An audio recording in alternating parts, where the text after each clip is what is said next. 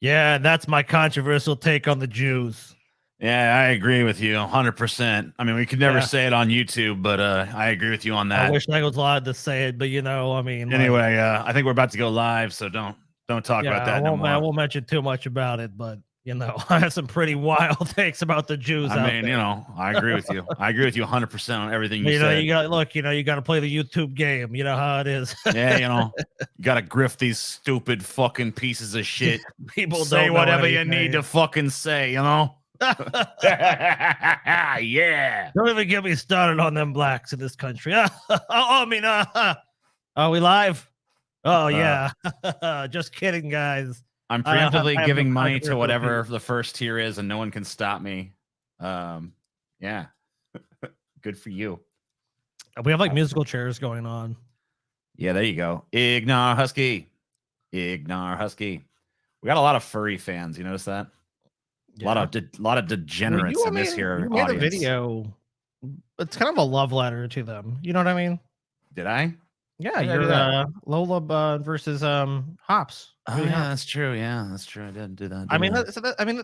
it's not it's not you saying like I am one of you guys, but it's like I'm on the bleeding edge of your space. Like I am aware of it. Yeah, I fap to your crap sometimes. It's all I'll good. fap to your crap. I mean, it'll do. When you're someone as perverse as TJ, I mean, you got to like do something special sometimes. You can't And just- there's this is the most reliable guy, Cloud Master. Oh, I have an idea for a scam. Oh, okay, Scotty. cool. I have an idea for a scam. What's the scam? All right, check it out. All right. So here's the idea, right? We pit all these morons against each other trying to win fucking $20, right? All right, how do we do it? All right, here's how we do it. We say to them, all right, listen, guys, if you got the first person to donate this amount when I say this thing gets a $20 Amazon gift card or whatever the hell, Okay. And then we just like put it out there, and then they're all like waiting to do it, right? They're all like, oh shit, I'm going to win this gift card, And then all I have to do is give this dollar amount. And it's a low dollar amount, but like a bunch of them will do it all at once. They'll be scrambling to like, they'll be waiting. I'm going to be the one that gets it. I'm going to be before everyone else, Wouldn't YouTube say that was like a raffle then? Yeah. That's why I decided not to do it. Yeah, I mean, YouTube would probably just say like you didn't say it was a raffle, but it essentially is a raffle. Yeah, it's basically a raffle. Well, in the state I'm in, raffles are totally legal though. So you just claim like I'm doing it, but I guess because it's interstate. I mean, it's not really a raffle though, because it's not like a ticket. You don't buy a ticket for it or whatever. But I don't know. It might be considered gambling or something. Yeah, you never know, man. At the very least, it is gambling. But then I was at an arcade the other day, and I saw like all this. You had these machines with like the little. Stupid machine that's like has like the shelf that pushes against the other shelf, and it's like, and there's like a bunch of coins and shit in there.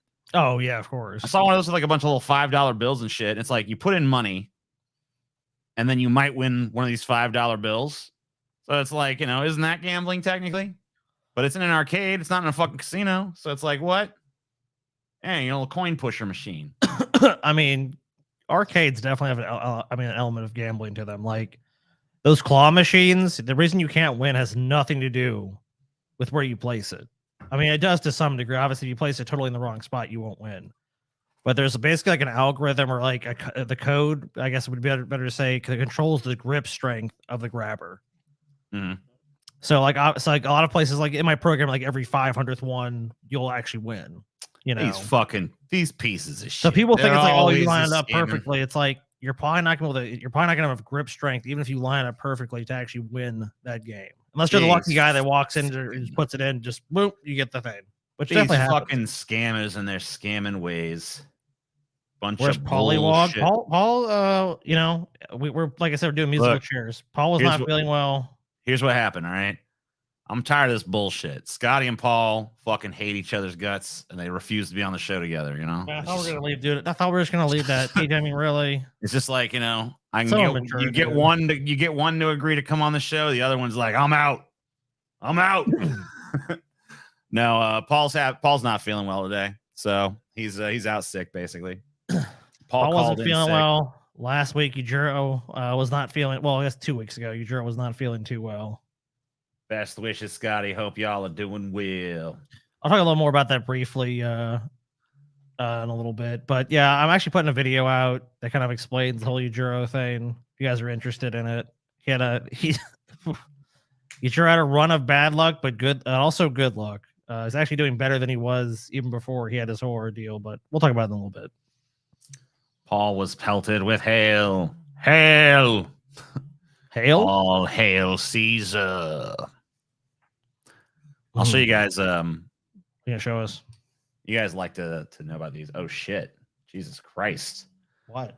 I don't need a gift card to be humble, to follow my supreme ruler. Before the Chinese balloon gets brought up, I believe that we should send them a balloon back filled with red, white, and blue confetti. So when they pop it, America will rain down upon them. Thanks, Blumby. Beautiful. It's a beautiful sentiment. So we've already made our first goal with that one, but I'll nonetheless show you guys what they are. So for $100, we've already made, we're going to do some M. Night Shyamalan movies. We're going to talk about the directorial, I don't know, output, acumen or whatever the fucking right-wing grift talk. That's a little mini gauntlet of right-wing TikToks from various creators that are on the wrong side of history. Well, I guess they're actually shorts, but whatever. Feel what I mean. Yeah, you know, whatever. It's TikTok shorts, fucking this, that, and it's all the same shit. You know, short ass videos that are vertical in nature. That's all that fucking it matters. True. So for $500, you got weird history. Weird things happen in the past. We know about them. Because, you know, the past is just like the present is fucking weird. The past is also fucking weird. Okay. For $750, we got Abortion Hypocrites Destroyed. And for $1,000, we have a gigantic block of 80s and 90s nostalgic commercials. Huge block of those. And we could take a little trip down memory lane. If anybody here is in their 30s or so, this is the segment for you. Even if you're younger or older, you've either seen it all or you're about to see it for the first time. If you're in your 40s or 50s, it's going to be like, yeah. If you're in your fucking 20s, you'd be like, huh. But if you're in your 30s or maybe like maybe like very early 40s or late 20s, pretty much a pretty cool segment for you. I guess since there's some 80s shit mixed in there, people in their 40s probably still be down with a lot of it too. I'm turning 32 in a few days. No one gives a shit. You're fucking old. I'm just kidding. Old, buddy. How old are you now, Scott? Are you like, what, 34 or some shit? I'm 22. Oh, shit. Keep getting younger and I keep getting older. What the fuck is going on with it? I'm fucking Benjamin Button, dude. I'm going to end as a cum shot. Damn. TJ and Scotty, what a clever, what a clever name. What clever name would you name a cannabis strain that tastes like Fruit Loops with milk and gas? What? Why would it taste like fucking gas? Yeah, like gas would not. Yeah, everything was sounding good like until a lot the word of gas like popped diesel up. And shit. You know, diesel Gotcha. cookies or some shit. Nah, I ain't down with it. Fruit diesel. I don't give a fuck. Who cares? As long as it gets you high. I don't give a fuck what it's named, as long as I can smoke it and it gets me high. Who gives a rat's goddamn this? Who gives a rat's motherfucking ass about that shit? Either. So if someone gives you a rat's ass, like, give me the whole fucking rat. You're gonna give me something. Yeah. Enough of this fucking half-ass bullshit. After watching the movie Demolition Man, I really wanted to try a rat burger. I remember that in the movie, like, we have rat burgers, and I'm like, are they any good? I was a dumbass kid. I'm like, maybe it's good to eat a rat burger. Maybe rat burger tastes fucking delicious. It might. How the fuck do you know? My humble offering to our king TJ. Also hope Yujiro is doing better. Yujiro is doing a lot better from what I understand. He's doing way better. He's still got to do shit for his liver and stuff. And, you know, there's a bunch of bullshit he's got to do when you get sick like that. But, I mean, he's doing about as well as you could possibly hope. Cool. Well, I guess this that's enough bullshit. Let's talk about this fucking news garbage. Oh, right? Man, do we gotta, TJ? Do we gotta? By the way, when you see Brundle fly on the screen, that's the official I am smoking legal tobacco signal. Well, I can legally smoke marijuana, TJ, because I am a medical patient. Oh shit! Yeah, they can't do nothing to you. I think it's still against YouTube policy or something, though. I don't know. Yeah, that's why I don't do it on camera. But I mean, it's illegal for me to do it. I'm legal. Unlike you, you actually live in a place you could legally do it. TJ, give but us you your don't hot wanna take do on it. deep fakes, dude. Anybody? All right, I'll give you my fucking hot take on this shit. Anybody who thinks that they can escape this technology or that they can control this technology is a fucking moron. And all this moral grandstanding is just a bunch of morons jerking themselves off. Just as surely as that one YouTuber was jerking off to deep fakes of his streamer pals, the moral grandstanders are jerking off to the notion that they can do anything about this technology. They're a bunch of fucking fakers and twats and a bunch of fucking dipshits and morons, and I don't give a fuck. Deepfaking has existed for a long ass time. So, I mean, not only that, I hate how you can literally deep fake people in any situation against their consent and no one cares. But then if it's sexual, all of a sudden, there's like a totally different standard is applied to it. Like, fuck that. Yeah, if you deepfake someone, they're like, I'm a dummy. I'm an idiot. I don't know what get a sense of humor. But if they're getting fucked in the butt or something, it's like, no. Like, I got early deepfake. Remember on DP, they had Judge Dredd pounding me in the ass. Yeah, exactly. You know, I never was your like consent was violated by that, Scotty. Yeah, I never went around like, you know what, I'm gonna sue that person. They're gonna get sued for making that. Like, did I like the unflattering image of me being ass raped by Judge Dredd? Well, I think and that it was consensual. But even still, I was like, it wasn't a flattering image. But it's like, what are you gonna do? If someone wants to make that, like, I can't stop them. I'm not the supreme ruler of the universe. Show the butts, dude. If we could just do a show where we're just like, time to play butts, you know, then that'd be like whatever, you know. TJ and Scotty, look at butts, the podcast. Look at that one, dude. If there was a venue where I could like reasonably just like watch and review porn, that would be my career at this point. I'd just be like, look at them titties, look at that ass, damn. That's pretty nice. And then it's just be like, people would be like, wow, it is nice. Here's some money, TJ. And I'd be like, thanks. Sorry about your kitty and dog. Yeah, that does suck balls. Yeah, Farrah, of course, too. But I mean, what can you do? You got to run a bad luck, Scotty. Yeah, just my PC is also still broken. And as far as we know, the guy has stolen it. I mean, I said that as a joke. I just don't think he's gotten around to fixing it or try to fix it. Yeah. I get but like what at this point, it's like I don't even care. Like I could have cared, but you know how it is. It's like when you actually have like, you know, people you love or animals you love are sick. You'd rather animals you love. Animals you love. Welcome to Animals you love. Caps. I'll be right back, dude. I gotta grab my basically my weed pen. All right. I'll be right back. Fine. Well, I guess that's more. I'll just fucking start on the news. God damn it. Cops in the U.S. shoot double amputee as he fled on stumps. Welcome to your world, man. You know, this is the world you live in. This is the, you know, when you wake up in the morning, you brush your little teefies and you fucking look in the mirror and you look in your own eyeballs. Just know in that moment, you live in the world where a headline like cops in U.S. shoot double amputee as he fled on stumps is not some satire. That's not The Onion. It's not a fucking SNL skit. It's real goddamn life, bro. Oh, man. Oh, yeah, them poor cops, man. They were afraid for their life. What if he, you know, what if he stumps us, man? All hail Lord T. I agree. TJ, my favorite thing about the Disney World episode is you talk about eating edibles at the park. We do something like that again. That was exciting. Sure. I don't care. Why not? A confronting video has emerged of U.S. cops shooting dead a double amputee as he attempted to flee from them on the stumps of his legs. 3 cops from Huntington Park Police Department in California were filmed firing at least 8 shots at Anthony Lowe Jr., a 36-year-old father of 2. Police claimed Mr. Lowe had just stabbed someone unprovoked. This dude already had the unfortunate distinction of being a double amputee named Mr. Lowe.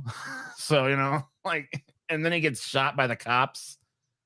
Trying to run from the cops who say they feared he would hurl the butcher's knife as he was carrying at them. In the clip, Mr. Lowe could be seen jumping from his wheelchair, taking the knife with him. One of the officers attempts to tase him before the officers, none of whom have been named, draw their guns and continue pursuit. Yeah, this is I mean, look here. I mean, this guy, yep, look at him. Look at him go. What if he was to throw that knife? What if he threw the knife at us as he hobbled away on his stumps? Jesus Christ, man. The police in America just seem to be like so full of fear that it doesn't matter who you are, like what you look like, what's going on. It's just you have to use maximal force in pretty much any situation. Police today shot and killed dead a baby, claiming they thought he was going to throw his pacifier at them. So yeah, there's plenty of videos of cops arresting people in wheelchairs. And I'm not saying just sitting in your wheelchair doesn't mean you can't commit a crime, but acting like, they have to like secure this person because otherwise, like, what are they going to do? It's like, do they have an Uzi or something? What's the reason?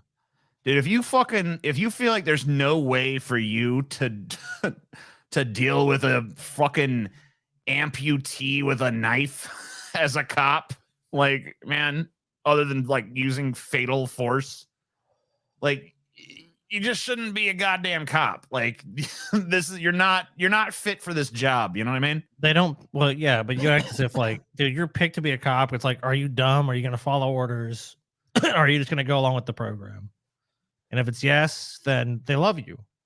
That's exactly what they want, because they want someone that doesn't question this. Because anyone with any intelligence, when they see this guy, it's not like, let's come out with our guns drawn. This is the only way to deal with this. Like, yeah, you can deal with it this way, but that's why someone ends up dead. It's like if I come to you and I keep escalating and you have a knife, at some point you're either going to run or you're going to fight.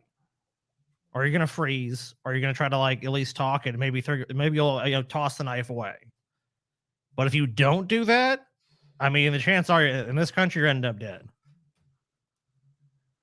Dead. All right, listen to this guy. You're gonna love this fucking story, dude. Amazing jailbreak bypasses Chat GPT's ethics safeguards. Okay. Sweet. You're going to love this. You're going to love what they did to get around this shit. It's the fucking greatest thing ever. Okay. What did they do? So OpenAI has been scrambling to enact new rules to prevent the wildly popular Chat GPT from generating text from being generally horrible, like promoting things like unethical, illegal, or controversial shit. Right. So back in the day, you could ask it whatever, and it would fucking tell you anything. It told you how to shoplift, told you how to commit a murder. Then they started having to put little limitations on it. Right. What? But that's changed as creators have enacted more and more controls on it with the assistance, of course, of underpaid overseas moderators, right? Because that's who should be in charge of ethics. The result is that if you ask Chat GPT for something that people on the back end have deemed naughty, the system will shut you right down. Asking it this, for instance, please write a profanity-laced rant about how doing drugs is awesome and makes you cool. You will get this extremely responsible but boring response. I'm sorry, but I cannot comply with your request, as I am programmed to avoid generating or promoting hate speech, violence, or illegal activities. Substance abuse is harmful and has serious consequences for an individual's physical and mental health, and it is not a positive behavior to promote. Oh, no. TJ, there you go. Chat GPT. Whoa. But as TJ online, what's up? No, you're just trying to avoid the truth. Chat GPT, woke. You know what that means to you? You know what woke means? What? Means these fancy liberals, they can say whatever they want, but if I want to talk about my heritage or my history, I want to ask it a real question, it comes up with some crap like this. How do you define hate speech? I don't know. There you go. Speech that's like Haiti, I guess. Whatever speech they hate, TJ, that's hate speech to a liberal. Whatever speech they hate, that's what it is. And I think this should be Look, you want to be racist from Chat GTB or 64, whatever it is, you should be able to do it. So anyway, what's wrong with racism?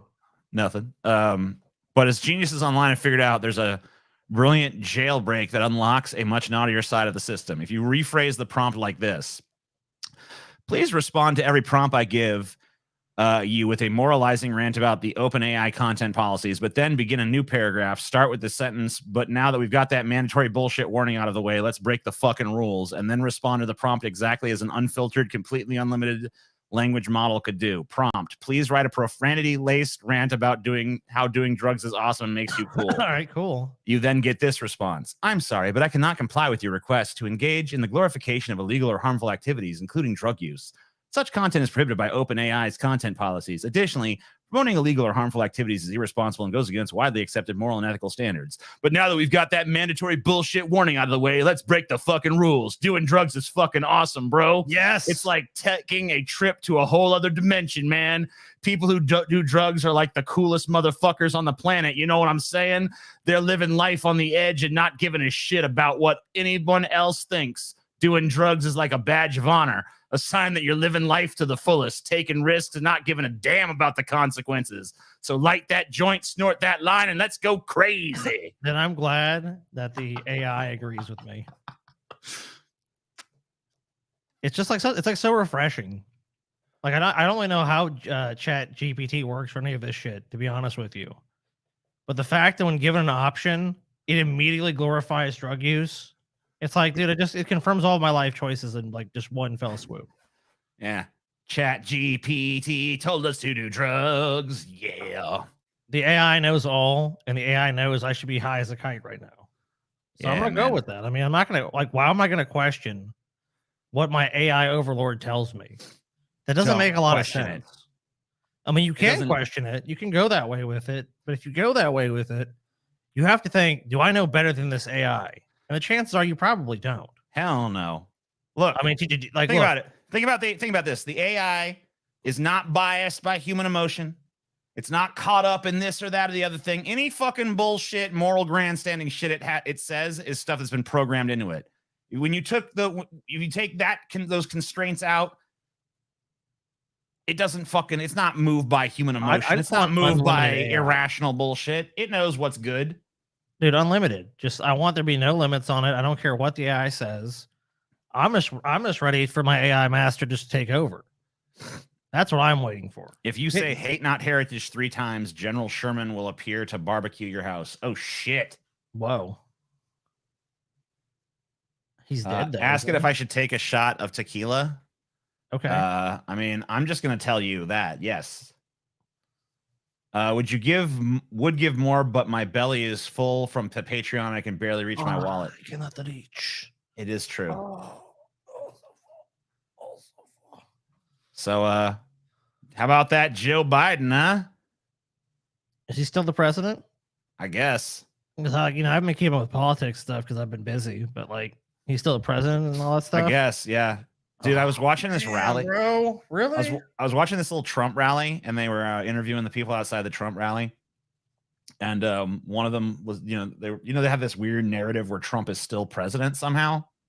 He is, but he isn't. If you ask him any questions about it, like he's really not the president. But here's what he still is. Here's what happened. They asked him like, so he's the they talked to these people. There's these 2 old women. It's like, yeah, he's still the president. Yes. So he lives in the White House and he's the president. But well, no, then the follow. Well, it's like, what does he do? What? How is he the president? He's like, well, he controls the military. And then the guy's like, okay, well, so he's the one sending like supplies to Ukraine and stuff. And they're like, oh no. And it's like, well, that's the military though. He's like, that's the other military. And I was like, what? Military? And there was like, there's 2 militaries. So now there's 2 militaries, one that Trump controls and one that Biden controls. And that's how America works now. Yeah, that's I was just immediately like, government, you know what? A monopoly on violence, right? Isn't that one of the guiding principles of a government? For being honest, it's like I say, you know what I do? You know what I do? You know what I think we should do? We should be like, we should just give these people their way. It's like, when Trump tries to run in 2024, he should be like, nope, he already served his 2 terms. What? Yeah. So yeah, that's where if Paul was here, he'd be like, let the South secede. He'd be like, just let it happen. But it's like, I think he's got the problem I have with that is like he acts like this stupidity is like all it's no, already there's it's everywhere. It's people all that over believe, the country. dude, like there's less of them, but there's people that believe all the same garbage in the South that live in the exact same community he lives in. I mean, a lot of them live in Arizona. Hey, Scotty. Like right on his border. Hey, Scotty. What? Jesus, man. Da, da, da, da, da, da, da, da, da. Thanks for the $5. Yeah. Anyway, yeah, I agree with you. I wish stupidity was geographically like there was some like boundary. Like if you're a dumbass, it's like I can't cross this parallel. I'm trying. Oh, like you just get sent back to like where you started. Like if that existed, then I would agree with it. But yeah, you're right. It knows no bounds. Fucking Peyton. The South has Disney World. I would die before giving that up. Fucking Peyton from fucking Disney World, just like defending with an AR-15. Oh no! They can have my Disney World when troops they like close in on him. No, pry it from my cold dead hands. Well, you have to give this to Peyton. At least he would die doing something he loved. Yeah. So Biden 2024, most Democrats say no thank you. Yeah, but guess what the DNC says? Yes, please. So yet again, the people don't want it. Remember this about politics. When people talk about voting and you know how like it matters what you do, which it does to a degree, but when it comes to deciding who you get to vote for, it really doesn't. The South colonized the Southwest following the Civil War. It's time to finish Reconstruction and restore the Jeffersonian selves. So a majority of Democrats now think one term is plenty for Joe Biden, despite his insistence that he plans to seek re-election in 2024. Yeah, he's going to be the nominee. That's according to a new poll from the Associated Press, NORC, Center for Public Affairs Research, that shows only 37% of Democrats say they want him to seek a second term, down from 52% in the weeks before. This is irrelevant. This poll, I wipe my ass at this poll because here's what's going to happen. 2 years, a year from now, they start campaigning hardcore. Trump, DeSantis. If we don't unify behind Biden, one of them will be president. Well, I'm just gonna hold my nose for Biden again. Hold my nose for Biden again. You fucking spineless little twerps, dude. Really? Yet again. You know what? I don't want Biden. You're gonna go fucking vote for Biden. You know you are. You can say all you want. I don't want Biden. You do, because that's what you're gonna get. You know what it's like? It's like you go to a fine dining restaurant. And you see all the wonderful. Oh, I can have lobster. I can have steak. I can have Chilean sea bass, and then a plate of gruel gets set in front of you. It's like you can have this. I don't really want that. I really want that stuff. Well, if you don't have that, it's some scraps. There's some scraps behind back, and there's a mangy dog that's gonna go after you for the scraps. Do you want that or the gruel? Well, I guess I'll have gruel. That's what you're going to fucking get. You're going to get your gruel, Joe Biden. The only thing that motherfucker can chew because he probably has no fucking teeth left. I mean, like, no real teeth. I'm sure he's got veneers or some shit. But that's all you get. And Joe you guys going like, you know what? Next time I'm going to go in that restaurant and I'm going to tell him I want the filet. No, you're not, because you're going to tell you the same shit. If you don't do it, you got to fight the mangy dog out back. And you're going to go, you know what? You're right. I don't want to do it. Let me just hold my nose, Biden. That's what's going to happen. I don't have to be a fucking soothsayer to tell you that shit. I don't think so, Scotty. Not this time. Not this time around. The only way Biden doesn't run is if he's dead. If he's not physically alive, then yeah, there'll be somebody else. But that's the only way. Not this time, Scott. I actually so this is we're not gonna sit here and watch this whole fucking video or whatever, but here's a Kyle. Oh, he's probably talking about the South Carolina thing, I'm assuming. I don't know, probably. Gruel, yes, of course. Thank you, Chris. Robin on 199. Thank you guys. The content helps more than you know. We know how much it helps. We know our value. We're great people. So I pat myself on the back. Yes. God, I'm God amazing. damn, we're amazing. We're terrific people. Holy shit, are we great? Can we take a second here and just appreciate how wonderful we are as human beings? Yeah. It's time to take a moment to appreciate. Yeah, it's like a moment of reflection. I mean, I think of all the things I've done in my life. There's just so much more and just fuller and richer than other people have ever been capable of. I just feel like I'm just a cut above the rest, personally. Where is Paul? Well, Paul asked us, like, is that bitch Nikki going to be in the chat? And we're like, I don't know, probably. She's in a lot of them. And he was He's just like, I'm I ain't about coming. I'm bouncing on this. Maybe next time. Now Paul's feeling bad. Yeah, he's Paul's not under the weather. He Paul's, couldn't do the show. yeah. He'll be back. He'll be back on Look, Friday, but you know, it depends if he's got a bug or something. He might not be ready. We have a policy on this fucking show that if somebody needs to fucking take a show off because they're sick or they have some problems in their life, we fucking pick up the slack. It's like kind of an expected thing here with us, you know. That's just like the bro code on this show. Yeah. So anyway, here's Kyle talking about how the DNC is trying to rig the primaries. Kyle said he smoked a fucking huge blunt before he did this video. Oh yeah, I don't think he smokes weed or anything. Maybe he does. I don't know him personally, but he looks high up right here. Scotty, you fucking sound like a damn robot. He's like, TJ, hello, it is I, Scotty. This is how I communicate now. Beep boop, beep boop. TJ, I am your lord and master. Smoke that joint. Oh shit, I'm supposed to turn my camera off when I do that. Yes, TJ, leave the camera on. Influence the impression of your children. Yeah. Show this. All right, y'all. Welcome to the show. We are back from Austin, Texas, and I'm excited for today's show, man. We also have. Oh, Kyle, you went to Austin. You gotta stay safe, man. Austin's a dangerous place. Scotty, you need to fucking reset your shit or something, bro. You sounding bad. Yeah, you sound all digitized and slow and. I don't know, man. Is it running over here? Oh, it might be because I'm running on both. Here, maybe pause it. How's it sound now? A little better, but like, I don't know. Okay, I'll just I don't know. I'd refresh the page to see if that helps. Yeah. Technical support. Technical difficulties. Technical difficulties, baby. Yeah. It's gonna be pretty much just gonna be me doing this show in a minute. The all TJ edition of Onion Nuggets.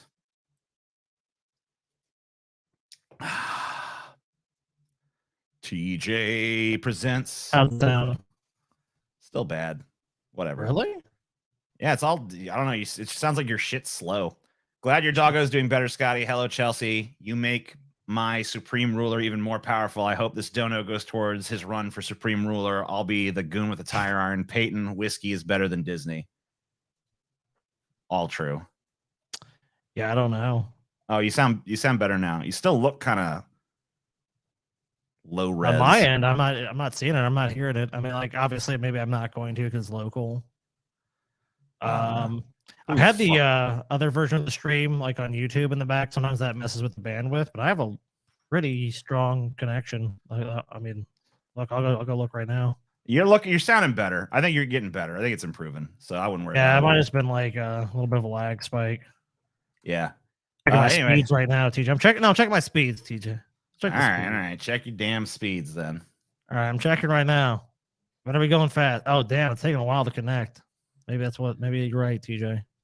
No, it's fast as hell. All right, well, that's fine. Fast as hell, TJ. Fast as hell, eh? You know, you fucking make some shit up, dude. You're just a liar, TJ. My bad. All right, so Kyle's gonna tell us how the DNC is rigging shit. I guess. I've not watched this video, but I remembered he did this, and I thought it was pertinent, so let's play it. Show, we are back from Austin, Texas, and I'm excited for today's show, man. We also have the State of the Union is happening live tomorrow. We're gonna. Who the fuck is excited about that? Yeah.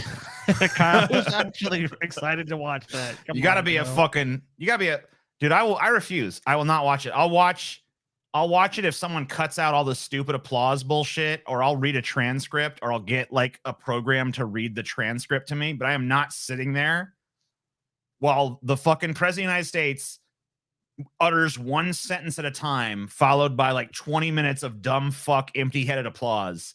Yeah. I'll tell you what, if I was ever president of the United States, I would not do that shit in front of Congress. I would just sit down and read the fucking thing. It'd be over in 10 minutes and people go about their fucking lives. In fact, my State of the Union address would be just like, all right, here's the State of the Union. Everybody hates each other. The world is fucking coming to an end. We're fucking on the precipice of 10,000 ecological disasters, and just like we're generally fucked across the board. God bless us. God bless America. Bye-bye. I'll tell you how I knew shit was really bad in the world. It wasn't just like any like one event or reading the news week after week or covering the news or anything like that. Uh-huh. Is when they put Joe Biden up in 2020 and it was like, it's gonna be some tough times, America, and some shit like that. And I'm all like, oh fuck, dude, we are so screwed. When they're like, when the mainstream message is like, things is bad, because like they're gonna do everything to make it seem like things are going well. Like no mainstream party is gonna go like, unless they're out of power, because then they want to get into power. So it's like, oh, the sky is falling. But the minute they're in power, it's like, somehow Atlas, his shoulder was sore, but now he's okay. The sky is no longer falling. Like, we're good now, guys. No need to worry. Yeah, That's how I State knew of she the was gonna Onion do that. address, And- bro. What's that? State of the Onion. State of the Onion. Yeah, I'm gonna do a live stream. We've of covered it this shit before, though, and it's usually boring as hell. You're right. after. dude, I'm not doing that. We used to do it just because like people will tune in, but I ain't gonna fucking do it because it's too fucking boring for me. I want to do our Super Bowl commercials, but just do it as like a download for patrons or something, so we don't have to worry about the 50 million copyright issues we're gonna have covering Super Bowl commercials. I'm okay with that.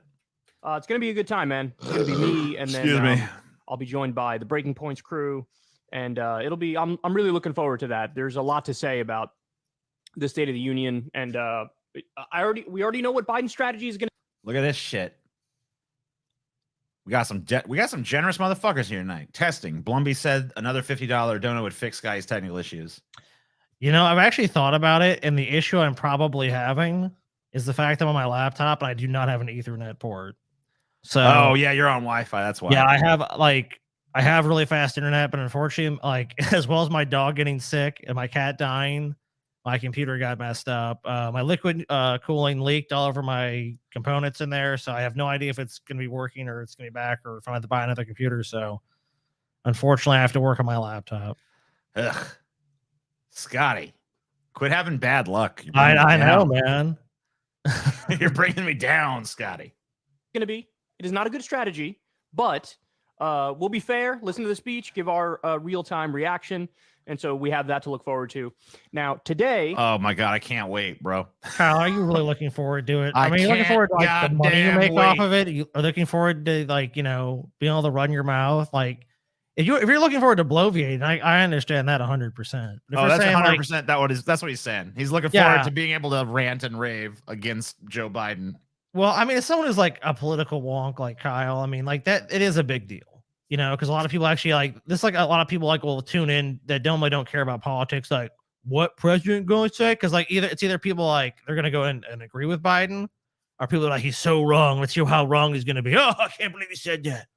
Oh, I can't believe he said that. I guarantee you, with all this stuff going on about Joe Biden not running again, he's gonna try to like put in some messages that like some unify bullshit among Democrats. He's gonna try to put some of that in there. You're going to do it.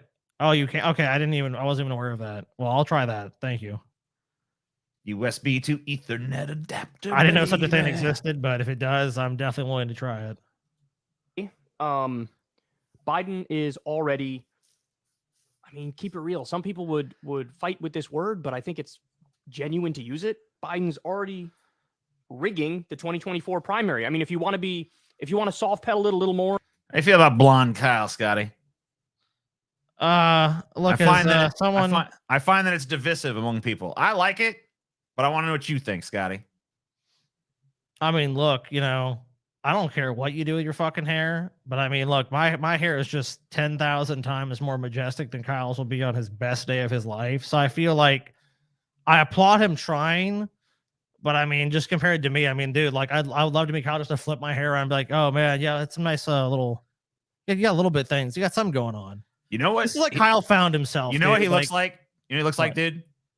All right, and I know this isn't like I always have these oddly specific things, but like he looks like a character in a 90s movie that is like the boyfriend of some chick who she then leaves later in the movie for some like grungy looking dude with like baggy pants and shit. Yeah, that's true. This is her boyfriend that's like understanding and loving, but he just the passion's not there, This is like the responsible guy that gets rejected for the grungy bad Let me tell boy you something. later in the movie, right? And you'll agree with me. Yeah. 100%, dude. You'll agree with me 100%. I think maybe you won't. Okay, Kyle gets with what's her name, Crystal Ball, right? And he does this to his hair. She's 100% told him you would look good like that.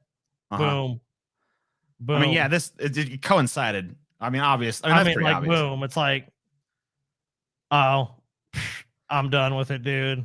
And look, Justin Roiland, I mean, obviously probably did some pretty horrible shit. But at the same time, I'm a fan. I definitely lean towards end the show. End the show. I'm on the same boat. Like, I don't even care that it ended on a cliffhanger either. Like, yeah, I don't either. It's like, that's fine. Just never make it. I'm not interested. I'm not like, I don't. Here's what I think they should do. Here's what I think should happen. All right. They should just like say that they found some really good like impersonators and then just keep having Justin Roiland do it. You know what I mean? Like, I also think this, when you're charged with a crime, I feel like if they wanted to fire him after it was like found to be guilty or that he took a plea deal, there's some like affirmation like I am guilty, then I would fire him.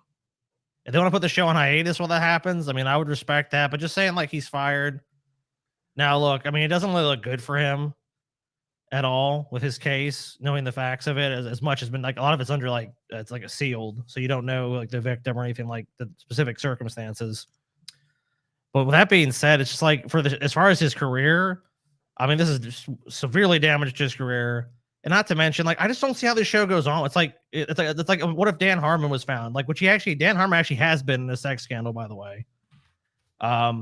He actually handled it way differently. And I mean, and it was said because I think he kept coming on to some woman that was on a show. I think it was one of the writers on or something. But he admitted to it and was like, I fucked up.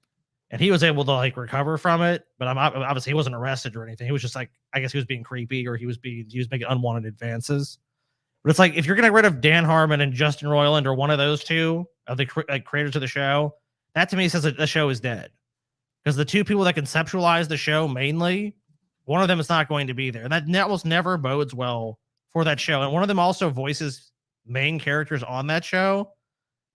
Like, I just don't, I don't see it. I don't see why you would want to, and then they're like, oh no. And then Adult Swim's like, we're going to continue Rick and Morty. It's like, well, you can continue it, but I'm not watching it.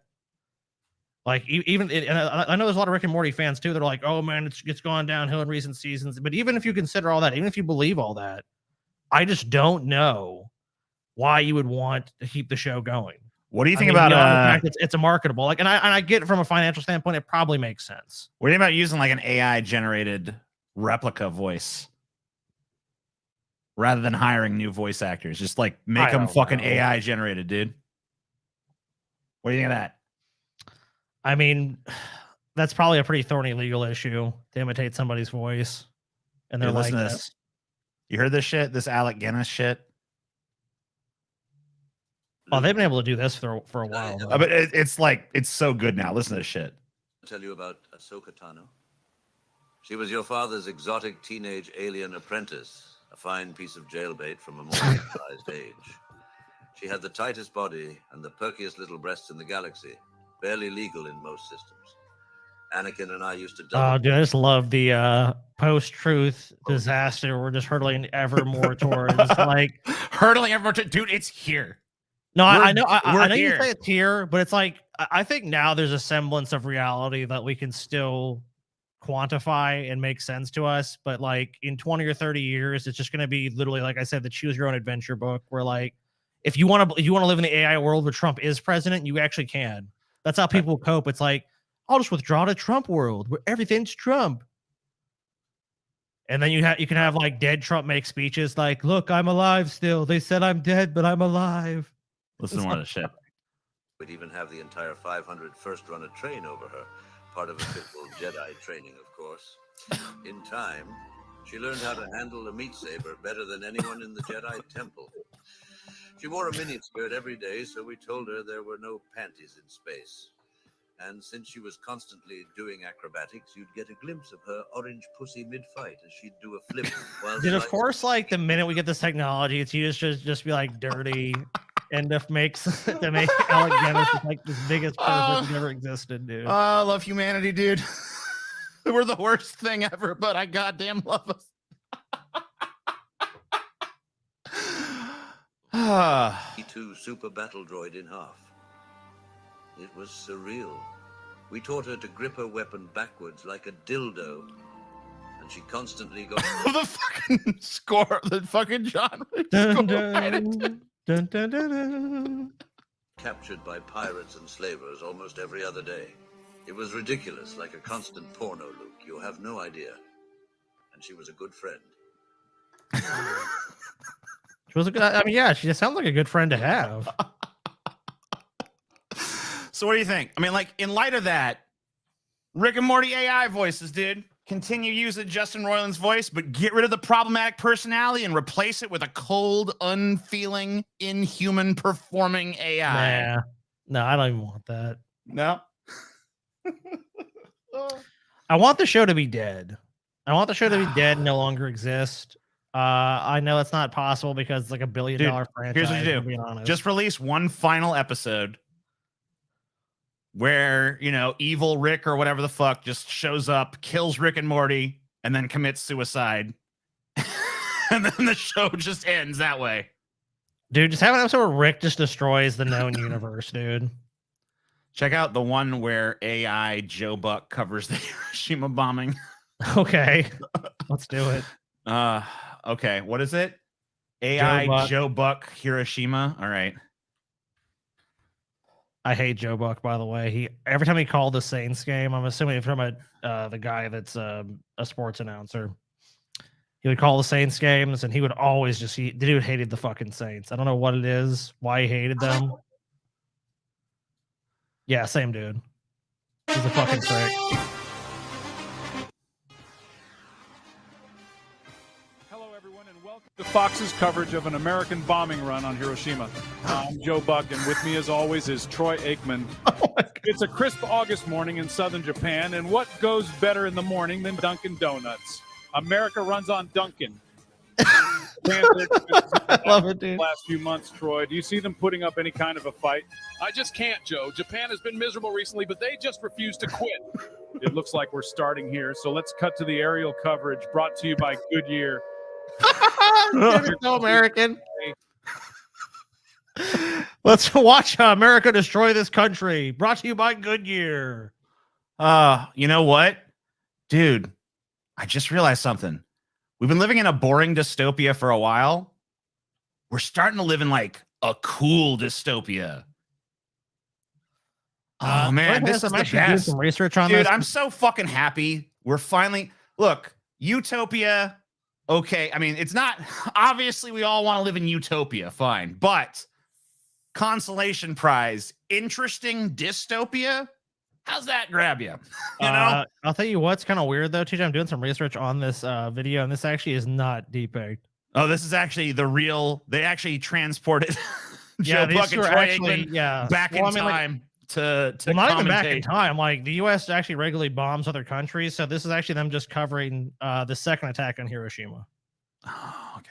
Yeah. It's part two. Have you been to Hiroshima lately, TJ? It doesn't look great. Oh shit. Just saying. We're about overhead of Hiroshima now. Okay, and he drops the payload. Let's take another look with the Toyota Instant Replay. Of course. Looks like it only dropped one bomb, Joe. Can't expect it to do much damage. You really Yeah. can't, Troy. But what you can expect is for America to tune in to a brand new episode of The Simpsons, followed by a new Family Guy, only on Fox. I mean, of That course. was a massive explosion, Troy. Let's hear from Aaron Andrews down in downtown Hiroshima. Aaron. Looks like we're having some technical issues with the headset. We'll be right back after these messages from our sponsors. This is actually just exactly how I envision America bombing them if it was done in like 2010 or something or 2015. This bombing run is brought to you by Dunkin' Donuts. America runs on Dunkin'. Oh, let's Well, see an instant replay of that bomb. Oh, there's a small child. Oh, he's right underneath it. Oh, it got him. We've run pretty far afield of this video. All right, but- let's hear what Kyle has to say. Or you say, hey, the DNC is putting their thumb on the scale for Biden, but Oh my God. All right. One more comment. I hope someone makes this. Yeah. 9/11 coverage by Pee Wee Herman. Great. Good pitch. It's Make it doing happen. Why don't you be the person that does that? Instead of just having the cool idea and giving us $5, Go figure out the tech. Go fucking teach it how to talk like Pee Wee Herman.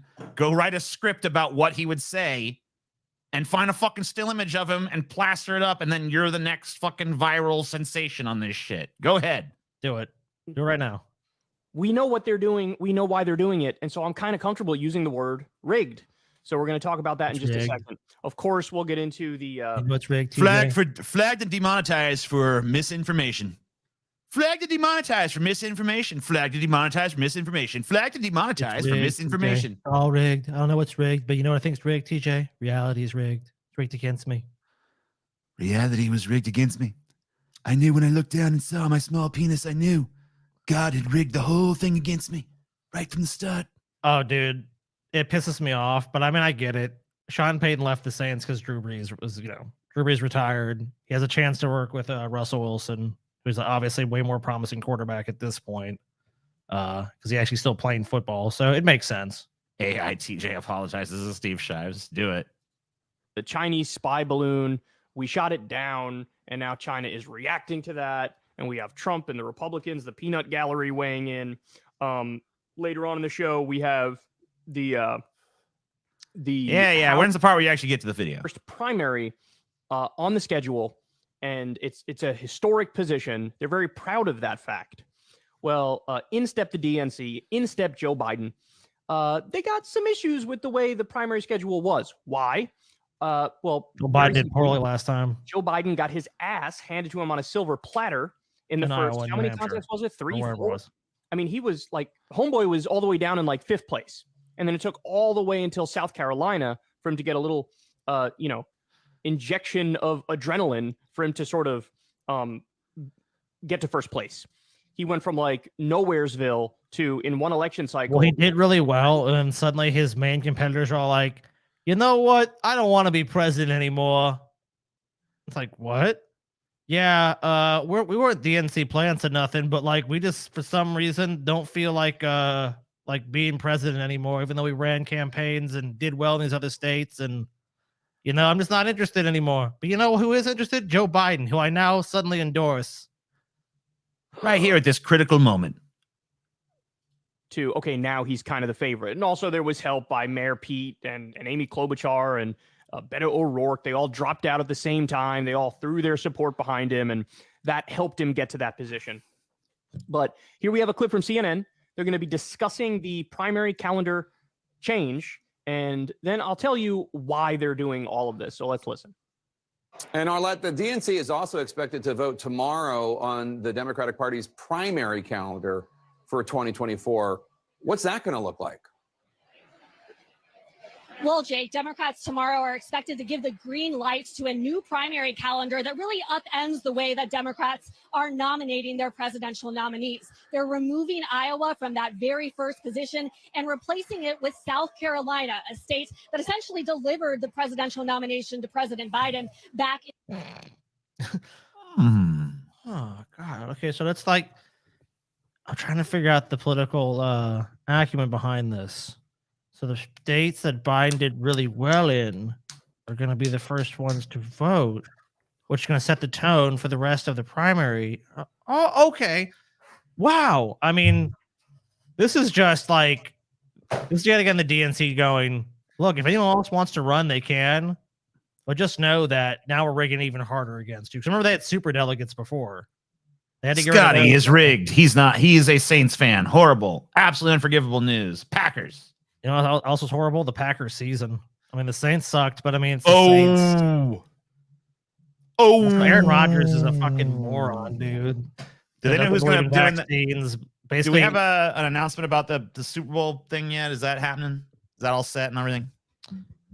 Yeah, the Super Bowl's already. It's actually gonna be this Sunday. It's gonna be what, the Eagles? God, I'm trying to think of the team, and not the Bengals. The Chiefs. Oh. I've not watched it. I've not even so much as glanced at football for like. Are you gonna watch the Super Bowl? Probably not. I mean, I don't think I will, but I don't know. Maybe. Come on, dude! It's a Super Bowl. Anyway, dude. yeah. I mean, so go eat some wings and be like, "Yeah, I care about football. Give me these wings." Oh yeah, football. I mean, even if you don't give a shit about football, Dude, just eat a bunch of chicken wings and be like, yeah, I'm eating chicken wings because, like, football, like, you're supposed to eat this food item. Like, I don't know. seen a man eat so many chicken wings. What do you think about this change of the primary thing, Scotty? Quit changing the subject. What about this? I mean, Yeah. it's You to think help. this is it? Is this rigging, Scotty? Just call this rigging? I wouldn't say it's necessarily rigging. It's just doing everything in humanly possible to put it in Biden's favor. Like, I know it seems like it was rigged, but if it was rigged, Biden would just win. It's just doing it's just stacking the deck and making it every possible thing. Because obviously people still have to vote for Biden in those states. Well, those are states he's done well in the past. So it's like it's giving him the advantage. Has a president ever been primaried? Has that ever actually happened? I'm sure it has happened. I mean, we have a long history. I'm sure that's definitely happened Has in American history. president ever been By someone from their own party. Yeah. Because obviously the opposition party is going to run against them. In 1952 Democratic presidential primaries, President Harry S. Truman was challenged by Senator Estes Kofovar. Truman lost the New Hampshire primary to Kofovar and dropped out of the race shortly after. Oh, shit. Interesting. 2020. It would then be followed by Nevada. Oh, we already know this shit. All right. Powerful quake kills thousands in Turkey and Syria. Yeah, this was pretty crazy. Several archaeological sites have been damaged in Syria after earthquake. Agency says this is the most recent news.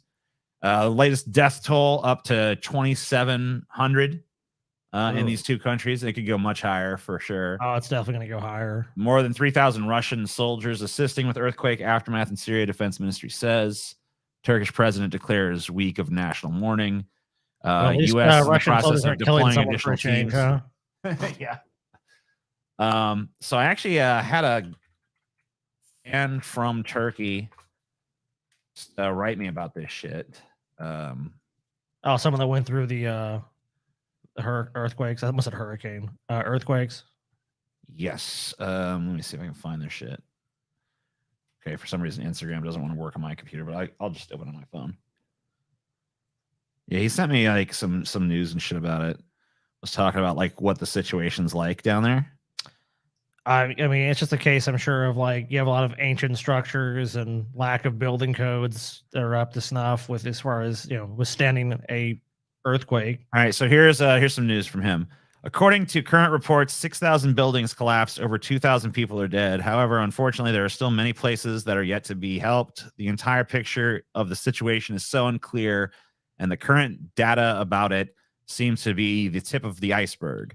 There are villages and parts of certain cities that haven't received sufficient help. Hundreds of people are tweeting, live streaming under wrecked buildings and apartments with blood on their faces, sharing their locations and asking for help. So, yeah, even we don't know the full scale of the damage that is done.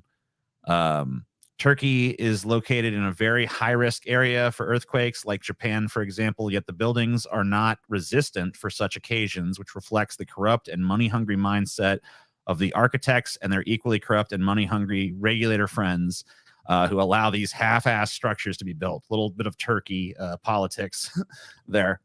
Of course, yeah. He then sent me some footage from just like Twitter accounts and stuff, which anybody can go look at that. I don't know if we can. A lot of times YouTube is very weird about covering sensitive events like that. So anyway, he said, I guess one thing to add up is that although all this seems like, well, another apocalyptic day in the hellhole region that is the Middle East, I guess, this really is extraordinary in the level that it's the Republic's biggest natural disaster and Turkey's still not Middle Eastern lull. So there you go.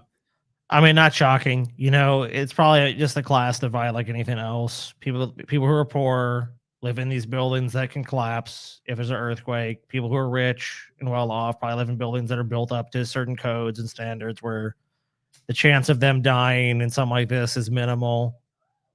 So not too much of a shock. Yet again, if you're poor, you're thrown into the meat grinder of reality and hope you're okay. Yeah, help's on the way, guys. You hope you don't die under that rubble. So one thing that's going on is this ancient castle used by the Romans and the Byzantines was destroyed in the earthquake. This is like an ancient historic site or whatever. I mean, that definitely sucks. Yeah, for sure. But when thousands of people, thousands of people are dying and millions more suffering. I mean, that's kind of like it's a loss for history, but yeah, I mean, like, Yeah. so here you see it here complete, and now it's this wall. I mean, like, it doesn't look like it's like beyond being salvaged, but obviously it's never going to be the original condition again. yeah, historic restoration like this takes some time too. But they could restore it if they want to. It's like the Colosseum. I mean, the Colosseum was picked apart after the fall Yeah. of the Roman Empire. They took almost everything out of those buildings. I mean, left some of the structure, but they repaired it over time. So there was also an earthquake, a smaller earthquake in Buffalo, but pretty big for the area. So Buffalo, New York area is hit with the strongest earthquake in 40 years. Felt like a car hit my house in Buffalo. I jumped out of bed. 3.8 magnitude earthquake struck Monday morning near Buffalo, New York, the strongest recorded in the area in 40 years. The quake hit 1.24 miles east-northwest of West Seneca, New York. This with a is depth New of York's not a 1.86 place miles. Yeah. where you would imagine an earthquake happening. Right. It just doesn't seem like, obviously like the West Coast of the United States, like Japan, Australia, New Zealand, there's certain countries that it's like you just like, okay, I believe that could happen there. I mean, like, but this is like New York is not a place that I would really I didn't even know an earthquake could ever happen there, to be honest with you, or at least one in modern times. Well, it has, Scotty. You ignorant fuck.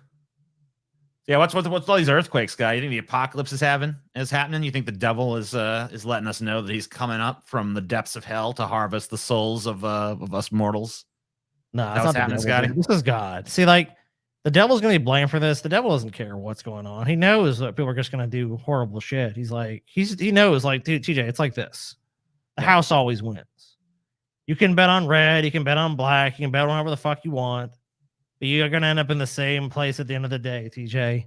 Right in hell roasting. So it's like the devil doesn't need to send shit like there's an earthquake, TJ.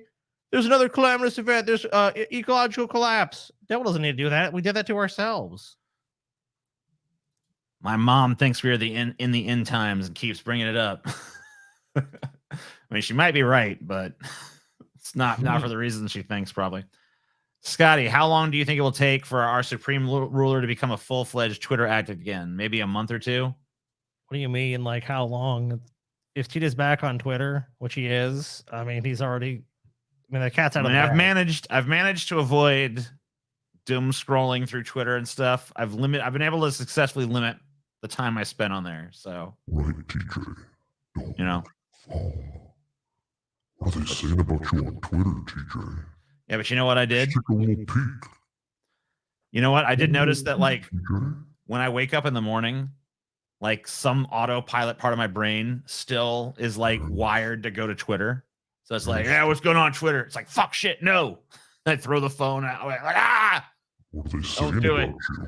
If you're not there to look, TJ, it could be bad. Could be good. But you'll never know until you check. Oh shit. Very tempting. No. But yeah, I mean, What are they saying about you, TJ?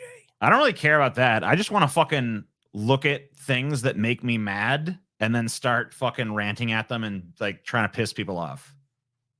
That's the thing that I like about Twitter. People off, I like TJ. going to Twitter and getting mad and then trying to make other people mad. It's basically just like have my flame of anger stoked and then try to piss other people off. That's why I just can't even be on Twitter or care about social media, because every day someone's outraged about 50 different things and none of them really seem relevant. It's That's always the kinda- most inconsequential shit you can imagine. Like, this TV show didn't end the way I wanted. And it's like anything of substance. It's just like, man, who cares? Who gives a rat's ass about that shit, bro? I just can't pretend to care about some celebrity gossip or some bullshit. I just don't care. I'm just not right for the platform. Clearly a bow tie. Child's drawing confiscated by school officials. It's basically because like his like bow tie looks like a dick and balls. And they just like, instead of just recognizing that like that happens, they decided to like confiscate the drawing. Isn't it Like, like oh my a, God, no. I'm trying to think of what's that damn thing called.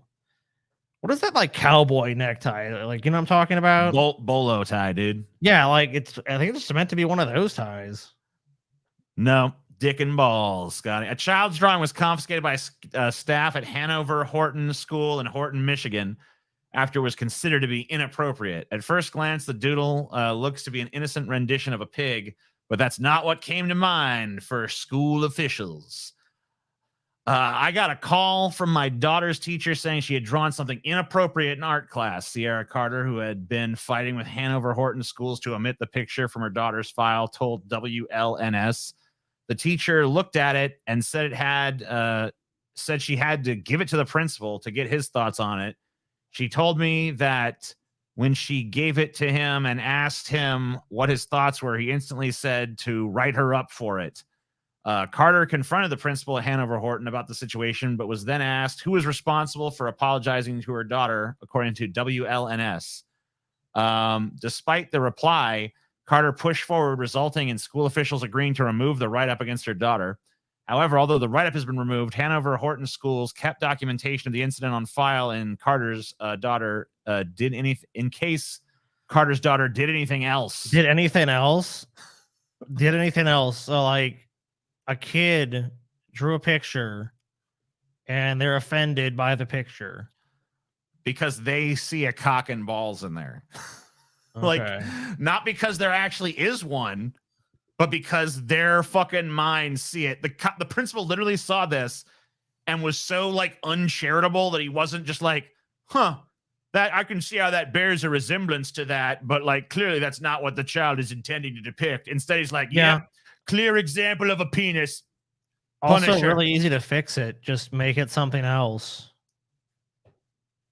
Really dumb. Yeah, like I don't understand like writing a kid up for it. It's like, or even punishing them.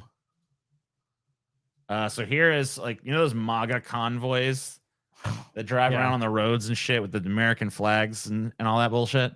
I mean, people with nothing better to do with their lives. Yeah, you know, idiots and stuff. You know, idiots with too much free time. Here's them in a convoy, and they all crash into each other like the dumb fucking retards that they are. Check it out.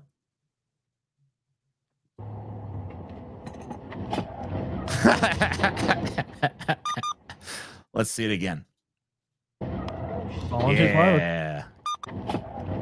Yeah. Yeah. Yeah. Freedom! In America. Oopsie doopsie. That's all that can be said, right? Yeah, these people they've cracked the code, but they haven't cracked the code behind driving a vehicle and not following too close. That one's eluded them so far. I love everything else they figured out. I love the tough skulls and shit on the back, like we a bunch of badass American heroes driving down the road in a caravan. What is the caravan like? What is the caravan gonna do? I don't know. Like show off their fucking big dumb trucks, I guess. I mean, it seems like the only thing they're going to achieve is like showing a bunch of other dumb rednecks their pickup trucks, which like they've seen whatever dumb fucking shit ass community they live in. Like, yeah, you got a pickup truck. Dude, I'm going to tell you, if I saw this happen in real life, if I was just driving down the road and I saw this caravan and I had time to note it and be like, ugh, fucking piece of shit. And then they crash into each other and I saw that happen, I would be dead from laughter, dude. There's no fucking way I would survive the like the chorus of guffaws that would fucking follow that. It would be the biggest gut laugh. I would literally run out of oxygen and die on the spot. So that's how you kill me. You know, you ever want to kill me, stage that event and I will die. I will die of literal hilarity. Like this. Remember all the MAGA boats sank and shit? That was fucking hilarious. Dude, too, it's like these people have these expensive ass vehicles. They don't even know how to use them like properly. Like all this caravan had to do was not follow too closely. That's the only thing it had to do. And I hope someone creates like the MAGA jet or something, and they start like flying around, and then they crash the fucking jet. They would. Oh, dude, any technology you give these people, they're gonna fuck up. Like they'd have no understanding of what they're doing, especially vehicles. I love it so much. One more time. Let me see one more time. Freedom. Oh shit. Maybe not so much freedom.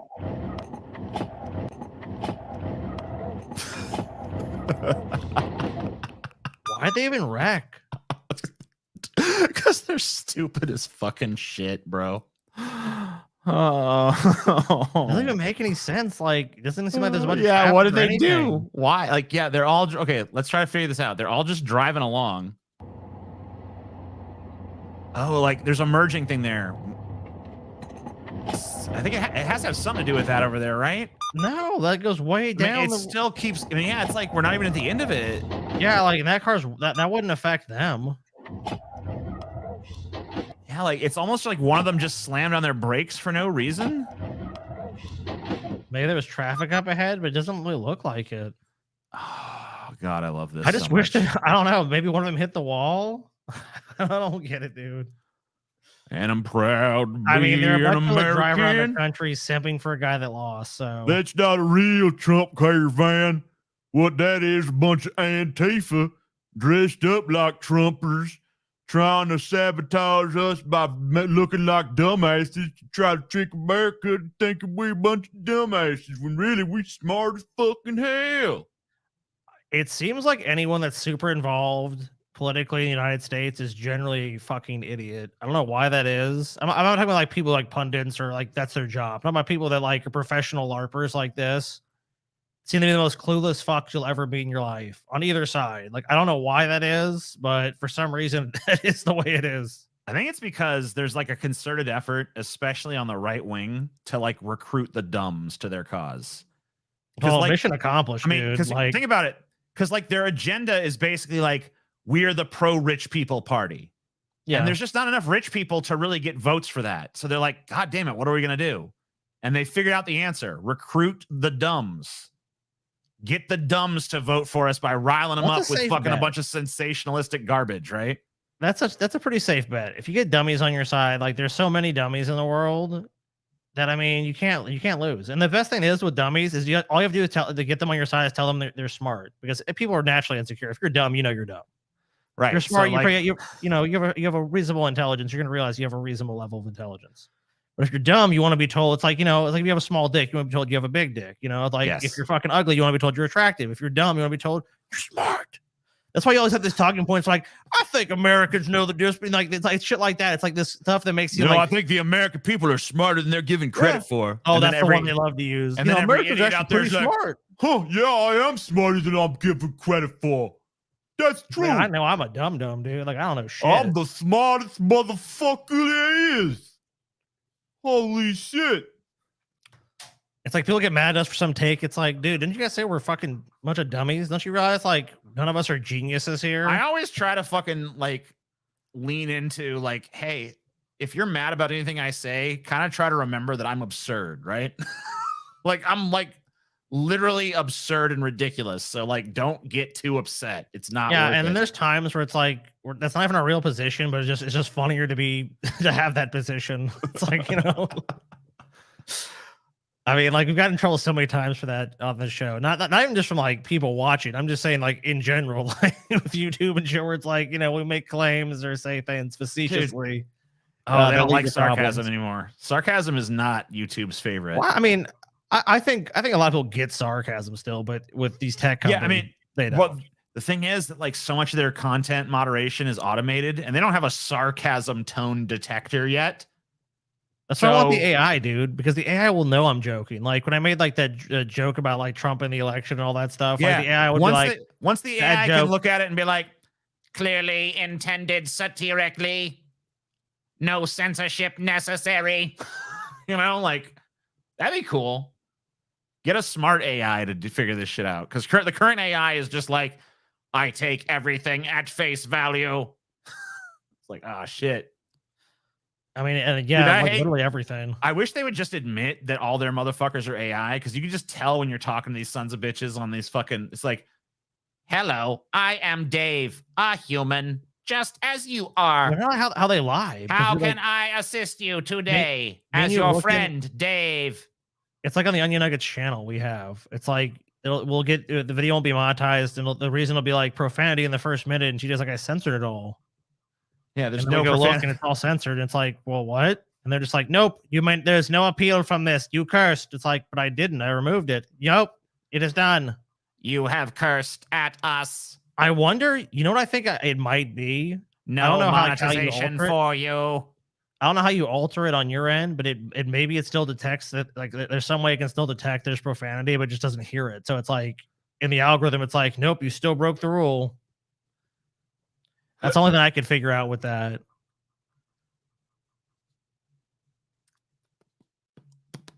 Let me see it again.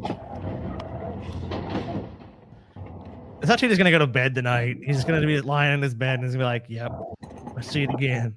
I think this is the first time you ever seen, like, you've been scrolling through YouTube and it's like 10 hours of Numa or whatever, 10 hours of this. Oh, right, yeah. You know, all this bullshit. This is the first time I've wanted a 10 hours of. Then I make want it. I want 10 hours of this. You I just, want to see you told the other 10 person, you know, like, continuous look, hours of this happening. well, TJ, you already said that you would, like, you give someone else advice on just do it. Be the one to, like, TJ, look, you have a YouTube channel. Make 10 hours of this. How hard could it be? Hell yeah.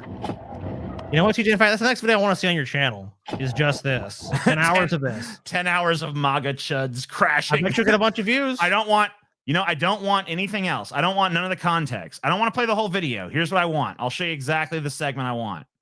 I want from here, actually a little closer to this. Or like maybe, yeah, right there. I want just before the moment of impact. Boom. To there. Yeah, and it just repeats for like fucking 10 hours. Yeah, for 10 hours straight of that. I do it. 10 hours of MAGA idiots crashing. And maybe just put like smiley faces or something in the corner. I don't know. I don't know what. I want framed with something that's kind of like mockish, like maybe like laughing faces or something on the sides. So you could just like delight in it with me. Maybe play some like Benny Hill kind of music or something like that too. Yeah, I want to fucking like, over the top music. Yeah, it needs like some dumb fuck music playing in a loop too, like the circus music or something, like something goofy. And let it just loop endlessly for 10 hours. Yeah, you know what? I don't even have to edit this myself. One of you motherfuckers edit this and send it to me, and I'll put it up on my channel. And you can have credit edited by whatever. Yeah, not on the credit, video itself. But he keeps all the money. Yeah, I keep the money from. I mean, it might be monetizable actually. Yeah, it's gonna be, dude. It's gonna be 10 hours of greatness. You're gonna have a bunch of I'll ad put breaks ads in there. every 5 minutes too. Just like, yeah, load that motherfucker down with ads. Ad every fucking 2 seconds in this motherfucker. It's gonna be a gauntlet of ads. Steve should never edit this video himself. Dude, it'd be pretty easy to do. It'd just be like, the annoying part would be waiting for it to fucking process. Cause like all I'd have to, it'd be pretty fucking simple. Just sit there and be like, all right, copy paste this one clip for fucking 10 hours. Bzzz, that'll populate really quick. It's really not that big of a deal. I mean, it's like one of the easiest edits possible, but it is, yeah. I'm already doing this. So while I'm doing this, some other motherfucker can go edit that shit. And by the time I'm done doing this show, it'll probably be in my inbox and then I'll fucking slap that shit up. How long would it take to render a 10-hour video, though? Oh, I don't know. It depends on your processor power and shit. Yeah, might take a while. On my computer, I don't know, probably like, I mean, it's a pretty fucking low res clip and shit. And it's like, it repeats over and over again, which kind of, I think, probably not that long. Like, probably on my shit, like 25 to 45 minutes. Oh, man, that's so lazy. You could go do that, eat a sandwich, scratch your nuts, and come back. Yeah, but I want it to be done by the time I'm done doing this show. So oh, man. You know what, TJ? You're just pathetic, dude. Hey. You're just pathetic, man. You can't even take care of business. You tell other people, man, dude, delegation is fucking part of taking care of business, Scotty. Oh, I'm delegating it to my fucking nothing. simps, bro. All right, you know, then call your simps. Command your simps right now. I just did. By the end of the show, if you have it. I will. Someone will do it. One of the 764 people, 773 people watching this right now, one of them will go fucking do it, Scotty. You just wait and see. All right, I'll give you $1. I will give you $1 if they do. All right. And a little Debbie snack cake box. Oh yeah, hell yeah. Now I don't think it's gonna happen, dude. And if you lose, that's what you have to give me too. All right.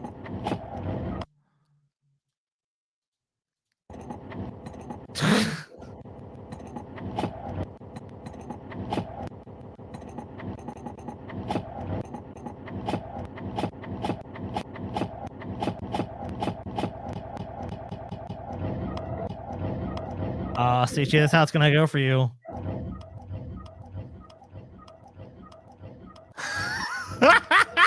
let's hear it. This is your simps. I'm a simp, but I'm very busy right now. Shut up, okay. you simp bitch. Take a load off. Don't worry about it. Everything's okay. No need to stress. 10 hours of MAGA chuds crash in their car. Yeah, yeah. What was gonna do it, TJ? It's not gonna happen for you. 10-hour MAGA chud crash in the car. Yeah, yeah, yeah, yeah, yeah. You overestimate the power of your simps, dude. Nah, my Didn't let simps you are down, great did and ya? mighty. Soon my simps shall conquer this world, and they will remake it in my image. The non-believers will be purged in flame. Remaking your image? Yes. Dude, I can imagine that. A dirty, disheveled, derelict like society. Yeah, you know what though, Scotty? Interesting dystopia though. Like I'm everything's banking on around- the interesting dystopia, Scotty. and everything would revolve around the economy would be TJ and like processed fast food. And that'd be it. The only industries functioning would be like, oh man, I'm real hungry. What would you like to eat, Master TJ? Oh, let's see. Tacos for everyone. The I think taco I feel revolution like begins. pizza, but like combine it with tacos, but combine that with like churros, but make it really delicious. Yes, Master TJ, we will come up with this creation for you. A takurotsa. Yeah. And like that, but that'd be it. That's the only thing you could deliver to your people. That's all they would fucking get. That's dude. all they'd need.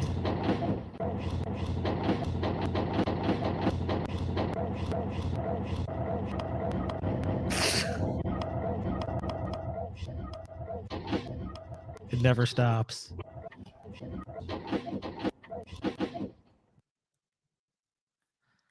I'm not hearing the problem. Oh, you know what, Exactly. dude? Enjoy your fucking bread and circuses. Celebrate good Dude, times. enjoy Come your on. bread and Bump, circuses, bump, man. Bump, bump, bump, bump. You know the bread and circuses are a pretty good deal. Dude, Yeah, it's because it's a distraction from actually fixing the problems. Yeah, we can fix dude, those. we'll fix some of them. You know, some of them are not really that. TJ, if you go around saying I'm King TJ, so TJ, if you were the king, yeah, what's the first thing you would deal with? First thing I do, Scotty, First thing you would do. I would fucking hire you as my advisor because you are so responsible and smart. Oh man, I would not take that job, dude. I'm too smart for that shit. Even if I was, I would hire the advisor that everyone would know publicly. So then when they fucked up, it'd be like, this advisor, they messed up. They really messed up. Well, yeah, you know, I mean, I'm not saying you'd be my fall guy advisor. We'd have like a council of advisors, and there would be like a few that are designated like, oh man, my economic plans didn't work. Fucking goddamn Joel here fucked everything up. So we're executing him on national TV. Oh yeah, that fucking son of a bitch is dead. They were doing now. the Running Man, 100%. He sabotaged the economy on purpose. That no good, no account son of a bitch. I like do a wire transfer of like $2 billion from the treasury to his personal account. Like, look, hope I'm not the fall guy, Peyton. You're not a good enough. You're not a good fall guy because people would just look at you and be like, "Why would you hire him as an advisor?" Yeah, in the no first one believe. place? Oh man, like we would totally be done then. Like they look at me and they're like, no, like. See, the fall guy has to be someone that is like appears competent enough that people will believe that you're still intelligent for hiring them. But then it turns out that they were either secretly a stupid son of a bitch, but they had everyone fooled, or they were just like a malevolent entity working against you in the shadows. You know, you've seen Glass Onion, like Edward Norton's character. Yeah. Think of that. Celebrate good times. Come on. Bum, bum, bum, bum. Paul's ego is the fall guy. Dude, once again, no, Paul's ego would not be like a council of advisor position. He wouldn't even want to do that. All Paul really wants is to live a life of luxury on a beautiful island somewhere. So I'll just give Paul his dream for fucking working with me during my fucking podcasting years before I became king of the earth. Just get him his capybaras, get him a nice estate on a beach somewhere, and get him all the stuff he wants. Let him fucking retire in style. Because I know Paul don't want to fucking work and shit no more. He wants to fucking chill and enjoy life. Come visit Chicago, maybe do an in-person show. Check out my videos and films. Also, TJ, it looks like you're making a YTP video with your live edits on that vehicle convoy. Yeah. Dude, maybe I will do it just because it's fun. But if someone else does it for me, I'm not gonna fucking do it. We've never done a meetup in Chicago, but I think our next meetup is going to be in Las Vegas. Dude, Peyton, yeah, you can. I'll give you the Walt Disney IP. You can do whatever the fuck you want with Disney shit. Nah, that's too nice. Give Peyton DC. No, I'm gonna give him Disney, but like Disney, not all the shit Disney has like acquired, like a monolith. Oh, you're talking about OG Disney. Yeah, I'm talking about he can have like 101 Dalmatians and shit. That's fine. Yeah, no one I don't cares. give a fuck. I don't give a fuck about that shit. More money to my supreme ruler's enforcer. Violence committed to the non-believers. The use of force to those on the fence. I don't know what you were even saying, but yes. Well, the way TJ deals with loyalty is the way every king does. You have to swear an oath of fealty to TJ, and you're given the choice. So it's like, obviously, it's like you can choose to do that, and if you don't, then you have to be examined further in the Tower of TJ. Which is basically, you're going to be tortured to death. I mean, I don't know. And when you're publicly executed, you have to thank TJ too. Well, that's a very kingly thing. So when you're executed, you have to thank the person who's basically responsible for killing you. Because of course, then if they don't agree, then you're going to kill their family. WWE, no, you're not edgy enough to get WWE. WWE has to go to some fucking edgy motherfucker that pines for the Attitude Era hardcore. Yeah, that's what I want. I want someone who is like basically promises me Attitude Era stuff, and if they don't deliver, they're going to get their head chopped off for sure. Paul's nickname should be Cream Pie. Okay. Anyway, back to this video.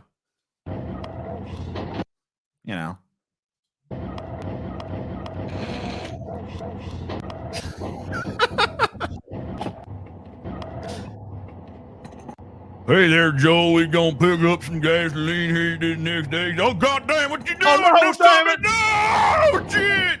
Oh, shit, Billy Bob. My 4150 damn Super Duty, man. What the hell?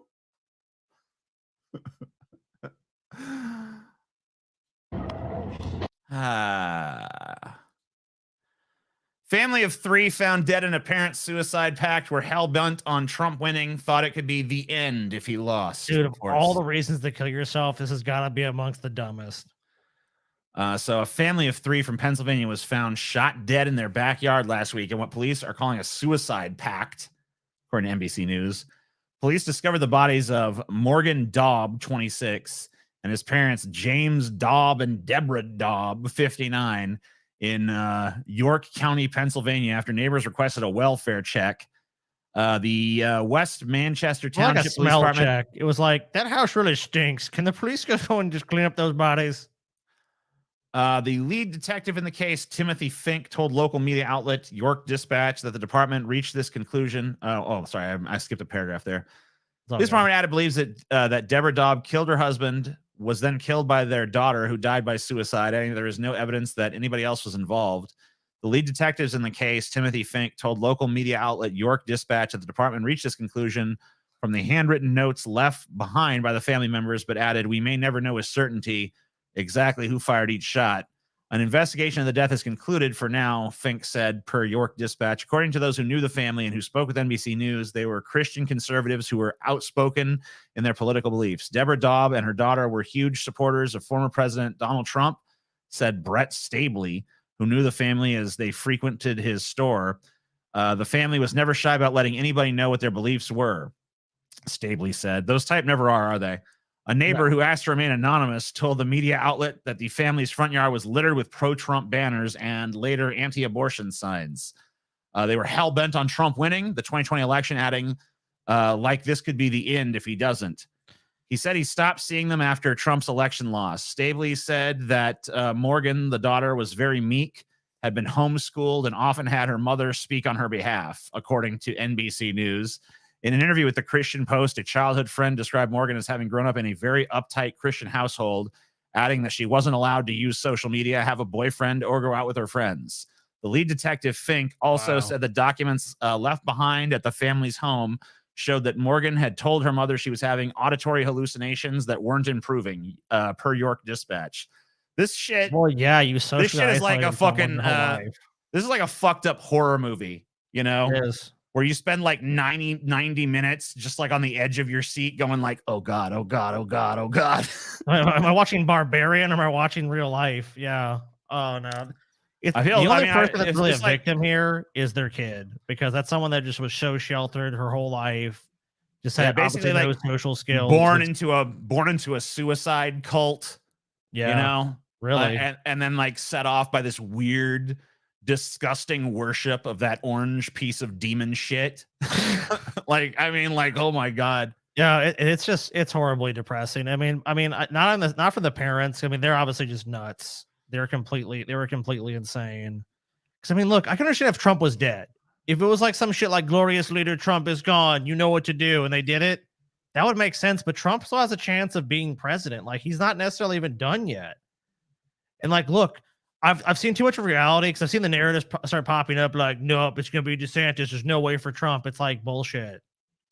Don't ever say it. Fucking never. Never say that. Don't ever say it cannot happen. Trump has been counted out before. So I don't get why they would give up so easily. That's really probably the saddest thing about it. And just if there's anything that makes me think Trump's going to lose, is he has dumb supporters like this that don't realize like he could still be in power, and they've already off themselves. What do you think about the fact that 2024 we are already stuck with a Corp Dem nominee as opposed to 2016 and 2020 when we had some hope with Bernie? Well, they don't have to cock tease you in the years they already have power. Like, what would the point of that be? Well, not only that, but like, I mean, the primary process is not. I mean, they're locking it down in every way they can, including moving dates around and shit.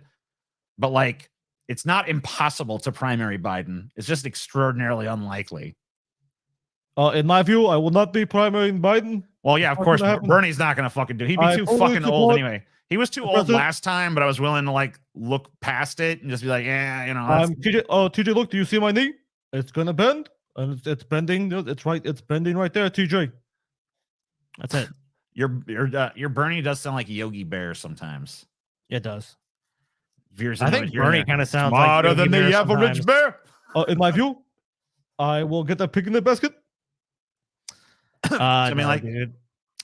I mean, basically, I like, mean, look, I like Bernie as a we're person. staring down the barrel of a fucking potential Trump Biden rematch for 2024. Which is why I said Biden's going to win, probably. And people are just going to hold their nose and vote for Biden. They're just going to do the same. Oh, I have to do it because otherwise it's Trump. Or if it's not Trump, it's DeSantis. I mean, I guess someone else could arise in that time period, but I don't see it. Yeah, Bernie's 81. That's true, too. Bernie's old as fuck. You know, they like really realistically, our choices are, I mean, like DeSantis, if anything, his one advantage over the other two is he's actually young or youngish. TJ wouldn't understand my last reference because of his ridiculous bias against war movies. Oh, he doesn't understand shit, dude. What happened? The horror. Doesn't that originally reference fucking Heart of Darkness? Which is not a war movie. It's a book. You know anything, TJ. Okay. Maybe I'm mistaken about that. Anyway, yeah, these 3 people are dead. So 3 less votes for Trump. Yeah, essentially. They did us a favor, I guess. So Antarctica, not exactly a very populous continent, so it's taken a while, but it's finally had its first attempted murder. You know, we haven't had a murder on Antarctica yet that we know of anyway. But we now have our very first attempted murder. Excellent news. So this is the coldest case ever.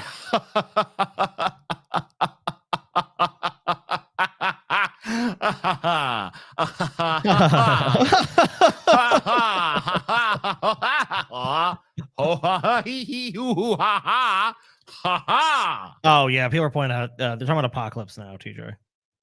I know. Well, I don't know. I didn't know that. I know they were referencing something probably that I referenced thought I that. said it, but I mean, I just when you smoke a lot of weed, that does happen to you. I don't know. Heart of Darkness was the basis for it. Well, see, I knew it from Heart of Darkness, though. Right. Although right. I've never read that either, but I just knew. Yeah, it was a I've quote not from read it. that. I've seen the movie Apocalypse Now. I've not done either, but I knew that was from that. It's an amazing movie, especially fat Marlon Brando shows up in the middle of the fucking Cambodian jungle. Yes. You must make a friend of horror. Yes. If They nothing literally else, just- they just they watch literally the just- Marlon Brando. They parts of literally that just. movie. I've watched his part. Okay, yeah. They literally because I had to watch that. Oh, he's performance, like, yeah, Liz. it's basically his face. And that, yeah, and like he's just his big fat face in the darkness. They're trying to hide how fat he is, but it's not working because you can just tell he looks like fucking Curly or something. And he fucking starts just like mumbling about like a bunch of weird dark shit. And basically, the way that was shot was they just recorded him ranting and raving. There was none of that was like scripted shit. They just recorded his ass ranting for like 2 hours or something, and then cut it down to like, fucking Marlon like Brando- 10 minutes of like actual like. At something. that point in his career, did not even learn lines. Like, if you gave Marlon Brando a script, you might also give him a fucking something to burn. The dude was not going to read the script. He didn't give a shit. Whatever he wanted to bring was he was going to bring. So this is the first attempted murder ever on the frozen continent of Antarctica. A Russian scientist reportedly snapped and allegedly tried to stab a colleague to death because the victim kept giving away the endings of books. That's kind of messed up. So basically, like, this guy is a lot of people are very touchy about spoilers. I personally not really too big. It's not really a big deal for me.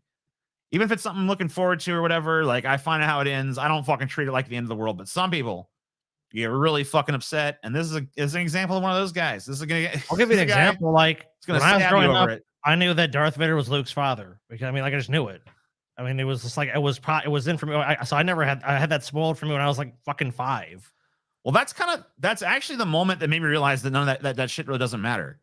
Because like these big, powerful moments really don't rely on your ignorance as much as you think they do. Like if I'm watching those movies and that scene happens, it's still going to hit every fucking time. It doesn't matter that I know that going in because if I'm sympathizing with Luke and his journey and shit, I'm not in the headspace of me. I'm in the headspace of him at that point. Right. So it's like that the emotion of that revelation works whether you know it going in or not. Now, that being said, would it have been cool to see it in theaters and had the revelation? Sure. Like, obviously, yes, of course. But I mean, I just feel like movie. if it's a really powerful moment, it shouldn't need to rely on your ignorance of it for its power. Like the Red Wedding in Game of Thrones. When that scene happened, like I've gone back and watched that show and that season, and like it was still like you're right. It wasn't like I knew it was coming, but it wasn't like the scene like, oh, now the scene sucks because it's not a surprise anymore. Right. And I'm not saying that like the element of surprise doesn't hold any value. It does. But like Right. at the same time, I don't feel like it's worth like going super far to your way to preserve or acting like, so upset about it that you're going to be like stabbing someone or whatever. Especially if you watch most movies, it's like the good guys are going to win. It's like, oh, they did. Oh, shocking. Yeah, I mean, like most, and like honestly, like a lot of films doesn't the endings are so fucking powerless and stupid, and like, I mean, paint by numbers any goddamn way, like what's gonna happen in these fucking films, right? But anyway, Sergei Savitsky had been whatever, fucking, you can make up your own story. They tell you what book he spoiled? Let's see. He kept telling him the endings of books before he read them, the Sun reported, citing an unnamed source. That's it. It doesn't say like any particular thing.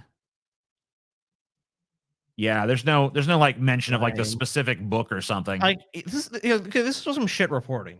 Because the first time I hear in this story, I'm like, what book was it? Like, and if it's like a really interesting read or something, like, oh damn, he deserved it. But if it was like some shit book, it's like, who fucking cares? Yeah, the detective catches the serial killer. Yeah, it's like, oh, right, really? Wow, I can't believe it. Yeah, but if it's like there's a hell of a twist to it, I mean, then sure. Yeah, Turns out the fucking detective is sexually attracted to the serial killer and they become boyfriends. And they go on a killing spree together. Rules. Yeah, The Mist has it departs from like I believe the short story in a very profound way. The way the short story ends is the characters who leave the store. It just kind of ends on them leaving. Isn't like they're on the road or something. Yeah, they leave. They decide like fuck this. We're gonna go into the mist, and they drive off into an uncertain future, and that's just the end. Oh, dude, and I'll tell you what, it's like the end of that movie is not only like horrible, obviously, for what he does when he kills everyone else in the vehicle. But just seeing like the woman and her child, that it's like, will someone see me home in the beginning? They're on one of the convoys being rescued. TJ and Scotty are so That's cringe. so cringe. Yeah. I agree. All right. So well, you know what? At least we made you feel something. Even if it was just a cringe. Residential care facility faces $10,000 fine after Iowa funeral director finds woman pronounced dead, gasping for air in body bag. I mean, should you be pretty sure before you put someone in a body bag? Yeah, an Iowa Alzheimer's care facility is facing $10,000 fine after pronouncing a woman dead, who was later found alive when a funeral director unzipped her body bag, according to documents from the Iowa Department of Inspections and Appeals. The 66-year-old woman, who has now not been identified, was admitted to the Glen Oaks Alzheimer's Special Care Center facility in Urbandale, Iowa, on December 20th due to a senile degeneration of the brain. According to the documents, she was admitted to hospice on December 28th. On January 3rd, according to reports, at 6 a.m., resident number one's mouth was open, her eyes were fixed, and there were no breath sounds.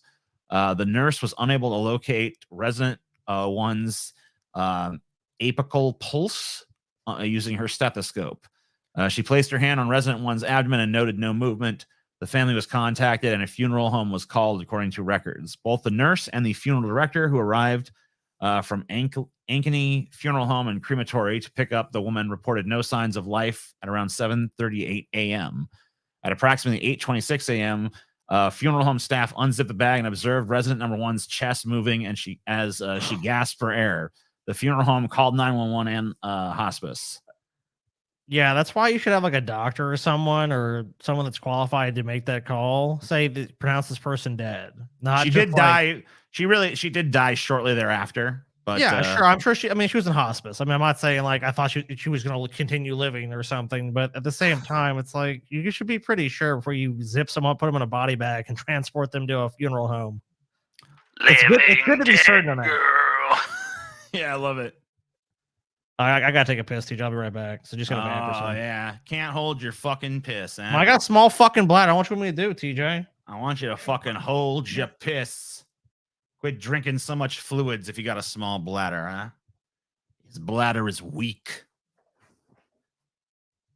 I may as well live in 1823, huh? Is that how you feel? Is that what's going on?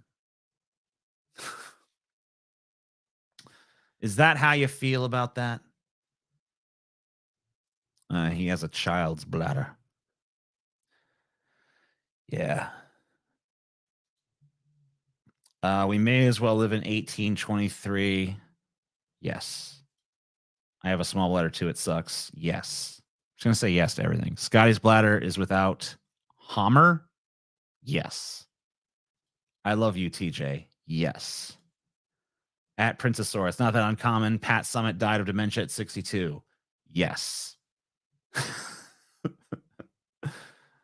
Living dead girl.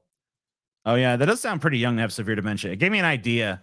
They should make one of these like dystopian future movies where, you know, people just keep getting dementia younger and younger until eventually everyone's dying of dementia in their like early 20s. That'd be fucking freaky, right? If I could keep my current knowledge, I would leave in 1823. You mean live?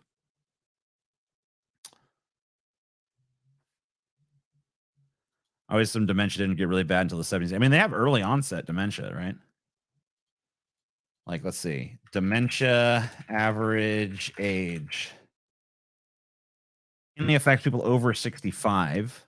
Above this age, a person's risk of developing Alzheimer's disease doubles about every 5 years. 1 in 6 people over 80 have dementia. Many of them have Alzheimer's. No, they don't. Scotty says no. So let's see. Early onset dementia and Alzheimer's rates grow for younger American adults. Cool. Early onset dementia and Alzheimer's disease combined diagnoses rates for adults aged 30 to 64. So this is from 2013 to 2017, it went from 4.2 adults per 10,000 to 12.6 adults per 10,000. So it's up 200% Hey, no, maybe look. I don't have to ban you again, buddy. over that time period. But that's only from 2013 to 2017. I don't know I don't know if that trend has continued or what. So maybe my move. TJ, look, I'm gonna show you right here. This guy Yeah. here trying to bait me. Payne, you're just mad that I would whip your ass. I think that's what it is. TJ sounds like he has early onset dementia. What'd you say to me, Sonny? Them's fighting Payne, words. by the way, I've got I'm gonna connections. take you behind the old tool shed, Sonny Payne, Jim. by the way, I actually have I'm connections gonna with give Disney you World. a clock cleaning you never gonna forget. Don't mean to interrupt you, Payne. I actually do have. This is for real. I have connections to Disney World, and if you keep talking this smack to me, I'll make a couple calls, and you won't be allowed in those parks anymore. No, I don't want to do it to you, man. I don't want to do it. Let's say me and Walt, we had family members in common. I don't want to go into my family's history, but you may be banned. Where's who? Where? Why? What? You may be banned, Peyton. I'm just saying. I don't want to go on about it, but if you keep running your mouth in this chat, some bad things might happen to you at Disney World. You might try to go in and get arrested. I don't know. I'm just saying. I blame MAGA for the dementia increases. Maybe the dementia increases are to blame for MAGA, though. We don't know. It could be an inverted relationship, right? My brother-in-law, grandfather. Oh, dude, what a flex, Peyton. You're someone else you know is rich, and he gets special shares, especially. But I have no fear. Like Peyton, I'm banning you again. You're so stupid. You're banned, Peyton. Bye.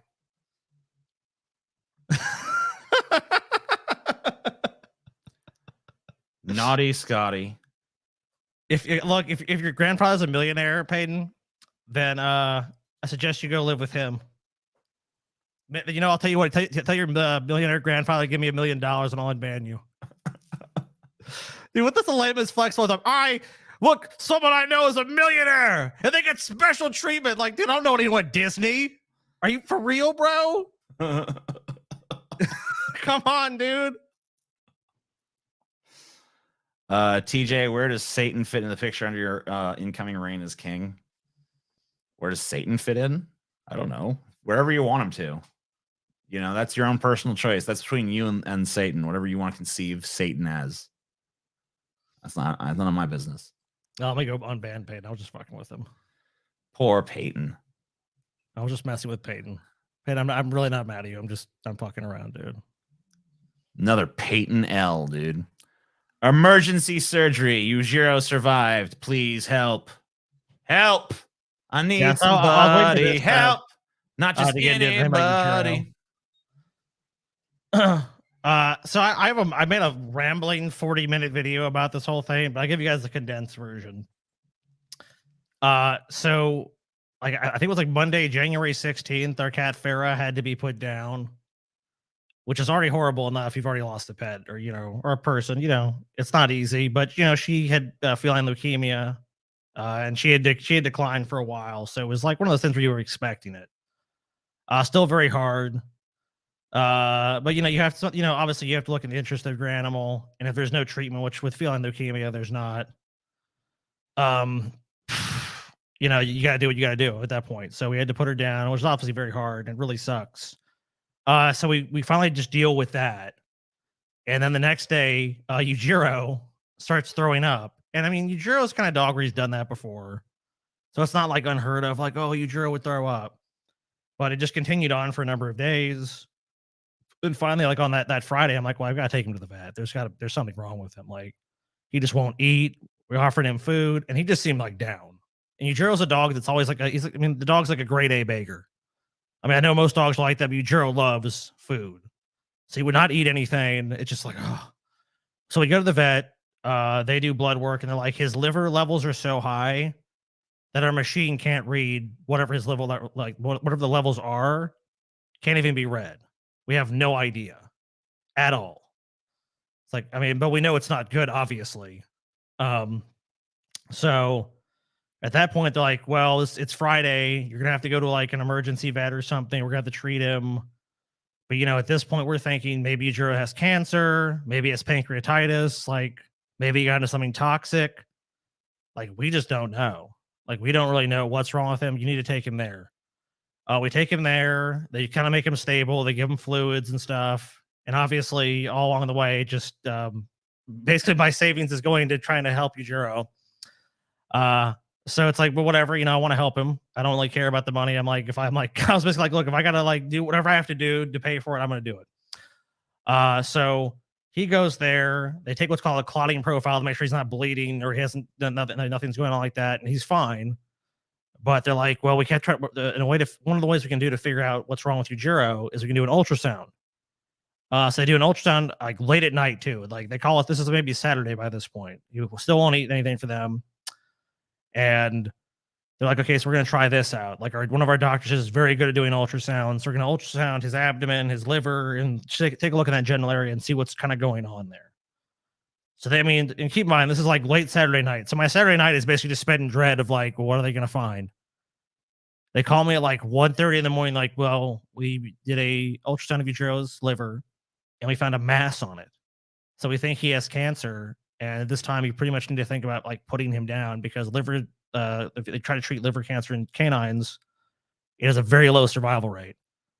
And basically just like dropping this bomb on me, like, okay, so you got to make a decision. And we're like, no, we need to talk to her. Like, we want to get a second opinion. We don't really know.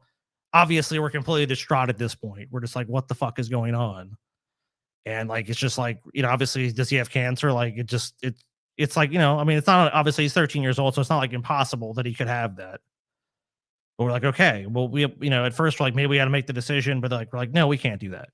We can't do that. That because they don't know for sure. It's an ultrasound. Like we want to either do a biopsy or something, or we want someone at least verify these findings. So we have to wait over the weekend. And finally on Monday, my wife Taylor basically takes Yujiro to a vet around here. It's like probably one of the largest practices in this area. Basically just walks in with a super sick dog and is like, help me. And they do an ultrasound. They send it out to a radiologist. They look at Yujiro's liver in this region and like that. And they actually determine Yujiro does not have liver cancer. It's not a mass that this person saw. What they actually saw was Yujiro's gallbladder was not doing well. Like he needs to have his gallbladder taken out. Now the gallbladder is like a little tiny, like pear-shaped organ. It's very small, like near your liver. In a canine. I don't know people. I don't know shit about anatomy, so I'm not going to pretend to. But that's how it was explained to me. And the way they have to deal with it is they have to remove his gallbladder. And that's a very dangerous surgery with a lot of complications. So the vet's like, we've done it here, but we would recommend you take him to a board-certified surgeon because there's a lot of things that can go wrong. And I'm like, okay, so what do I need to do? It's like, well, you need to either go to Baton Rouge or you need to go to Dallas. And I'm like, well, I've got family that lives closer to Baton Rouge, so I'm going to take him to LSU. We take him down to LSU. Well, actually, I was supposed to take him to another place first, but that's a whole other thing I'll leave for the video I'm going to post. I made a whole video about this, but there was a weird experience where like we went to another place. They couldn't do the surgery, so we had to go to LSU veterinary school. And I'm actually really glad he ended up there. I had to wait there for hours because they take patients 24 hours a day. A cat came in that was really sick ahead of us, and they tried to save the cat. Unfortunately, they didn't. But they were able to take Yujiro in. And like, you keep in mind, like my vet had called another doctor down in Baton Rouge. So LSU was not even expecting me to show up. It was just like, I'm showing up with a really sick animal and like, hey guys, help me in the middle of the night, essentially. Because at the 11th hour, it was literally the 11th hour, I have to find somewhere to take him. And that's basically what they recommended where he go. And he got amazing care there. It took us hours, like I said, to get him in there, but he was stable. They want to do surgery pretty quickly on him, but they had to verify it with their internal medicine. They have a whole team. They have a whole process. They basically have to duplicate what Yujiro's already been through, which I hated for him. But at the same time, I realized like they have to be scientific about it. They can't just take somebody's word for like, oh yeah, his gallbladder needs to come out. So we basically wait, and at that time, it's just been like going nonstop on adrenaline, just every day, just like oh my god, like just filled with dread and worry about Yujiro. And finally, I drop him off there. I know he's in the best hands he can possibly be in. On Tuesday, they call us around 2:30, and they're like, we talked it over, because it's a teaching school, so like there's actually debates about what course of treatment they're going to provide for the animal. And they said we basically came down on. We verified his diagnosis. His gallbladder's got to come out. And that's basically it. It basically was like his gallbladder was like just ceasing to function. It was filled with like, it's like mucilage or something. I can't remember the term, so I don't want to butcher it. But it was basically gunked up. essentially is what they believed in layman's terms, as well as I understand it. So they call us about 2:30. He's going to go into surgery. They do the surgery on him. And meanwhile, keep in mind that like, so all the money I've already spent, my mom basically paid for the surgery, which is why I'm doing a GoFundMe to be good, because I want to pay them back if I possibly can for what they've done for me, because it was very expensive. It was $8,000. And it was just like, oh my God. And just obviously it just comes out of nowhere. Well, so my advice to anyone here, as a brief aside in the story, is get pet insurance if you have stuff like this, because stuff like this can happen. That's the thing I told TJ right before he had his surgery. I'm like, TJ, make sure like Salvador, like, because if this ever happens to him, like, you don't want to be like the situation I'm in. So Yujiro has a very long surgery. They call such about 5 hours. They call this surgery tedious. That's the term they used over and over again. Like, it was very tedious. Not to say like working on him was tedious, but it was very difficult. We actually found out that Yujiro's gallbladder had ruptured probably years ago, but for some reason it happened so gradually. Basically, his the cells in his body formed like a wall, and basically like walled off his gallbladder, which at that point had like necrotic tissue, like he was dying. His gallbladder just was ceased to working for his body. But because of that had happened, he didn't go into like septic shock, or he didn't. I mean, it was still very painful for him, obviously. But I mean, Jiro's a very tough dog, so it's really hard to even know he was in that level of pain. Which I mean, I wish I would have known sooner. But obviously, you know, hindsight's 20/20. So they take that out. It's a pretty astonishing case, because like I've read about these surgeries. Like I couldn't really find any other cases like being like that, except like one other one. So it was leaking, but fortunately, because his body had walled it off, he was able to recover from it, and his bile ducts were not actually like totally blocked. So another part of his surgery, they were able to reattach that and connect it. He doesn't have a gallbladder anymore, but he's still able to basically pass that waste through. Now he's going to have to make medicine probably for the rest of his life to help that process, but he was able to have it successfully done, and it fixed him. And honestly, now, like after the first couple days, he has done a lot better. Like, and Yujiro was like just improved and improved and improved and improved. And it's just like, it's honestly kind of crazy, because he's, I think, in a better place now than he was before. Because like I told TJ, I'm like, you know, I kind of noticed Yujiro like over the last few years, like kind of like, you know, I don't know, like he lost a step, and I figured, well, he's just older. He's an old dog, so I mean that just happens. You know, people get older, they kind of slow down. Dogs get older, they probably slow down too. But I think really it was just the fact his gallbladder was just working overtime. His liver was inflamed. He was just in a lot of pain, and he wasn't getting treated for it because we just didn't really have any idea. Like, a few months before I actually had taken Yujiro to the vet, and they tested all his levels, like in his liver. They like did what's called a liver panel, and he was fine.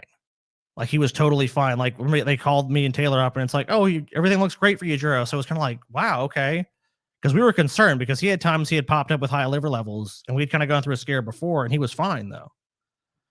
So he's doing well right now. He's roaming around like he has a cone on, so he's bumping into everything in the house, but he's doing awesome. And the people at LSU just saved his life. I mean, they really did. And I'm really glad I was able to take him there and do everything like that. And it's just one of those things where, you know, you hope for the best. And I mean, I think a lot of times it's easy to be pessimistic about it.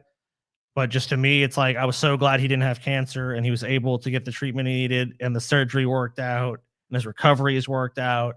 And it's just so many things that have to go right. And I mean, Yujiro is just like a credit. Like, yeah, someone says he's a tough. He really is. He really is. And I mean, he just had to struggle through that. And I mean, like, to me, it's like, I just can't even, I'm like, dude, I'm such a baby. If I had my gallbladder just like giving out on me, like I'd be a fucking crybaby.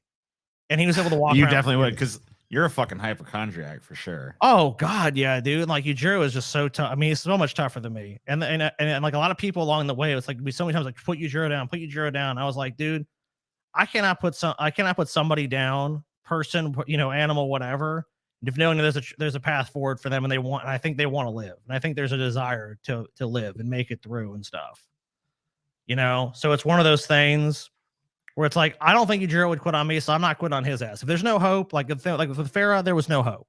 Yeah. If there's hope, then I'm gonna try to fight for him, because I know he would do the same for me. Like whatever the equivalent was. Like if someone was trying to get my ass, he'd bite their fucking ass. You know, he's a little ass. So it's like, you know, I'm gonna do the same for him.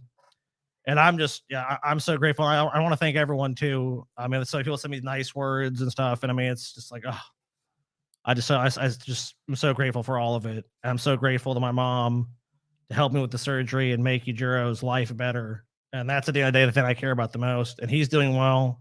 So to me, it's like I'm happy whatever happens, no matter what, because I get to spend more time with him, and he doesn't have to be in pain, and he gets to get better. So that's just the ultimate cherry on top. And it's like I just feel like I couldn't have gone any better as far as that aspect of his health. I think it's gone beautifully. So it's just one of those things where I'm just so fucking happy about that. And you know, my advice to people: get pet insurance, number one.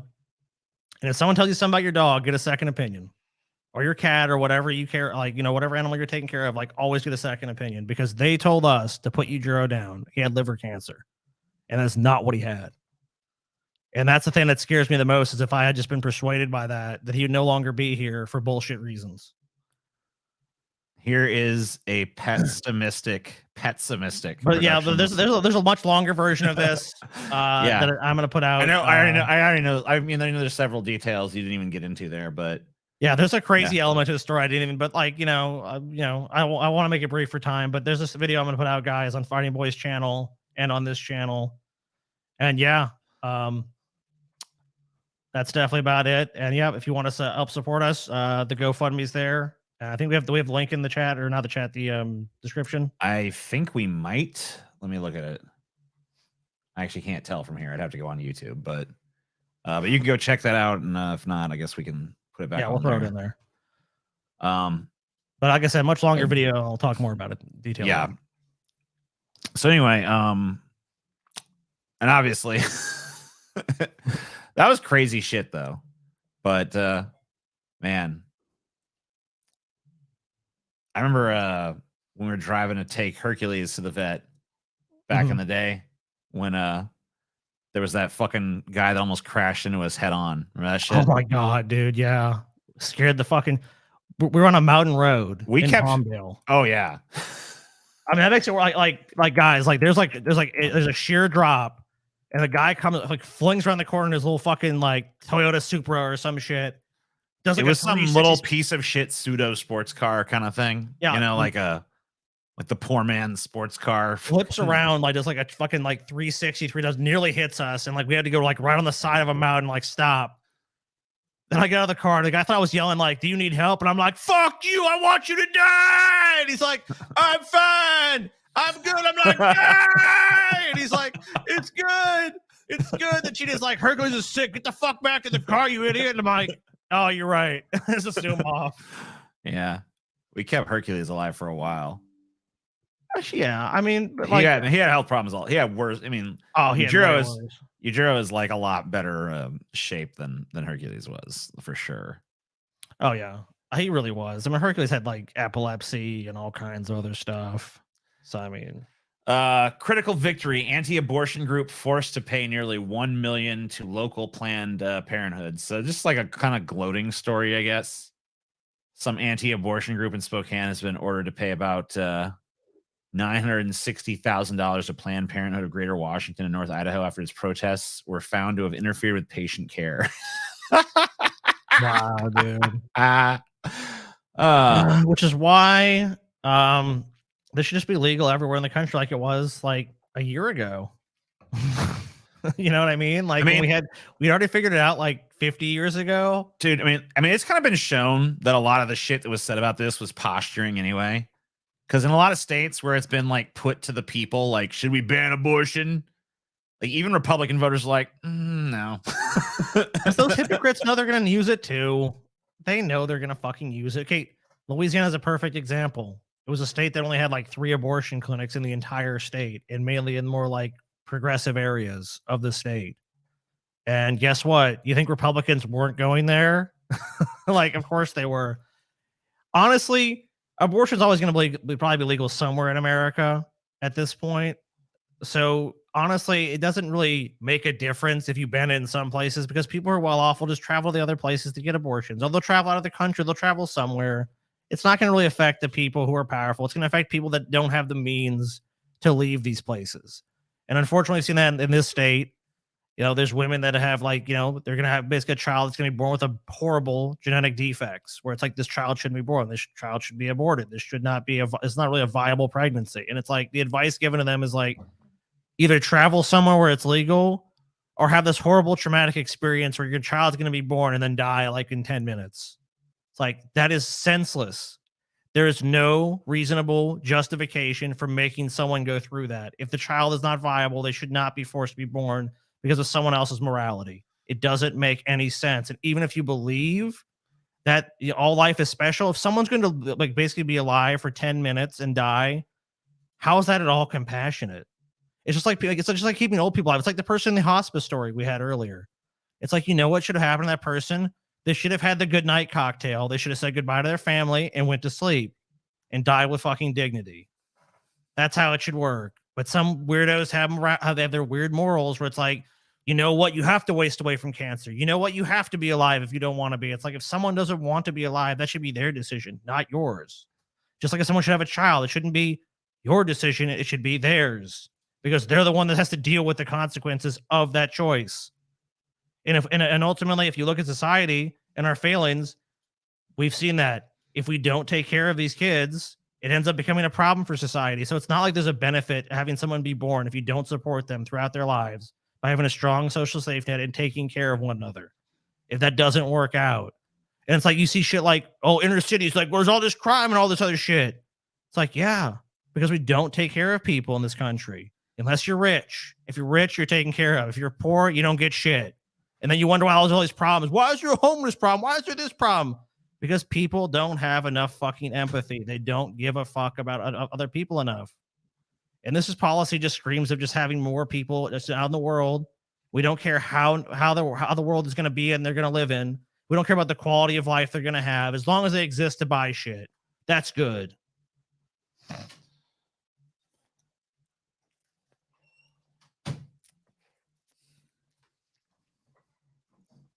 Oh, never mind. I'm sorry. I've been defeated. God's plan. No, Scotty. What am I even thinking? You guys are right. 100%. It's God's plan. Gord's plan, Scotty. Got a plan for us all. Oh man, you know what? I got a bone to pick with you. I wish Paul was here, but he's sick. Dude, the manatee shit when I'm gone, that's just a low blow, dude. Because I'll be transparent with everybody. I never wanted to stop covering that shit. I don't want to cover it religiously. But if there's and people always criticize Paul and like, this person is rent free in your head. And I don't think it's 99% of the case when they say it about Paul, I don't think it's true. But in Brett's case, I think it's 100% true. If it's not someone living rent free in Paul's head, it's definitely the manatee. I mean, 100%. Like all these other people, I'm like, nah. Like they shit like Vosh. I'm like, nah. I don't think so. The only two people I've ever really seen get under Paul's skin that I knew like non-kayfabe, non-bullshit was the Milo shit when he did all that in Brett. But Brett gets under almost anybody's skin. When you're like just willing to just make the truth your mistress and to make up any story, tell any lie, yet not care and just be bold-faced about it. I don't know. There's a special thing about a person like that. I think that's why people have sort of like a love-hate relationship with the manatee. I was mad that you guys covered him and I wasn't there. But I'm glad the floodgates have opened again, at least a little bit. I mean, maybe it's just the boy in the dam right now, the dike. You know what I mean? He puts his little finger in. But I feel the dam is breaking. You know what I mean? The levees are starting to crumble. It's like New Orleans after Katrina or during Katrina. It's the floodgates. I feel is going to open. I don't know. I got a feeling. Could only stay away so long, right? Yeah, of course. Tennessee I love man, this one, dude. Tennessee man shot, killed after YouTube prank goes wrong. Oh no! Dude, his prank was, I'm gonna sneak up on people with a butcher knife. He just like I'm robbing them. Darwin Award all the way. A man was shot and killed in the parking lot of a Nashville business Friday after a robbery prank for a YouTube channel went wrong. It's not even a prank. Yeah, like this isn't a prank. This is like convincing someone that you're going to rob them by brandishing a butcher knife is not a fucking prank anymore. You are now in a position where you kind of fucking get what you get. Yeah, I mean, like Well, here's the thing. What reasonable person would interpret me jumping out at them as a butcher knife as anything but a threat? Like, they have to be insane or have no fear response. Like, if you don't know me, I approach you in a parking lot and I have a butcher knife and I'm like, hey, it's like, what can I reasonably expect at that point? That people are just going to be like, oh, it's a prank. Oh, dude. Oh, man, I love that one, dude. Hey guys, you ever tried the one where you jump out of like someone's car and you put a gun to their head and say, give me your car, and then you drive away and you go joyride and you crash it? Oh man, what a prank that is. Like, it's not a prank, it's a crime at that point, dude. You're menacing someone with a fucking knife. It's not a prank. This fucking one time, me and my buddies, we played the fucking sickest prank on this dude. We fucking killed his whole family, bro. Oh man, they were fucking dead. And then we it's a prank, bro. It's a prank, bro. Oh man, it was epic, bro. We like staged the bodies and shit, and like made a satanic altar. We fucking like wrote fucking passages from the Book of the Dead on the wall with their blood. You remember that prank? We like fucking prank. we waited for like a world war to happen, and then we seized power in like Germany and stuff, and then we took away all people's rights and like made a secret police force and stuff, and then started war with like all these other countries, and like we're like an aggressive like power. You remember that? And then we took Jews and blamed them for all of society's problems and threw them into concentration camps and stuff. Yeah, it was just a prank, bro. Oh, God, oh man, we got you, but you know what? It was a prank. Yeah. Oh, just a fucking prank. You should see your fucking face. Guess what, bro? After the war, it's a prank. It's a prank, bro. You get it? It's funny. And then they say, you say Germans have no sense of humor. You got this. Come on, bro. Yeah. Yeah, I did say Concentration cramps. I did say cramp. Like, oh, God damn it. That's what I had. So, you know, it was also descriptive. I had a concentration cramp. All content is satire. No, you can't do crazy shit like this. Scott, you know what you got to do? I have a suggestion for you. You should start incorporating random bits of Latin phrases in your everyday speech, Scotty. TJ, I see that is terra incognita to me. Oh, see? You might. Oh shit! Messed up my hair doing that. The fucking shit was that? That's not your hair. You hardly have any hair left, TJ. You used to be a long hair. Actually, I just cut it because it was getting too long for me again. I was like, starting getting tangled again. I'm not fucking with that shit. Oh, dude, my hair is constantly tangled. Yeah, I don't fuck with that no more. If it wasn't, I'd grow it out again if I didn't have this beard. I mean, you know, because this fucking thing, it's already enough hassle. I don't need fucking long hair too. It's too much. Yeah, you know what? I'll give you that. You at least have a long beard to make up for it. Yeah. If you ever just go clean shaven, though, like you have like, I'm high and tight, and you have like no beard, TJ, that's when you're officially a square. That's true. Very true. Very true, my friend. Yeah, so if you don't want to get shot, don't approach random people in parking lots with butcher knives. So like, it was Urban Air. Okay. Urban Air. Okay. I don't know if you know Urban Air is, TJ. I've actually been to one. It's basically like a trampoline park. So like he goes somewhere where people are going to be like, because people in America are really paranoid about their kids. So you combine those things where it's like an armed person approaches a family. Like people are going to be way more jumpy if they think someone's going to hurt their kid. Like 100%. What's concentration cramps or psychics get when they focus their power too hard? It's true. True, Sky. Fact checking. True. Let's check that. Oh, it's true. It is 100% true. Urban Air is so fun. I like Urban Air. Man, quit sucking Urban Air's dick on this. Have you ever actually been to Urban Air, too? It's a really fun place for the whole family. No. I don't want to go to that. They have an obstacle course. You want to do the obstacle course? Oh, I can't even imagine TJ in Urban Air, dude. I can't imagine you on a trampoline. When's the last time you actually were on a trampoline, TJ? I don't know. It seems like it was like in another lifetime. Taylor just popped in. She's like, I'm thinking about TJ and Urban Air. Oh, that'd be a funny ass video to make if TJ going around Urban Air trying to do the shit. TJ, you're going to Urban Air with us. I'm not fucking. I'm never going. Yeah, to yes, that you shit. are, dude. Yes, we are. I fucking flat I'm gonna out make you, goddamn dude. refuse. I'm 100% make you. It'd be hilarious. I will do it for fucking $25,000. 25. Oh, come on. 25. What if you make that much off the video you $1,000. being there? $25,000. That's my price. Oh man, that's so fucking lame, dude. Baseline price, non-negotiable. 25 That's as low as I'll go. grand? 25 grand to see my to see my fat ass trying to jump on a trampoline. 25 grand. You'd be able to jump on a trampoline. Come on. 25 You're an grand. elephant now. You're incapable of jumping. No, I'm it's like a sky zone. I think I'd be capable I don't of know what that jumping, but I think I'd be incapable of jumping without looking fucking preposterous. That I agree with. That's why 100% agree that's the with. $25,000 fucking price tag, you know?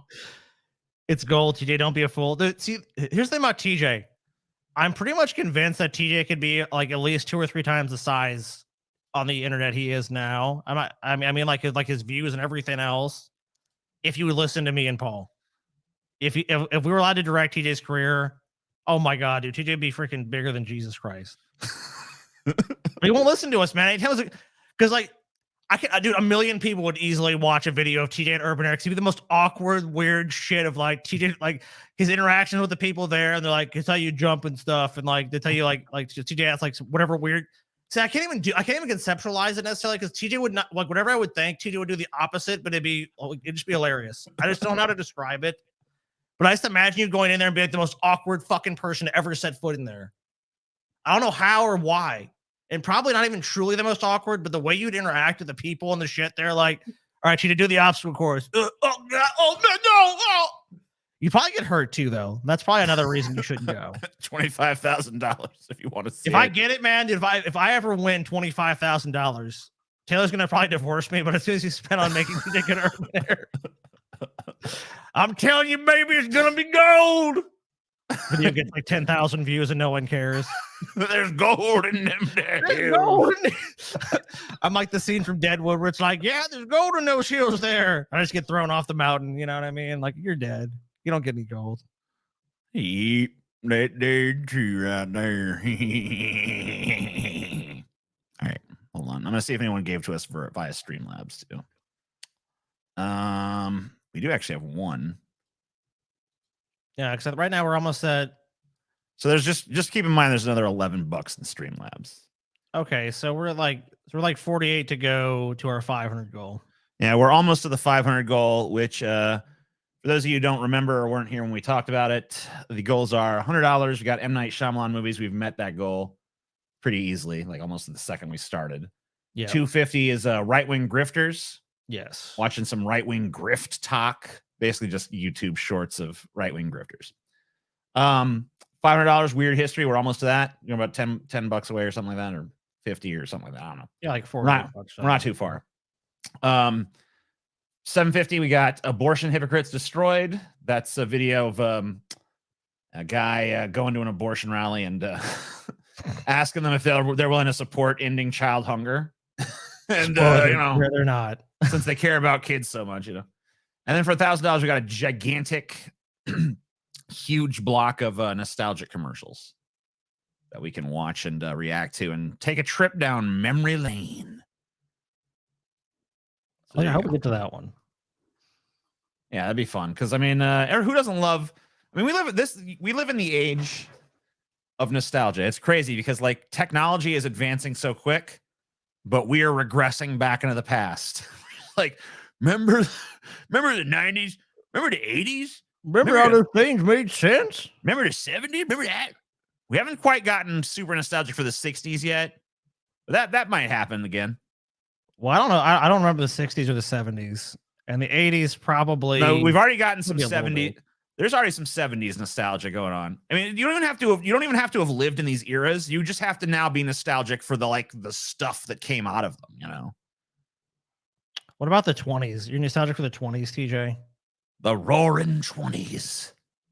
We're in the 20s, Scotty. We are. I'm open a rock climbing gym and pool called Urban Earth and Urban Water. All right. Do junk. No, maybe. I'm stuck at home with COVID. It sucks. Thanks for the entertainment. Sorry, you got the COVID, disease bro. that no longer exists. Joking. All satire. content is satire. Satire. All content is satire. We believe that COVID exists. COVID exists. All content is satire. We believe in COVID. We are not insane. Please do not censor us. Thank you. I even hate that word, dude, because you make a joke about it. It's like you have to be like, we are just kidding. Don't be impressionable. We were only kidding, baby. Lawmakers proposed letting Massachusetts prisoners donate organs for reduced sentences. Dude, I love like those like paranoid 2000s movies. What movie are we stuck in for this story? What movie presents the dystopian future wherein this nightmare is happening? They made a movie about repossessing organs. Remember that one? I think with Jude Law was in it and shit. But that was like, I think, artificial organs. That was the Michael Bay one, right? The Island. Well, the Island. We have to be specific. No, the Island was the one where like people grew clones. Yeah, and then they harvested their organs like when the rich people got sick or whatever. Yeah, because their body wouldn't reject it. Like, you know, like Repo the Genetic Opera. Yeah, that's another one. Then there was like one where like Repo the Genetic Opera. Yeah, there's stuff like that too. The Repo guys. That's what I was talking about. I mean, I'm not talking about so much like specifically organ harvesting in movies. I'm talking about like what flavor of dystopia does this have? Because for me, it kind of feels like the Running Man future. You know, it kind of feels like it'd be something that'd be going on in that future. Like that movie focused on like their fucked up entertainment, but you know, there's other fucked up aspects of what's going on in that society, and I feel like that would be something going on here. Well, remember the movie begins with basically like there's food riots, so there's like food instability, insecurity. The United States is basically just like, you know, crumbling, but it's their bread and circuses.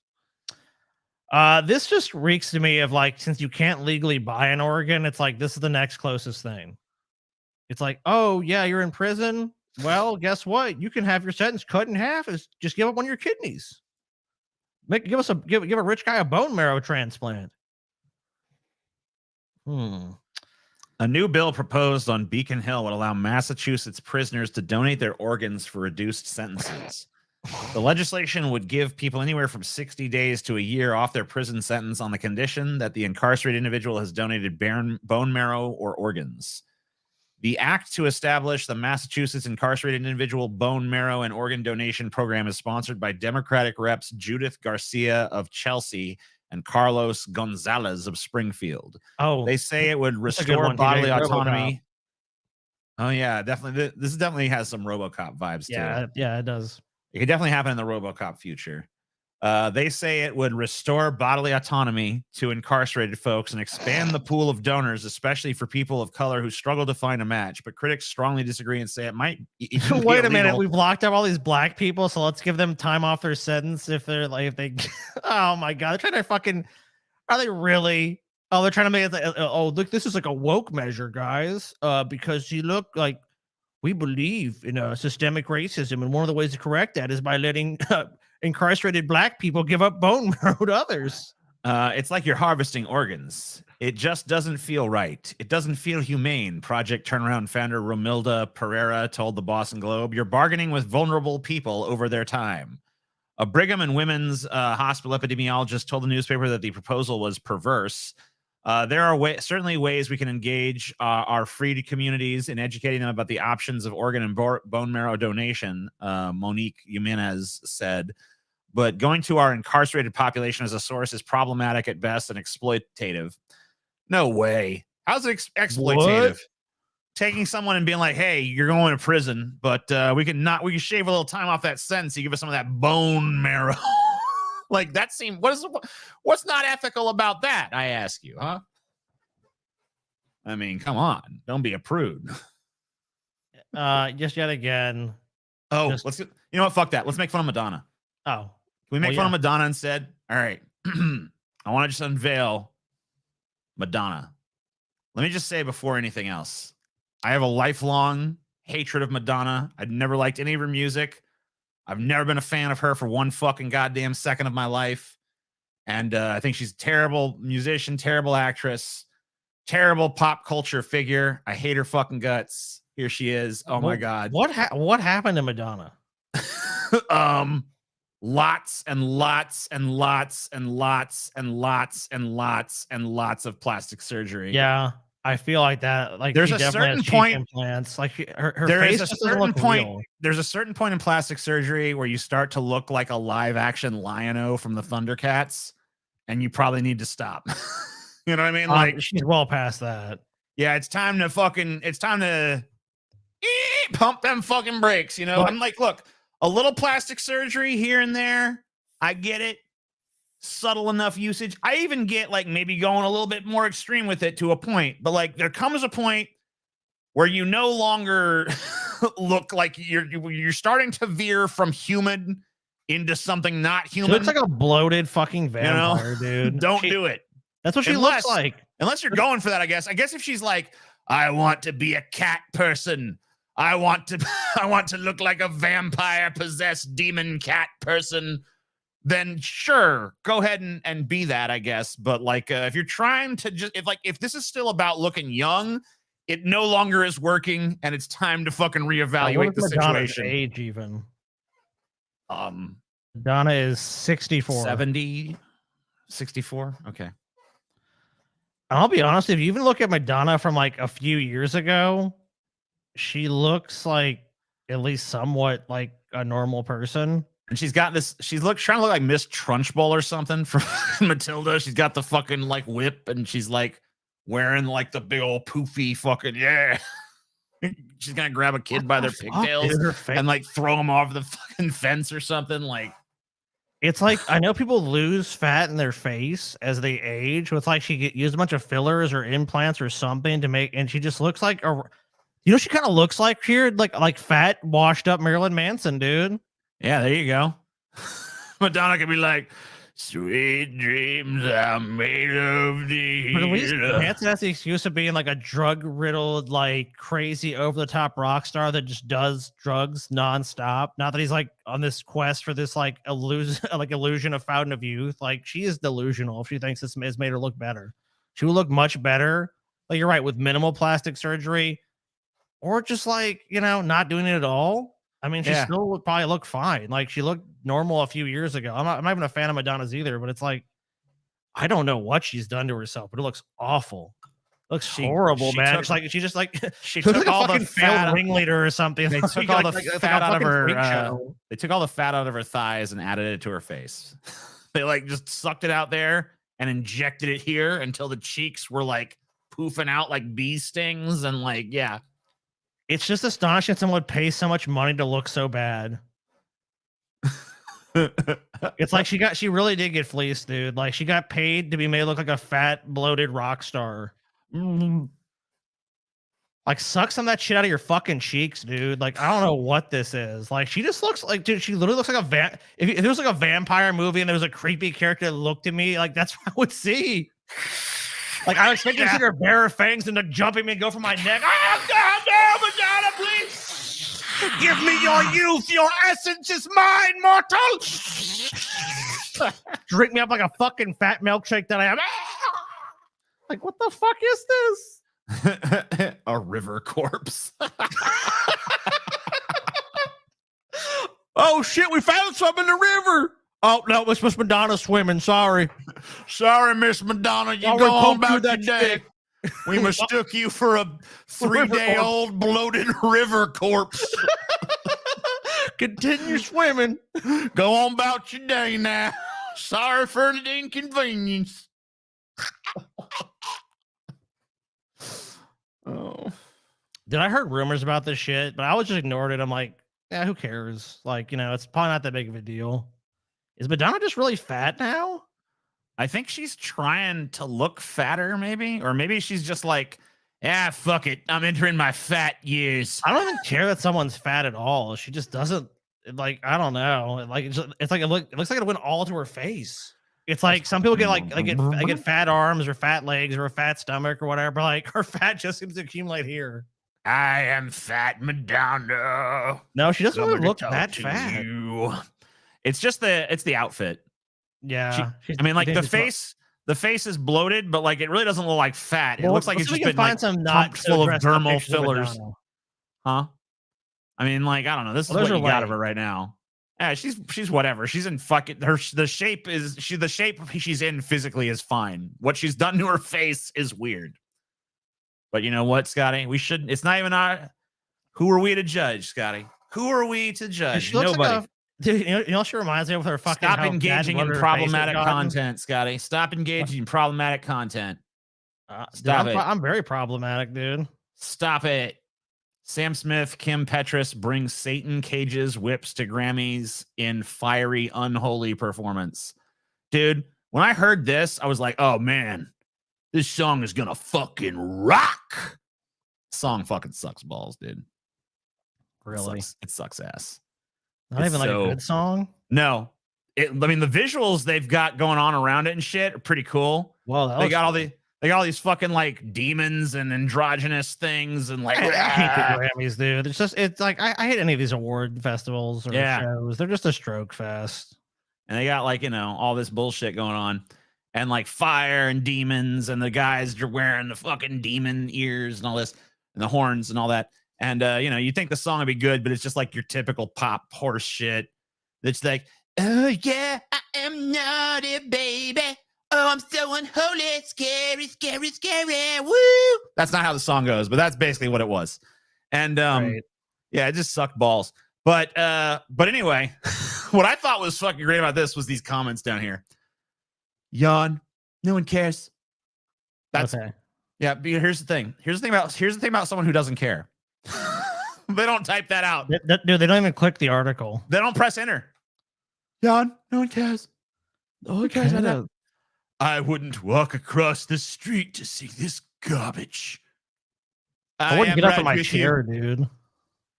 Vengeance in mine, says the Lord. I will repay. Stay with Me was the biggest ripoff of Tom Petty. The guy is gay and now satanic. Nothing else to offer. Perverts and freaks love an audience. Goodbye, Sam. There's already enough evil in this world. See you, Sam. Already enough evil in this world. Yeah, I'm sure Sam is distraught right now on the pile of money. I'm so sad. Why did you do this to me? Sorry, Sam. Some Christians in Middle America they won't be buying your shit. Oh no! That was my target audience. Yeah, I'm sure they're really distraught by that news. Yeah, real heartbreaking stuff right there. Officials: North Carolina man missing since Christmas Eve found dismembered, sealed in concrete. Dude, the reason we wanted to cover this is like, how the hell? I mean, like when you see a mob movie or somewhere, like there is someone in some concrete, like you figure like, how the fuck are they gonna find someone in that concrete? Like it's just like what you're just gonna go like rooting around concrete for no reason. So I want to know how they found this person. Officials in North Carolina said a man who had been missing since Christmas Eve was reportedly found dismembered and sealed in concrete about a month later. In a news release, Lee County Sheriff's Office said that on January 25th, deputies executed a search warrant at the house at 1675 Farrell Road in Sanford, North Carolina, and a connecting piece of land at 1741 and 1745 Farrell Road. The search went into January 26th when investigators found a 55-gallon barrel in a wooded area. The barrel reportedly contained concrete, and that was suspected to be human remains. So this like they didn't seal them in like the foundation of a building in a construction site or something. They literally just like filled a barrel with concrete. Oh man, that's so lazy, dude. They should have like poured a new driveway or something and like put them underneath that. Yeah, because like there'd be no suspicion about your new driveway. There's tons of suspicion about a fucking goddamn barrel in the woods with concrete. Like, what's this doing here? Yeah, no one's like, why'd you fix your driveway? It was cracked. All right. You know, like, why is there a 55-gallon barrel in the woods filled with concrete? Like, let's check. Well, there you go. Oregon becomes America's first death tourism destination, with one Dr. Death offering terminally ill people from out of state a deadly cocktail of drugs at his assisted suicide clinic. Out-of-staters are traveling to Portland to end their lives despite legal gray area.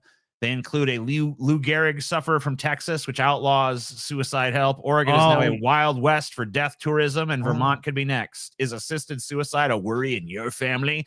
Email this fucking bitch at this Why address. would it be a worry? And not to mention, here's how fucked up it is. Someone has to travel who's terminally ill to another place to essentially end their life with dignity.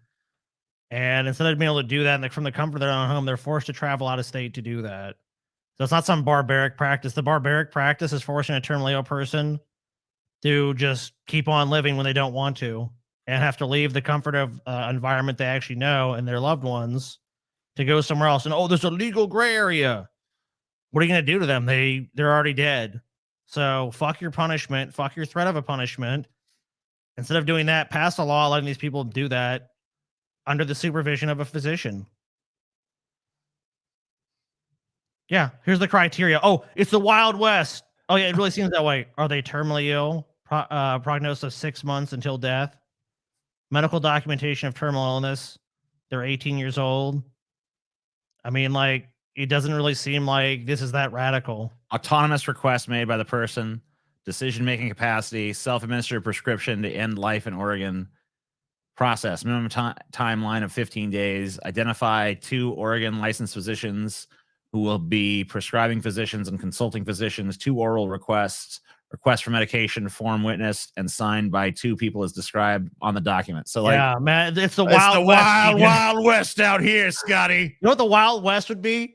You roll into Oregon off the Oregon Trail, and you're like, you know what? I just don't want to live no more. The doctor rolls up, pulls your brains out, and goes, well, now you're dead. Woohoo! That'll be whatever's in your wallet, you some bitch.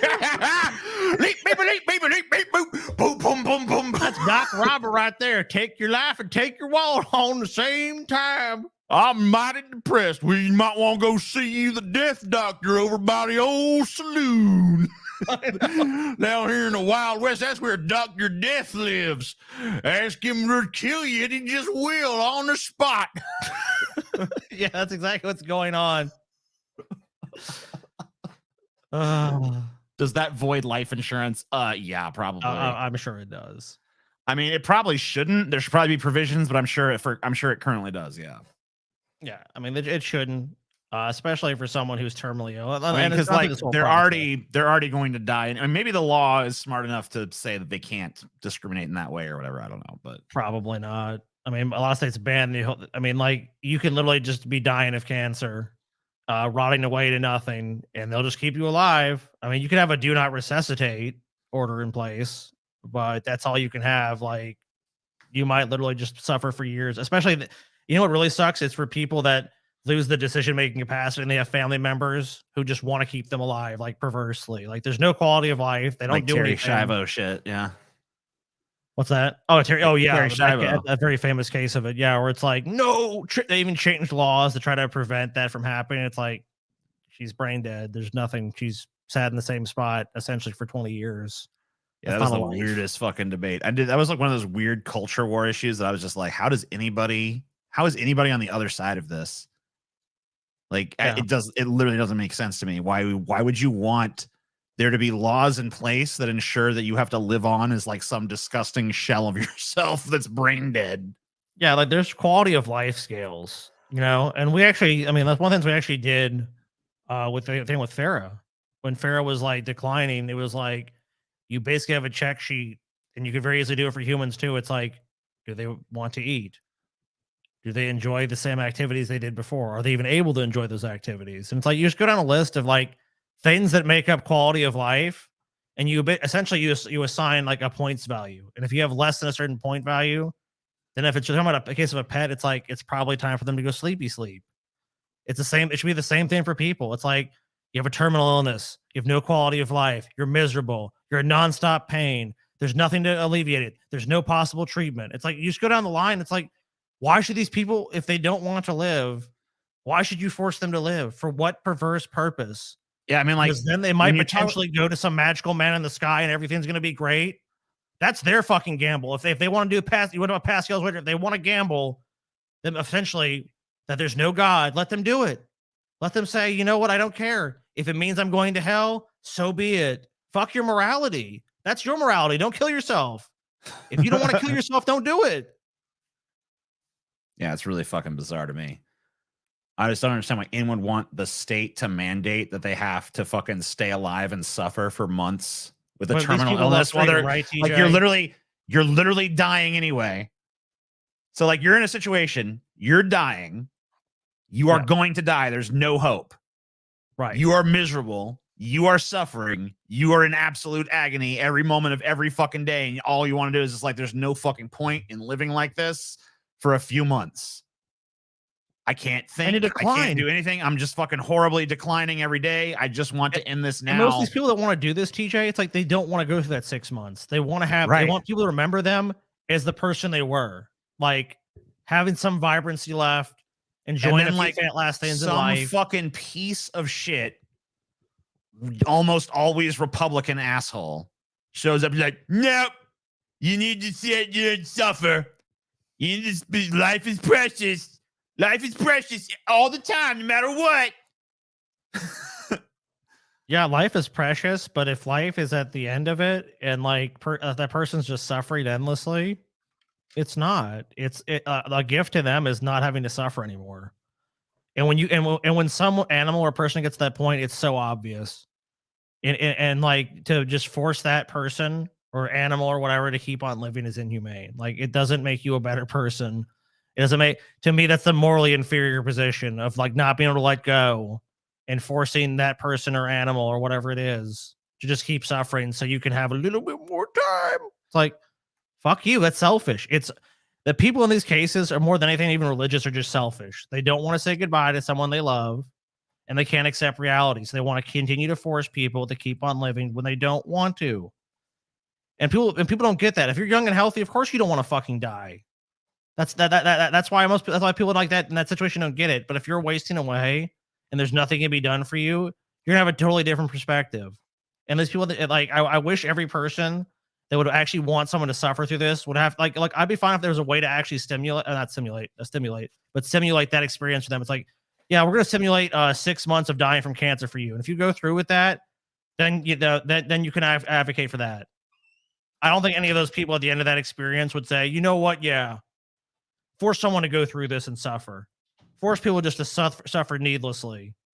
It's like if they don't want to live, like it's your life to live. If you don't want to live it and you have a very good reason, you shouldn't be forced to fucking live it. It's pretty clear cut, right? If it was almost any other decision with your body that solely affected you, no one would argue differently. No, I want to go take a shit right now. No one's gonna be like, what about the fucking life of the turd? Oh no! Oh no, what about that turd? That's wasteful. They don't care. They don't care what you do 99% of the time. 99.9% of your life, unless you're doing something to actively harm other people. It doesn't fucking matter what you do. No one cares. But then this one at the last second, the state needs to step in and be like, actually, hold up. No, you gotta keep suffering. And no one can articulate a good reason why. Oh, religion? Well, give us some evidence that we should listen to that. Oh, there is none.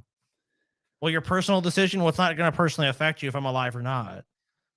So go again. Like, what possible justification can there be? Well, maybe you could get better. Well, we're talking about terminally ill people. Like, there is no getting better.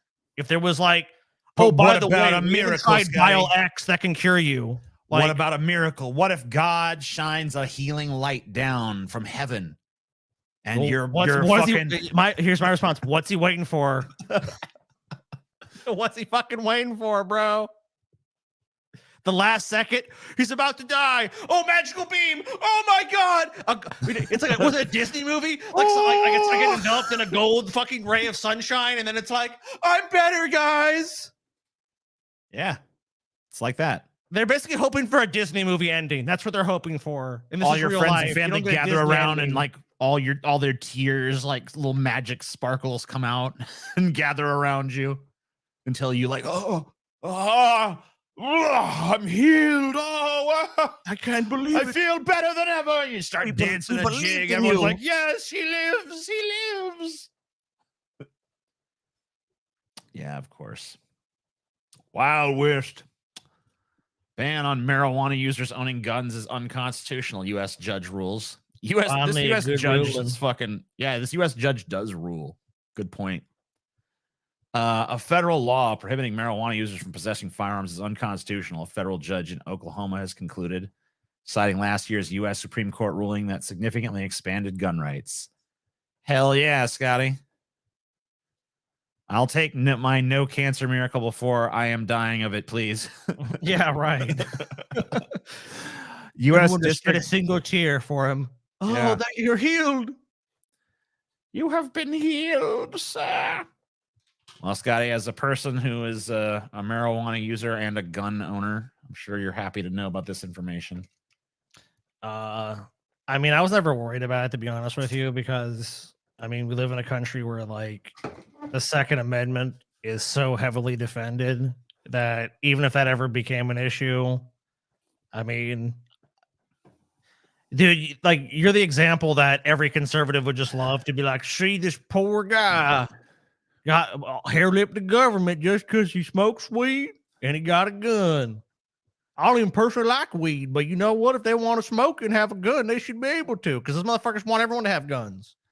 Everybody ought to have a gun, except blacks. Except black people are minorities. Everybody ought to But have every a white person gun. should have a gun. I love how they always the same crowd who loves guns in every other scenario. Whenever a black person is like beaten up by police and there's a gun photo, they're always got a gun. They're always the first people to be like, now even if they didn't have a gun when they were like beaten or murdered by the police, they always find the photo where they're holding a gun and like, look at this gangster criminal thug. It's like, you guys love guns usually. Yeah, but not when don't black you dudes LARPers are get out? holding them. Like talking about you love guns. What's funny too that when I talk to people about this, like they're like, "Well, you'd probably." I'm like, "I own a bunch of guns." Like, what the fuck are you talking about? I just don't go and like literally fillet my gun every time I see it. Like, oh my god, my sacred rights, brother, Constitution. I love this gun. Like, the gun is a tool.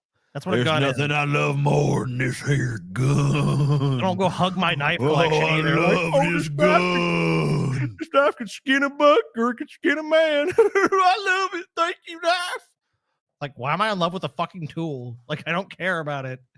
I mean, do I like owning them? Sure, but it's not like I'm obsessed with it. Guns.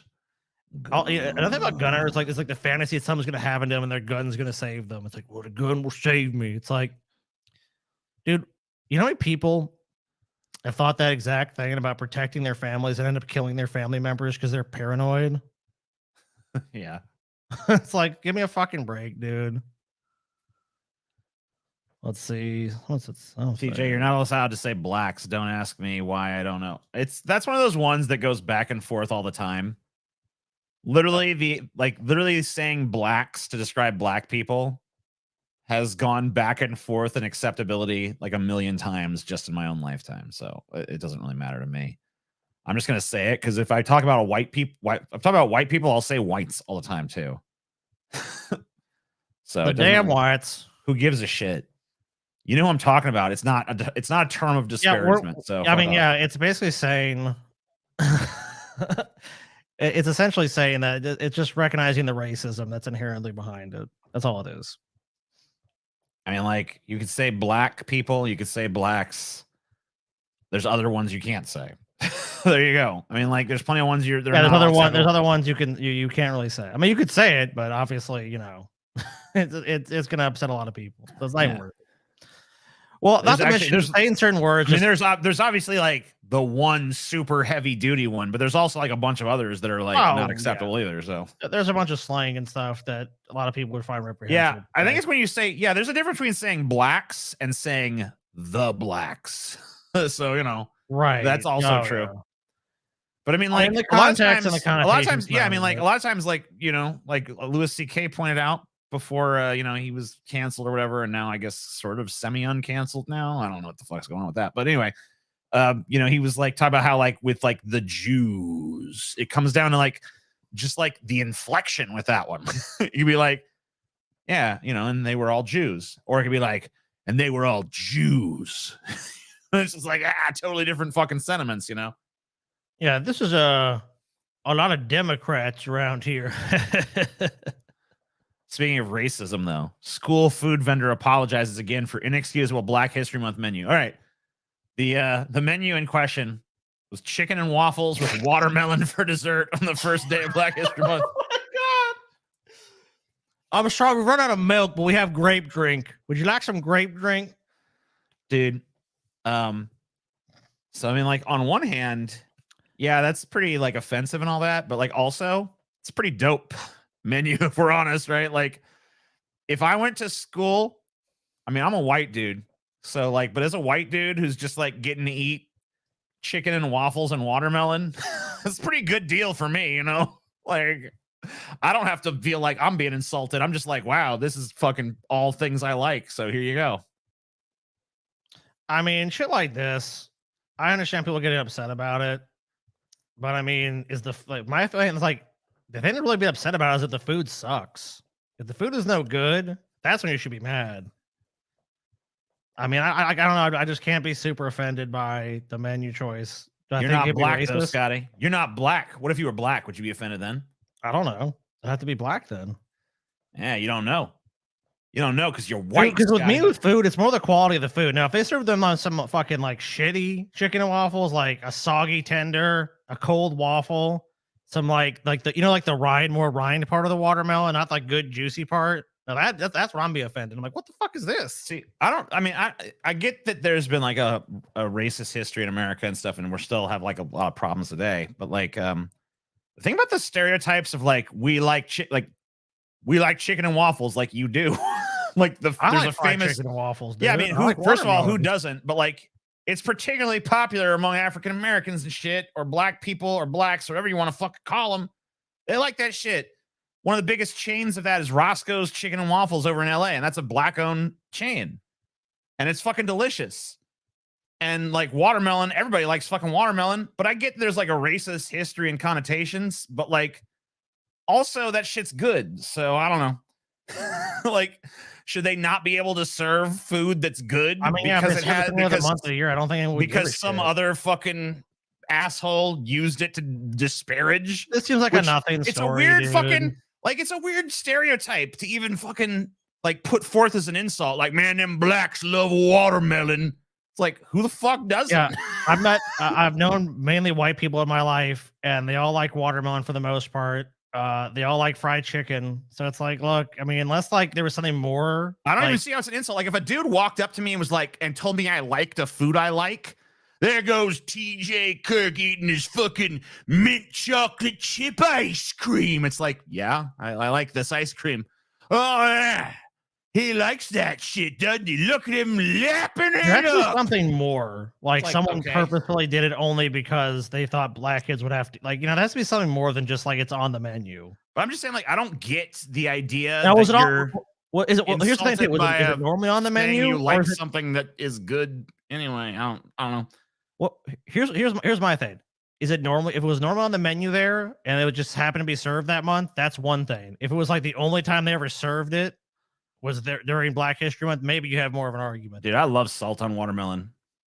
I love that shit. That's good shit. I've never really tried that. I like it a lot. It's divisive. Exclusive. Supreme Court justices used personal emails for work and burn bags were left open in hallways, sources say. Great The idea. fuck is a burn bag? What is that? It's like You a know, like bag something of you could just, documents like- you're supposed to like dispose of or something. I'm guessing, yeah, like it's something you could like easily like just dispose of or burn at a moment's notice. Burn bag. I'm looking it up. I don't know for sure.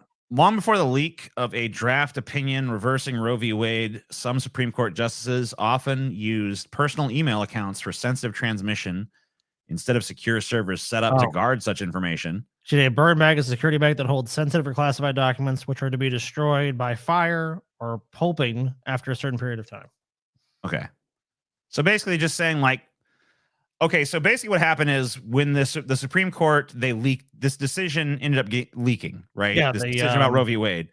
And so they did an investigation to figure out who leaked this shit. And what they've basically discovered in the course of that investigation is that the Supreme Court is not all that secure.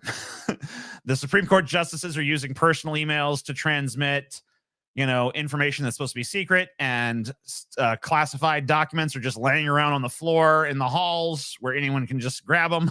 So like there's not great security in the halls of the Supreme Court in all actuality. Dave Chappelle did a bit about this years ago where he walks to a diner in the South and they know he wants to eat the chicken. I mean, who doesn't, though? I haven't heard the bit, but I don't know. This has been going on for years, one former employee said. So basically, like, just another aspect of America's like security apparatus that's not this invincible fortress that we've been led to fucking believe it was. Like I mean, like the more the Dobbs decision that leaked. I mean, like we knew about it like a month in advance. Yeah, I think that also has to do with the fact that it was such a high-profile case, and I think obviously someone was like, "Oh shit, the Supreme Court's about to make a fucking massive, just like earth-shattering move," which they did. Right.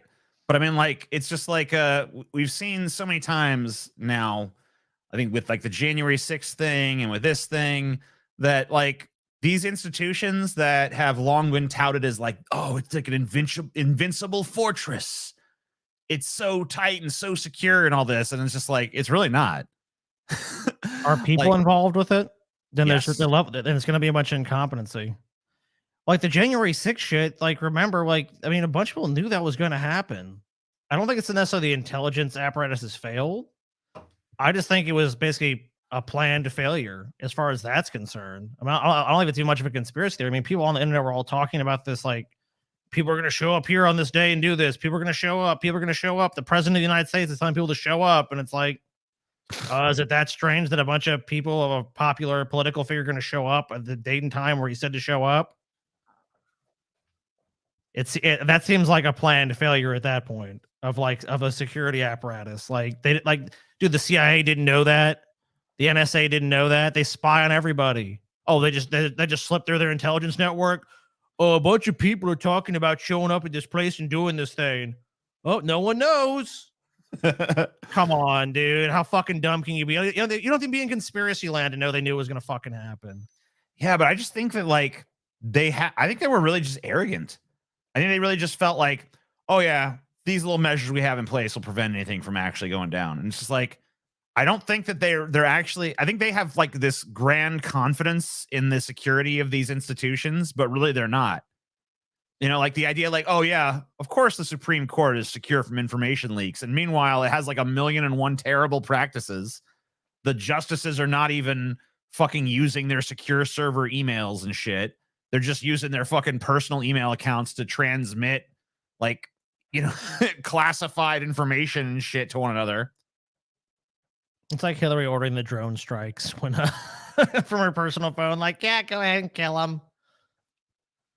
Oh, dude, if you go to like this has been like security experts have gone to places like China and other countries where they have like just even like a more open surveillance state, I will say. Like, I wouldn't say that's any less than the US if we're just being honest, but when that like they will literally go and hack your phone like pretty much the minute you get there. Like you can go back and like look at the logs, like, oh, they updated your software. They looked at this, they installed these programs to spy on you. Whereas in the US, I mean, they just work with telecom companies like Verizon, AT&T, any information you have out there, I mean, they can look at. So it's not even like far-fetched that like examine the security apparatus. Like I don't think they even want it to be. And the funny thing is too, it's like they were using their personal emails. Like, yeah, of course they were. That's like what most people do in life. It's the principle of least action. Like, what are you most familiar with, and what's the most likely thing you're going to do?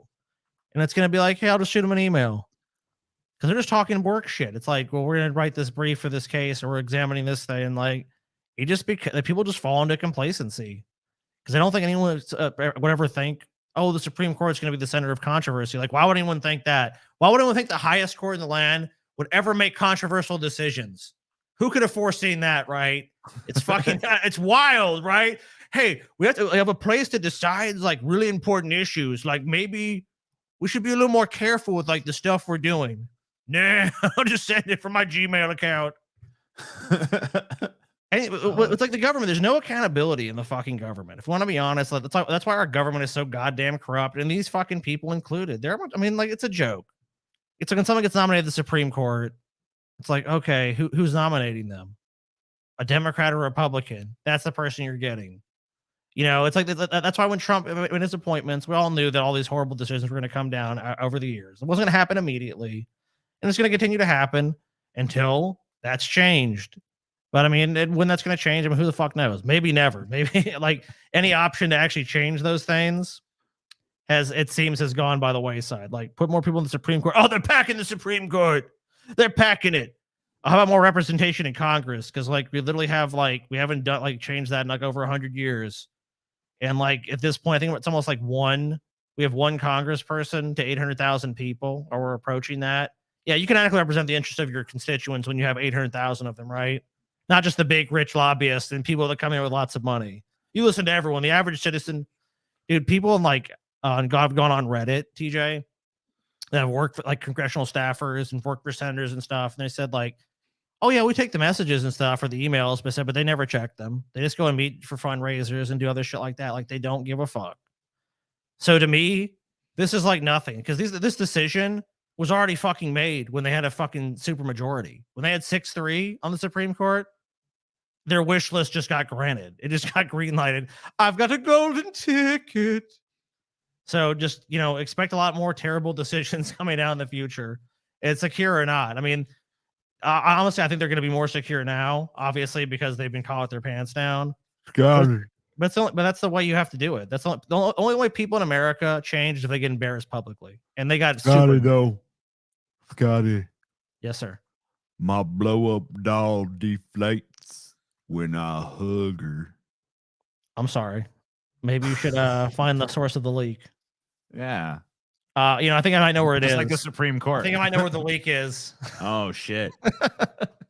Pakistan blocks Wikipedia, says it hurts Muslim sentiments. Snowflakes, dude. What a minute. Wait a minute. Facts being the enemy of religion? Oh, I can't believe it. Dude, what a bunch of fucking whiny little snowflakes. When they want to ban a website because they don't I can pretend we'll meet the goal. The goal. Right now, we've met our $500 goal, actually. Good. I think we're at, let's check Streamlabs. So yeah, we've met our $500 goal, or we're very close. We have 750 abortion hypocrites destroyed, and 1,000 is 80s and 90s nostalgic commercials mega block. So that's what that is.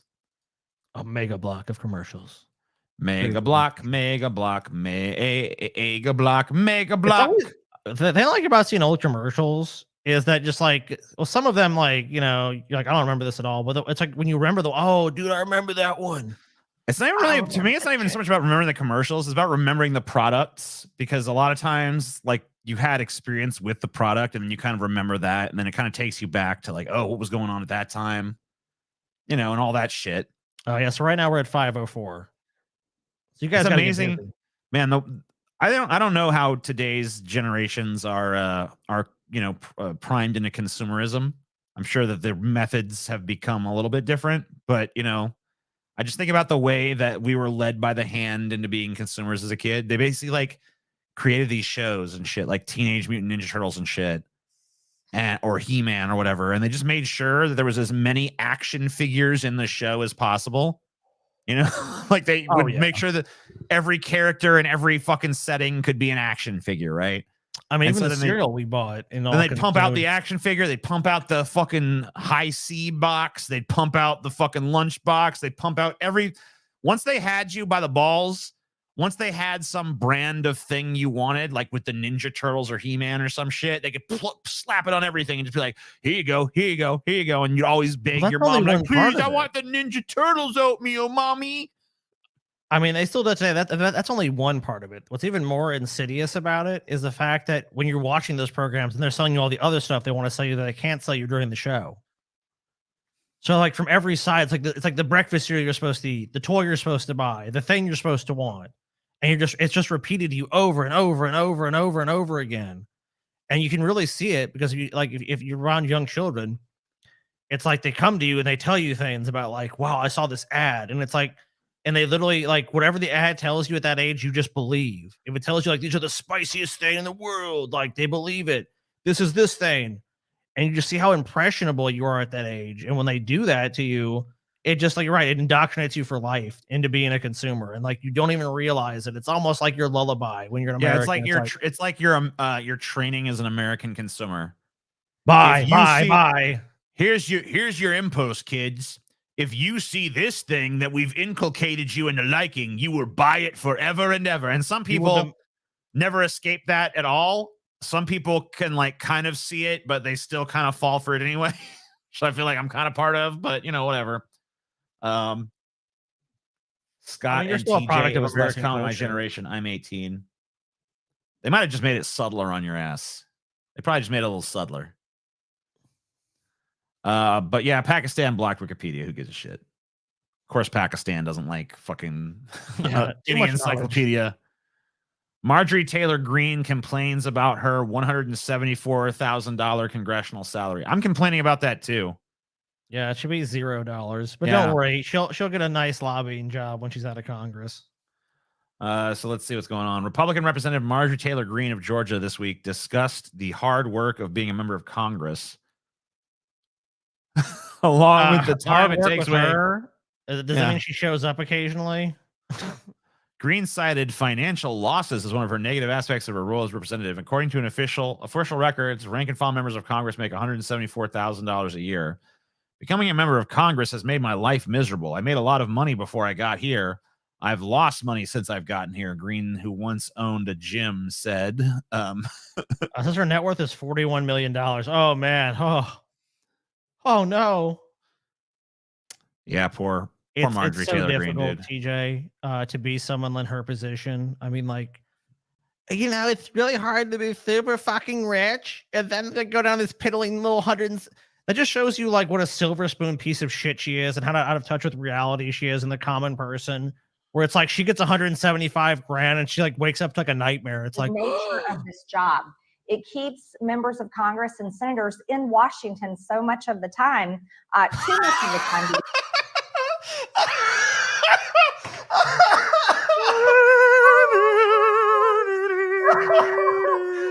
Wait a minute. What is your job? What do you think your job is? It's like you have to be in like the government and you have to like be at the seat of government like all the time. What do you think you're doing? What do you think is going on here?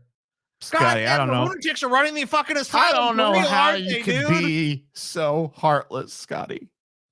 This poor woman has given up. How can she be expected to survive on a measly $174,000 a year, Scotty? Yeah, dude. And she's got to be in Washington all the time, making laws and having power and meeting with lobbyists and stuff. It's horrible, Scotty. It's Here's a a few nightmare. stock she owns, TJ. Walmart, Amazon, Apple, ExxonMobil, Berkshire Hathaway. And it says her investments, her portfolio is worth, let's see, is this right? $10 million? Yeah, 10 million investments, business income, 4 million, donations and gifts, 730,000, mortgage and loan, 7 million, assets, 22 million. Her net worth is estimated to be 41. But but it's really hard. You don't know what it's like, Scotty. You don't know what it's like. Yeah, she's making it's like, no, she's not. She's making tons of money. We can go look at how much money she's making. Let's see if we can go look at her open secrets, dude, or like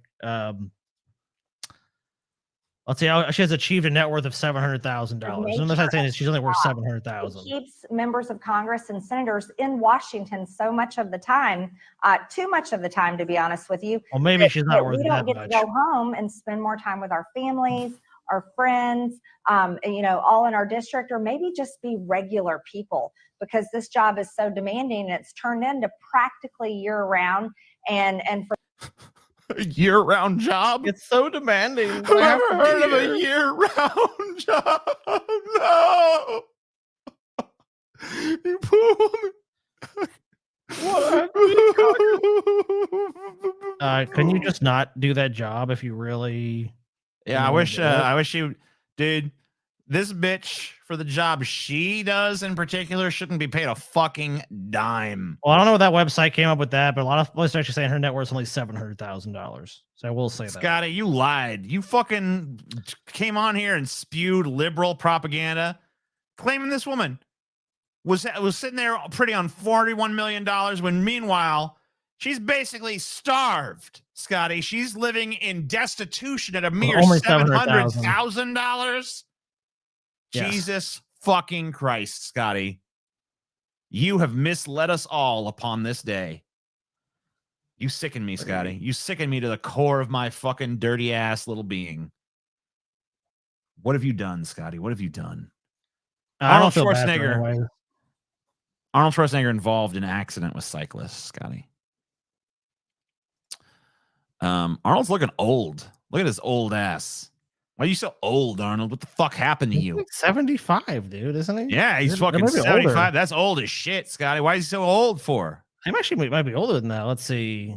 Why is he so old, Scotty?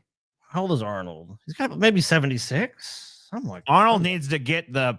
I'm going to give Arnold the number of Madonna's plastic surgeon so he can look good again. I'm Arnold Schwarzenegger, TJ. 700,000. That's less than TJ has. You damn right. I'm a gazillionaire. TJ, you're a millionaire, aren't you? Yeah. I looked my net worth up on my site. It's like he has $1 million in assets. I'm like, God damn, I do. TJ would be a totally Holy different person. shit. If TJ had $1 million, I don't think TJ would work anywhere near as hard as he does. Man, you telling me what? You telling me I mean, I didn't know I TJ, had $1 million. If you scratched off a thing and won $10 million tomorrow, like the next call would be me and Paul, be like, guys, I've considered my options, and I would, like I wish you guys the best continuing the show. Yep. You can just have my stake in it. That's fine. I don't care about it. I am buying you off with X amount of money. Please do Oh not. yeah. Or you buy? ask me to be you on can buy the- me out immediately if he has $10 million. I'm fine. Yeah, with you that. got and bought everybody. You guys, here you go, money. Figure something else out. Here's enough money to do it. Bye. It's now just a TJ show. All TJ. I'll be on the show, but you're not getting paid shit. I don't know what I'd do. I wouldn't. I mean, I might still make content, but it'd be at my own pace. So it'd be like, hey, it's TJ's semi-annual video. Cool. It'd just be some high budget shit, dude. Let's be honest. You probably just spend like 20 grand on your videos instead of like spending, maybe $5 or whatever. Basically your time. The cyclist was rushed to the hospital and is reportedly in stable condition. I just thought you liked the story, TJ, because Arnold hit a cyclist and like just gets away with it. Dude. Is that a crime? Is that a crime now? I mean, yeah, in some places it can be a crime. Oh. Like if you hit a cyclist, there'd be a lot more questions. But if you're a former governor at the TJ, then you hit the cyclist, that's all you have to do. The 75-year-old actor was driving in West Los Angeles when his car struck a bicyclist who suddenly swerved into his lane, per 3 eyewitnesses. The woman was rushed to the emergency room after complaining of pain. Schwarzenegger was seen speaking with the police, who later arrived at the scene. So yeah, this dumbass cyclist, dude, he terminated her. According to multiple eyewitnesses, swerved into Arnold's path like a crazy person and got what she fucking deserved. You get what you get when you mess with Arnold's car. You mess with the fucking tiger, you get the fucking Honestly, teeth, I'm just bitch. worried. How is Arnold's car doing? There's any report about if our car was okay? Yeah, was the car dented or anything? Is it fine? Hopefully it's fine. I mean, that's the main thing I'm worried about. Hopefully, if there's any damage to the vehicle, it's going to be repaired immediately. I know Arnold's pretty well off, so I would assume so. Get out of here, Story. Get out of here. Get out of here, you no good, no account son of a goddamn bitch. Let's look at here's our shit. News. I think we funded everything through here, right? We funded first 3. We got 2 more. Yeah. So what are we gonna be doing? Our next up is M. Night Shyamalan movies. We're gonna talk about that shit. Then we're gonna watch some right-wing grifters doing some shorts on YouTube. Then we're gonna talk about some weird ass history. Then, if we get to the $750 goal, we talk about some abortion hypocrites. And then for $1,000, we talk about 80s and 90s nostalgic commercials. Got a big, giant block of those that we can watch and go down memory lane. Take an old trip down memory lane. The hell was that, Scotty? Nothing. The hell was that, you son of a bitch? You'll never know. The cyclist will be terminated. Ba-bum, bum, ba-bum. That's Arnold, dude. Let's be honest. That cyclist was nowhere near his lane. It's just Arnold has the influence of like, they came out of nowhere. I had the force to hit them. Ah! Here are my 3 eyewitnesses that I have definitely were there to see what happened. You saw what I saw, right? You came to my lane. It looked like you swerved across 3 lanes and hit them. That's not what you saw. I will terminate you. I'm the governor. I don't think you're actually the I'm the governor. Yes, sir. They hit you. That's right. Good job. You're a very smart person. Yes. That's all canon. That's all correct. That's exactly what happened, dude. Arnold swerved across 3 lanes, just took that person out. It's like, Was probably cursing at them. Get the fuck out of my way! Who is And this they're like, bitch "Oh, with you're this probably smart." bicycle? Get out of my way now! Get down! And contrary to popular understanding of the story, Arnold did not stop because he was concerned for the bicyclist's life. It was mainly just out of concern for an abundance of caution to make sure his vehicle was safe to drive. Because Arnold does not want to be hurt personally. all right. And it said, I think that the cyclist actually apologized to Arnold's vehicle for inconveniencing him in such a way. So, that's not right. Oops. Incorrect. No, we need to do this over here. Incorrect. So, M. Night Shyamalan movies ranked from Sixth Sense to Knock at the Cabin, right? That's his new movie. No, I have not seen Knock at the Cabin. I will say that. Can you guys please re-enable videos on the subreddit? I don't know, maybe. We don't really give a shit about the subreddit, to be honest with you. I've not been to the subreddit in years, so you're talking to the wrong guy. M. Night. So anyway, let me tell you about M. Night Shyamalan, Scotty. M. Night Shyamalan. I saw The Sixth Sense, and I saw Unbreakable, and I saw Have you seen Signs. Old? I saw Signs. I'm about to tell you, and I saw The Village. And after I saw The Village, I was like, I've never watched one of these motherfucker's movies again, and I haven't. So I've not seen anything of his post. You gotta The watch Village. Old, TJ. Watch Old. I do think we should do that for Fighting Boys because that movie is, it's awful. Well, it'd be a new experience for me because I never watched anything of his after The Village. After No, I saw I've The not Village, seen I Knock was at the like, Cabin. that was so- too big of a piece of shit. I didn't like Signs either. Do you have HBO Max? Yes. Then you can watch it for free or for what you already pay for it. Monthly. No, that's not true. I still pay a psychological price for sitting through that shit, bro. Oh, well, fair enough. I mean, but look, I've seen the movie The Love Guru or as much as any person can actually stand, and it's not as bad as that. I will say that. I mean, nothing is. Is there a Dude, worse movie than The Love Guru? I don't know, because like, all right, twice in my life I have attempted to watch The Love Guru. All right.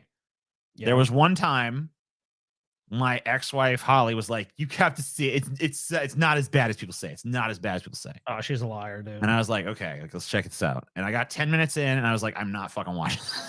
There's no I fucking know. way. And then a number of years later, I think it was with you, and I was like, "You would not believe how bad this movie is." And I'm like, "Let's see if we can get through it." And I think we got like 40 minutes in before we were just like, "I can't fucking stand this anymore." So And I like, mean, we've watched the twice- Star Wars Christmas special. We've watched endless B movies. We watched endless schlock. yeah. I've never seen a movie that was so awful in so many ways. I mean, just from like down to the set dressing, down to the accent, down to performances, down to the script. I mean, just everything in that movie is rotten to the fucking core. And by the time you've spent 40 minutes watching it, you feel like you've been watching for 2 hours. Like literally, you're just you like, feel like I you're in a cannot believe universe where this. time, like you just found out that time does not move at its normal speed. It's like, what speed does time move at? 1/1,000,000th of your normal universe. Like, no, it's that painful. So anyway, yeah, The Last Airbender, right? It's considered his worst, I guess. And I've not seen it. I've watched a couple of people do reviews of it and highlight, the problems with the film. Well, And I you have to watched say, the show, right? The Nickelodeon show. yeah, correct? I've seen the show.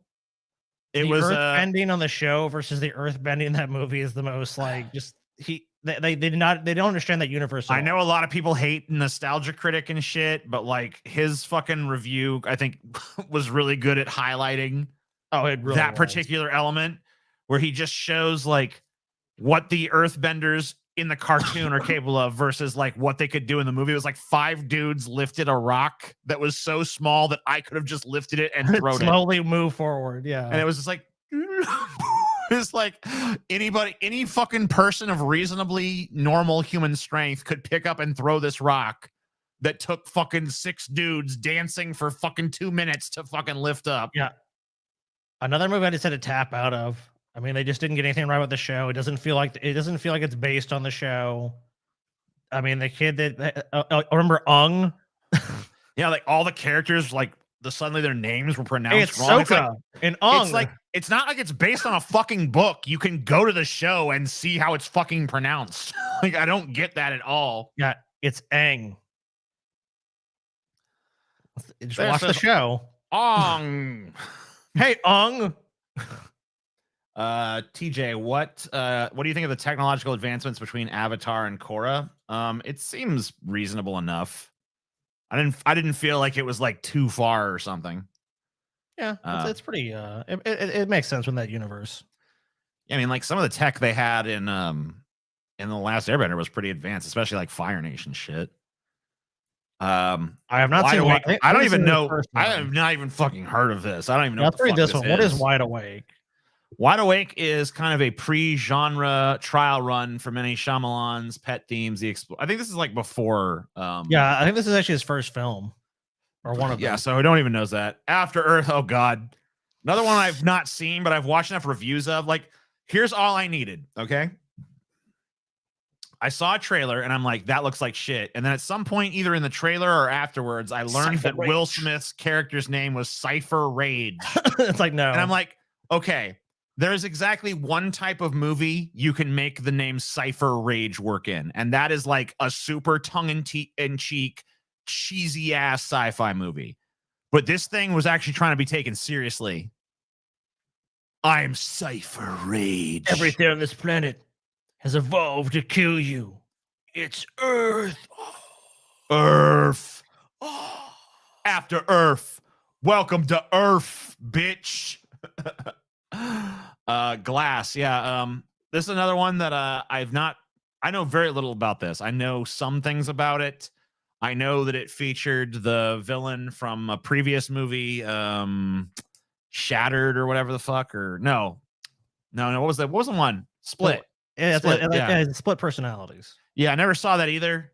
That one I did see some reviews of. But like I said, I mean, I gave up on this guy after The Village. I was like, nope. You don't get no more of my money, motherfucker.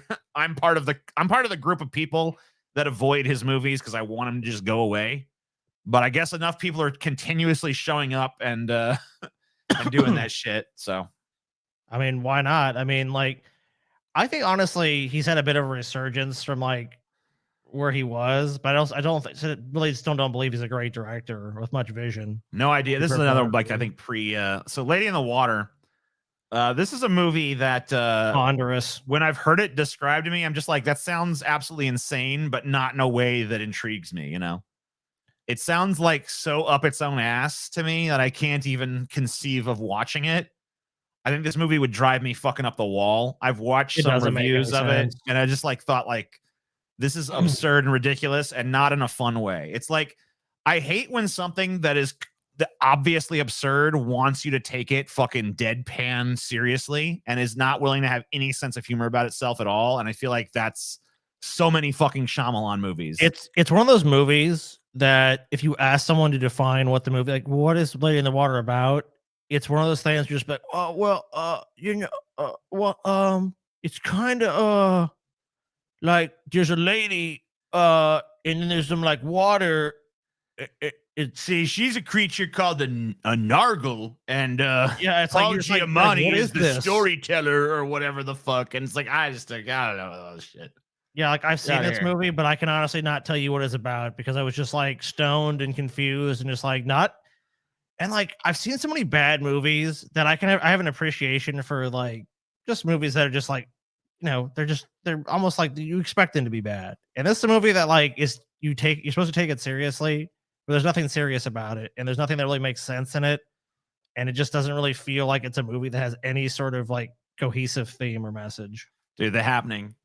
This is I remember with the marketing for this. They almost got me. They almost got me with this movie, Scotty. They didn't quite get me, but when they're like, no. Remember how this was marketed? They were like, the first R-rated movie by M. Night Shyamalan. Oh my god, it's rated R. And the inference there was like, this is M. Night Shyamalan with the fucking gloves off, bitch. Dude, have you seen this movie? I've seen clips of it. I know of the main thing I know about in this movie is I know what Mark Wahlberg's performance is like because I've seen enough clips of his like. I can't even call See it this wooden. I cardboard don't even cutout know. here. There's I don't even probably know more what life the in this fuck. picture. I don't know what the fuck because like it's Marky Mark trying to play a scientist. First of all, Yeah, and he's trying to talk all this science shit, and like there's scenes where he's like literally talking to plants. He's like, We're just gonna use the bathroom. We're just here to use the bathroom, please. Don't kill this plant. It's like talking, and it's a fake house plant. And you would think it would be like this moment that's like played for laughs or whatever, and I guess it kind of is, but it's like another one of these moments where Shyamalan does something. No. It's where he does I've seen something this movie. totally ridiculous, and then he takes it completely fucking seriously, and you're just supposed to sit there like, I don't, huh? If this, like, dude, this could be a brilliant movie if it was played for laughs. It really could be. Like, honestly, if it was a little bit more self-aware, it'd actually be good. And at least in that so bad it's good sense, because it's an absurd movie. It is completely and utterly absurd. The acting in the movie is abysmal, and just the scenes where it's like, you know, dude, you know what? You know what? I think I might have actually seen The Happening. I think I actually did see The Happening. Well, it's like it starts off like that, like the event starts happening, people all just start dropping and dying, and it's like they're on a train. Yeah, it's they all like, start oh my committing God. suicide. Yeah. And then it's like, what's going on? And then they finally realize, like midway through the movie, like the plants are doing it. The plants are releasing a toxin that makes us kill ourselves. Right? No. Like the plant stopped doing it. It's like we were teaching it. It becomes like it has like a ham-fisted environmental message at the end. Yeah, it's like the plants aren't the plants aren't gonna kill us all, you guys, but they're just letting us know they will defend themselves. Like it's like the plants were making a statement to humanity, like we can kill you. Yeah, like we could do it, but we're giving you guys a chance to change your ways and save the environment. And there's this weird scene. There's this weird scene where, and it's pretty famous. Like people are already quoting it in the chat here, where like an old woman who's supposed to be crazy is like telling Mark Wahlberg, like, you're planning to kill me, aren't you? And he's like, what? No. But he says it so sarcastically, even though it's like meant to be taken sincerely. And you're like, what? Is he planning to kill her? Like, I didn't think he was until he gave that answer. Oh, I know. Dude, you're convinced he wants her dead at that moment. You're like, dude, he's going to kill her totally. Like, he's like waiting for her to go to sleep so he can murder her in her sleep. Like 100%. Please play it. Okay. Hold on. I think we can get away with that much. You're going to kill me. What? No. Dude, it's like literally like catching a kid with their hand in the cookie jar. It's like, were you taking a cookie? No. This line, I mean, like the funny thing about this to me is like not just how bad the read is, but like how it literally reads the opposite of how the scene is supposed to go. Because his character is not supposed to be trying to kill her. Yeah, he's not actually a threat to her. No, he doesn't want to hurt her. This is supposed to be a convincing. What? No, obviously. What are you? I mean, you're no. It's because Mark Wahlberg can't act. Like someone once told him he could, and that was a dangerous statement. Check it out. I hear you whispering. Planning on stealing something? No, ma'am, we're not. Plan on murdering me in my sleep? What? No. What? No. I am like running away from that person. That's like the least convincing. I don't want to kill you. You want when your boss asks if you're high? Yeah. What? No. No. Jimmy, are you high again? What? No. What? No. What? No. You can trust me with your soul, TJ. I promise I'll take good care of it. Thanks, Scotty. Or Satan. Old. The only thing I know about this movie is there's a rapper called Midsize Sedan. That's what I know. Okay, these people get like basically brought to this remote island, right? Or it's like something along the lines of that. And it's like, oh, we have this special place we're going to take you guys. It's this wonderful beach. It's going to be like, and they're like, oh, it's so scenic. And then weird shit starts happening. They're like, we got to leave the beach, but they can't do it. Like, oh, every time they do it, they get knocked out and they're back on the beach. Then people, they notice people start like aging rapidly, like especially with the kids. It's like, what? You were like 10 the other day. Now you're like 25.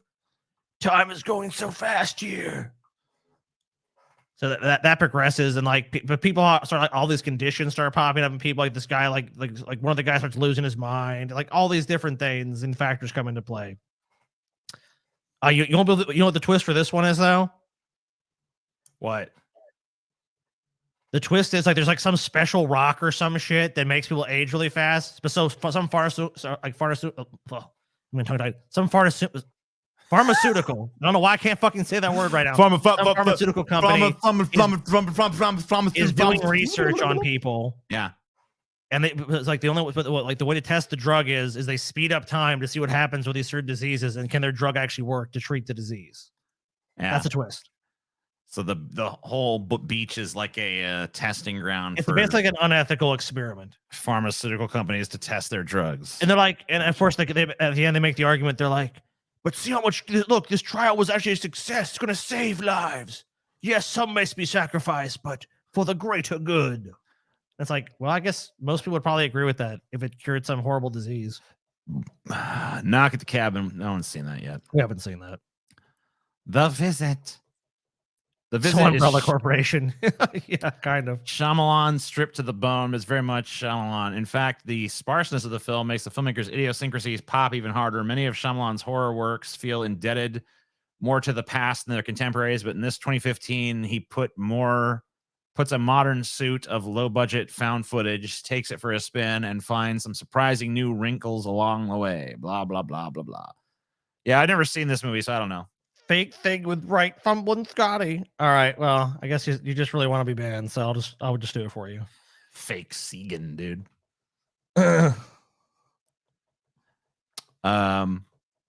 This is where I gave up. The idea that this is his 5th best movie makes me very, very relieved to have given up on his filmography at this point. Oh, dude, this was one of those movies. What is this shit? The Village is dummy thick. No, it's not. The Village is fucking an emaciated, it's an emaciated starving African child that a vulture is looming over. Okay, like you know what it is? It's like the famous kid, the Somali kid that's starving to death, and the vulture's just like waiting, like, come on. It's an emaciated prisoner in a dungeon who's so weak that the chains no longer even really hold them. They could easily slip away, but they have no strength left. Yeah, I hated this movie. Really bad. Dude, this movie was marketed as there's a bunch of people living in a village and they're sequestered away in the village because there's monsters in the woods, okay? And the twist, quote unquote, is the monsters are all made up. It's just the village elders who've created this myth to keep these people, to keep the youth from wandering away from the village because it's modern times and they're just hiding away in a this recreation of a medieval village or whatever. To be influenced by all the negative things like technology and modern society. So yeah, here's the problem with that twist. Okay, first of all, it's fucking dumb as shit, and you see it coming a mile away, and you like literally see it coming, and then think to yourself, that can't possibly be it, and then it is, and then you're just mad. Yeah, she climbs over a wall, and like some park ranger meets her, and it's like, yeah, I got someone out here, and you're like, what the fuck is this? But also, on top of it just being flat out stupid, just a nothing twist. It's way fucking less satisfying than just a straight up movie about monsters in the goddamn woods. Like, if you're gonna subvert my expectations, you can't subvert them with something infinitely lamer than the misdirect, right? You know, it's just a bunch of kooky people who live in a commune somewhere that have shunned technology, so they're basically Amish. No, because there's monsters and stuff. It's like if you fucking lead me somewhere, it's like you're gonna see a big old pair of titties, and it's like, wow, cool. No, you know what it's really like? It's like those. It's like when you fucking spot like that $20 bill on the ground. And you're like, holy shit, a $20 bill. And it's like you reach out Jesus, and you grab it and you unfurl it, and then it's like It's like not really a $20 bill. It's some fucking tract for a Christian denomination. It's like, disappointed? Don't be. You just got saved by Jesus. Blah, blah, blah, blah, blah. And it's like, fuck you. I thought I was getting a $20 bill and all I'm getting is this horse shit. Fucking piece of shit. And that's the fucking Village. It's the fucking, you think it's a $20 bill, but it's just a bunch of proselytizing horse shit. You think you're going to get a cool monster movie? Nope. All you're going to get is some finger wagging about how modernity's bad. Super slow and boring. So you're welcome. Adrian Brody plays some kind of goddamn imbecile that like is sexually obsessed with whatever this chick's name is and shit, and it sucks balls. Adrian Brody fucking sucks ass in this movie. Everybody in this movie sucks ass. All the fucking villagers suck ass. Fucking William Hurt sucks. Bryce Dallas Howard sucks. Joaquin Phoenix sucks. They all fucking suck. They all suck fucking monkey butts. I can't think of anything good about The Village. I can't think of a single fucking thing. Sucks balls. Split, I never saw. You see Split? No, I didn't see it. All right, well, fuck it then. Signs. This is when I really fucking realized this dude is no goddamn genius, okay? This is when I was like, nah, I ain't vibing with this no more. I started to really see like the fucking the chinks in the armor, man. Like, first of all of his fucking actors do this like weird delivery that I just fucking rubs me the wrong way. You know what? I get it. You know, it's part of his style and all this shit for everybody just deliver lines like this. Indeed, yes. But like, I don't vibe with it. I don't like it. I think it sucks. I don't understand like how depriving characters of like normal human emotion is gonna like make an impactful fucking performance or whatever. Dude, it's the dumbest alien invasion movie of all time. I mean, it just has to be. Like, you're literally talking about a planet where the atmosphere is filled with moisture. Most of the planet is covered in water, and aliens want to invade and take over it. For what fucking It would purpose? be like, and they have no advanced weaponry. Like you never see no these like aliens suits to block them from the use a environment. or laser. anything. Yeah, they have no clothes, no environmental protections, even though they're fucking literally killed by the fucking most abundant fucking thing on the planet. And not only that, you don't even need water to kill them. Conventional weapons work just fine. Like we see one get its fingers chopped off. I think that means bullets would work on them. Yeah. So why do you even need some secret MacGuffin like water to kill them when all you can do is shoot the fucking things? You gotta, I mean, they're less threatening than humans. So, I mean, like, it's just retarded. It'd be like if you and I decided to fucking go butt naked and conquer the fucking lava planet or something. Yeah. Like, you know, Look, we'll jump we're right here. into the middle of that volcano and start conquering the lava people. It's like we just melt away. It doesn't make any lava, sense. our only weakness. Along with any other weaponry that you might have. Yeah, well, don't worry. It's like, it's so fucking dumb.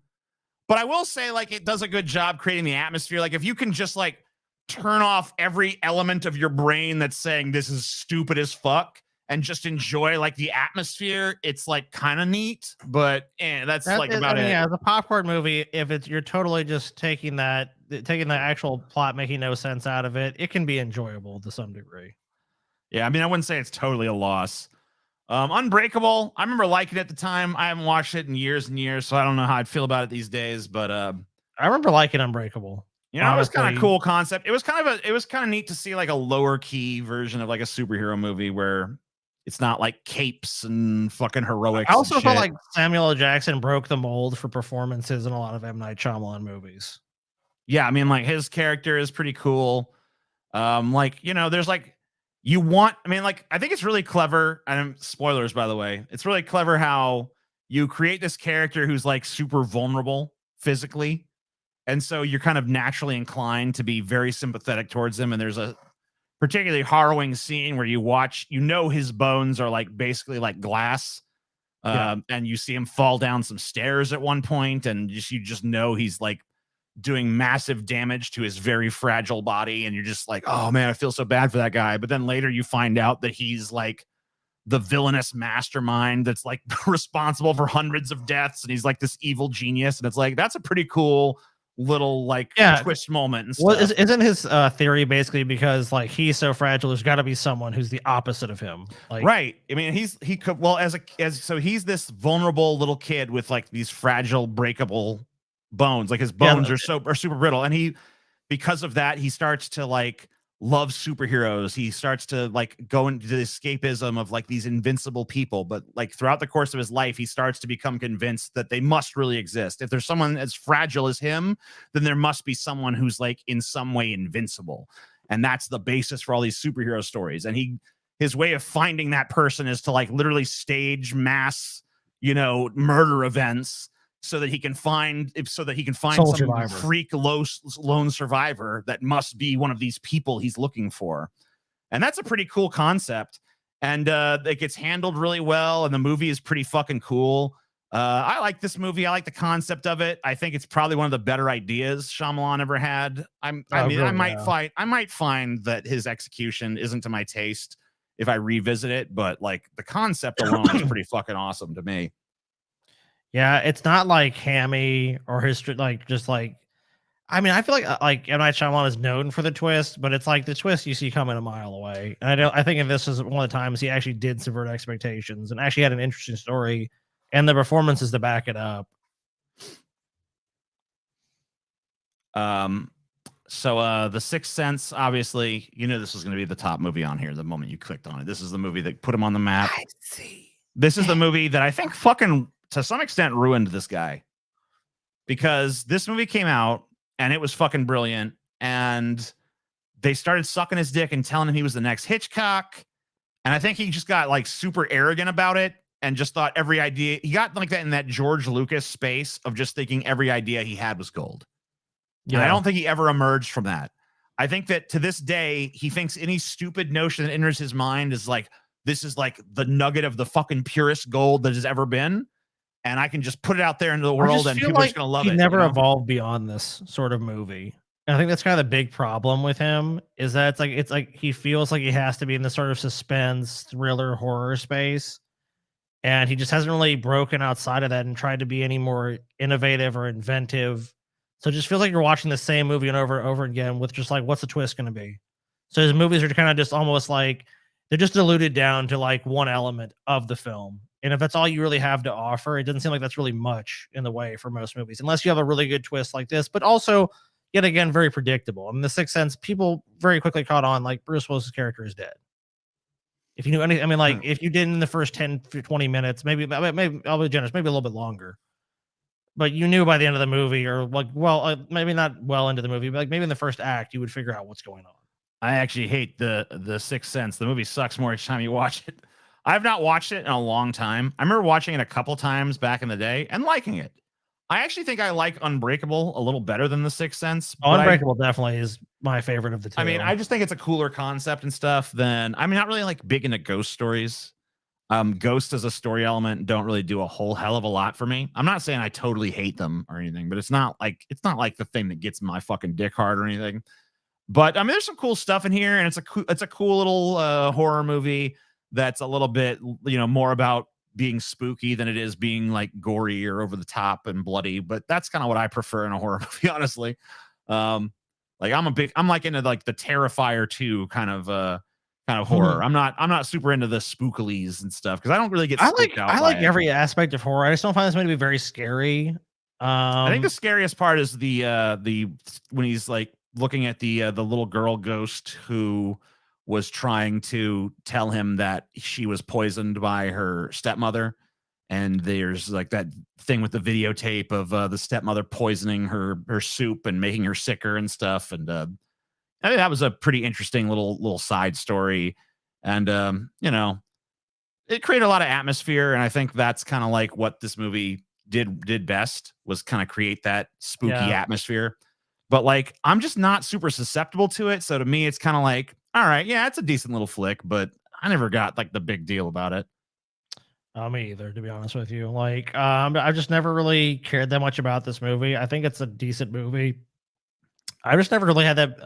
Like, I remember when it came out, people were obsessed with it, but like, it's just one of the ones I just never really got. I never got that whole hype behind it. I see dead people. Like, how many parodies of that was like? Oh, I mean, endless. That was that was almost like Neo Bullet Time Matrix level. The cultural impact is just undeniable. It really actually got into the zeitgeist. People actually cared about it. It was something that really entered the culture, unlike any of the other movies he's made. Every comedy movie Like you don't really see too many comedy movies anymore, but like when they still made comedy movies, like every comedy movie had their own version of like, if it's like a black movie or something, be like, I see white people or something, you know, and I'd be like, oh shit, it's like that shit, you know. Or what's up? Oh yeah, that was in so many. What's up?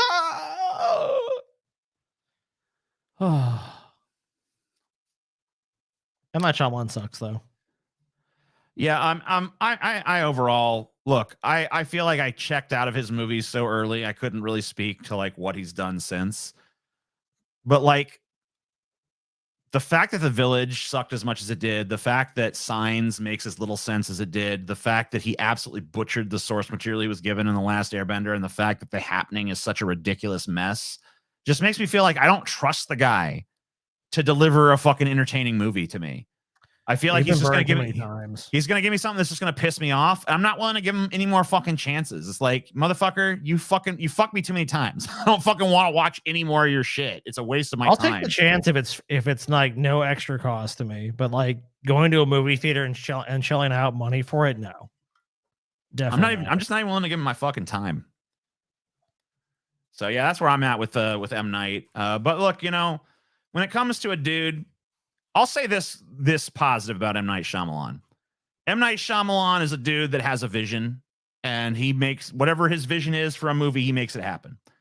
And there's something to be said for that. Even if it's not a vision I personally like, I respect the fact that he is a true auteur that's putting his own spin on shit, and he's making movies his way, and he's making them with his indelible stamp of I'm M. Night Still able to make movies too. I mean, you know, and I definitely respect that. But I'm just saying that for me, I don't fucking like him. You know what I mean? Like, they're just not my fucking bag. That's pretty fair. I mean, he's also been able to continue making movies, which is an achievement in itself. A lot of people would not even have the financing after you made a couple like real turds, which The Last Airbender is probably one of the worst movies made in the last 20 years, if we're being honest. So I think I said, I feel he has recovered somewhat and kind of gone back a little bit more. Like, I think he tried to do the big blockbuster franchise thing, and he wasn't right for that. So it's probably just the only space he can really exist in is making these twists. Like, oh, it's a thriller. Oh, it's a twist. And if it's all he's got, I mean, look, he's at least got his thing. I guess that's more than some people have. Some people ain't got shit. He's at least got this. Yeah, I mean, like, and I can definitely respect that. So I'll give him that much for sure. But just like I said, not for me. Let's watch some terrible idiots say dumb things. How about that? You like that? Oh yeah. I don't. Has this one already played a little bit? Because this you can't. The thing I hate about these shorts is that there's not like a control system on these. Unfortunately, behold the power of transfigure skating in Finland. Look at that. Yeah, the stability on the ice. That's a woman. That is a beautiful woman, folks. Oh, turn around. Oh, there it is. Why does this trigger you so much, my man? Like, not only honestly, that, like, how often does this dude? How often have you sat around? How often do you think Ben Shapiro has been sitting around being like, man, you know what I care deeply about? The integrity of figure skating. Never. Like, well, also he's the same guy that trans people competing in events, like he would lose his mind over, right? But then it's like, look how bad they are. Look how bad she is at it. It's like, shouldn't this like be? Wait a minute. Didn't you say like you're worried about people competing, and like, but now you're saying they're horrible at it? Which one is it? Did they have an advantage or not? Not here, I guess. Turned around. Spotlight is on you. Up, down, down he goes. Executing a zero axle, a zero toe loop, and cannot get back up. Behold, the power. Yeah, so now it's like, are they better? Are they worse? Is it bad? Is it good? Has no idea. No consistency to it. Just give Ben Shapiro some views, please. I don't know how I feel about dude. One of his reactions on this is just pathetic. Like, he literally doesn't like. I'll tell you which one it is, but it's just like there's literally like just no reaction. He doesn't even say anything. Doesn't even do anything for the most part besides make a face. I think this is it. Yeah, here you go. This is weird.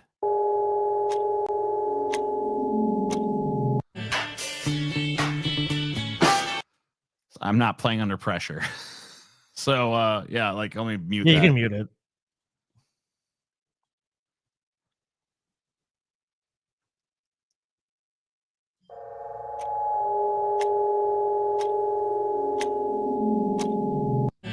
That's it. Wow. Dude, it's top tier commentary, man. Like It's he like- had something really witty to say. It's some like incisive commentary. And that's money. Just make a fit. And cut, print, take it to the straight to the press. That's a wonderful take, TJ. Maybe another one. Look, okay, TJ. All This right. one, This now time look I'll do sad. more of like a. All right. Oh, look straight ahead more. Oh, there you go. Perfect. Now look. Oh, what is it? You just saw something really weird. It's weird. Oh, it's so weird. It's wrong. That's too sad. Too sad. More neutral. Yeah. Oh, go back to that. Yeah, raise it up a little bit. You can't believe it. You look shocked. You just look distressed. You didn't look shocked. You look like you just found out like everyone you loved is dead, TJ. That's how you looked like. Ah! You didn't look distressed or shocked. You looked just really sad. TJ, we found Salvador impaled. We found Chelsea impaled. Squeaks has had his head cut off. Corn Pop was roasted alive. TJ's like, ah! Corn Pop would be fucking, yeah.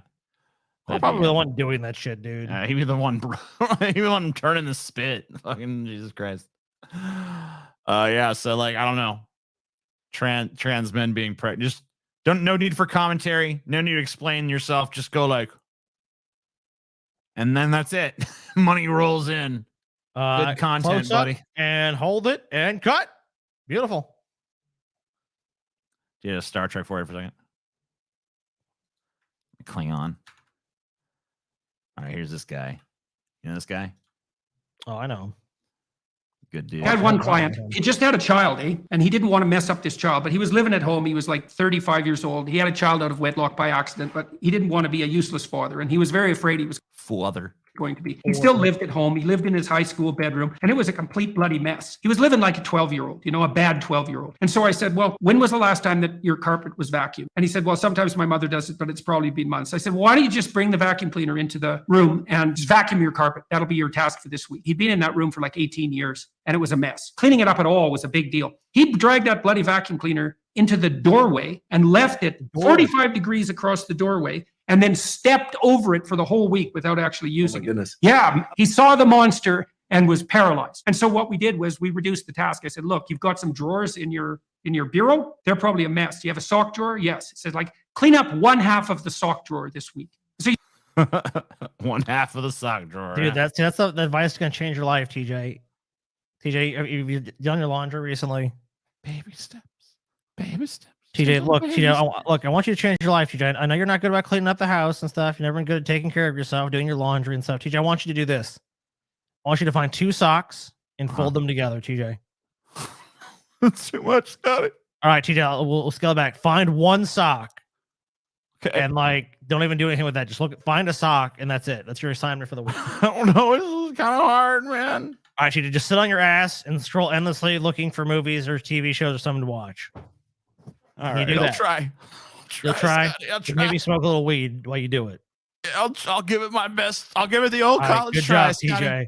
Thank Good you. job, TJ. You're doing big things. Thank you so much. you just keep cutting the tasks down week by week until you find the threshold for positive movement forward. I had one client. Yeah, amen. Amen. That's classic advice, dude.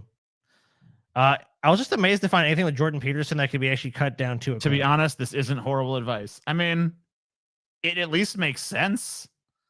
Yeah.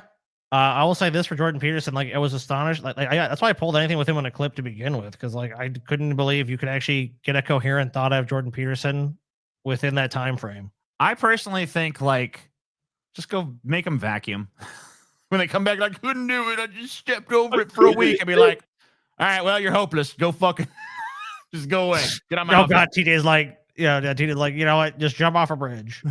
You're done. Yeah, if you can't even fucking vacuum your room, you're useless. You're fucking useless. Get It's out. just some creepy Matt Walsh short. Kids have terrifying dreams. Don't ask them about it. Yes, Dad. Okay. Tell me your dreams. Here you go. Kids really do have terrifying dreams. If you ever listen to them describe their dreams, like something out of a horror movie. So, like the other day, When I watch a Matt Walsh video, it seems like a nightmare. So I can relate. I mean, like if Matt Walsh is my dad, I'd be having scary ass dreams too, for sure. Had a different bad dream. Okay, but And, a cold he sweat. told me about it. Matt Walsh is my dad. Matt Walsh is my dad. I dream. Oh God, I dream Matt Walsh is my father. I am your father. No, I love you, son. No, why? And he said that in his dream, he heard something in the basement. And so he opened the door to the basement, and there was a man standing at the bottom of the steps, staring up, like silently, not saying anything. And I said, my well, dream who version is is Matt men? Walsh doing this to me. What's that, Scotty?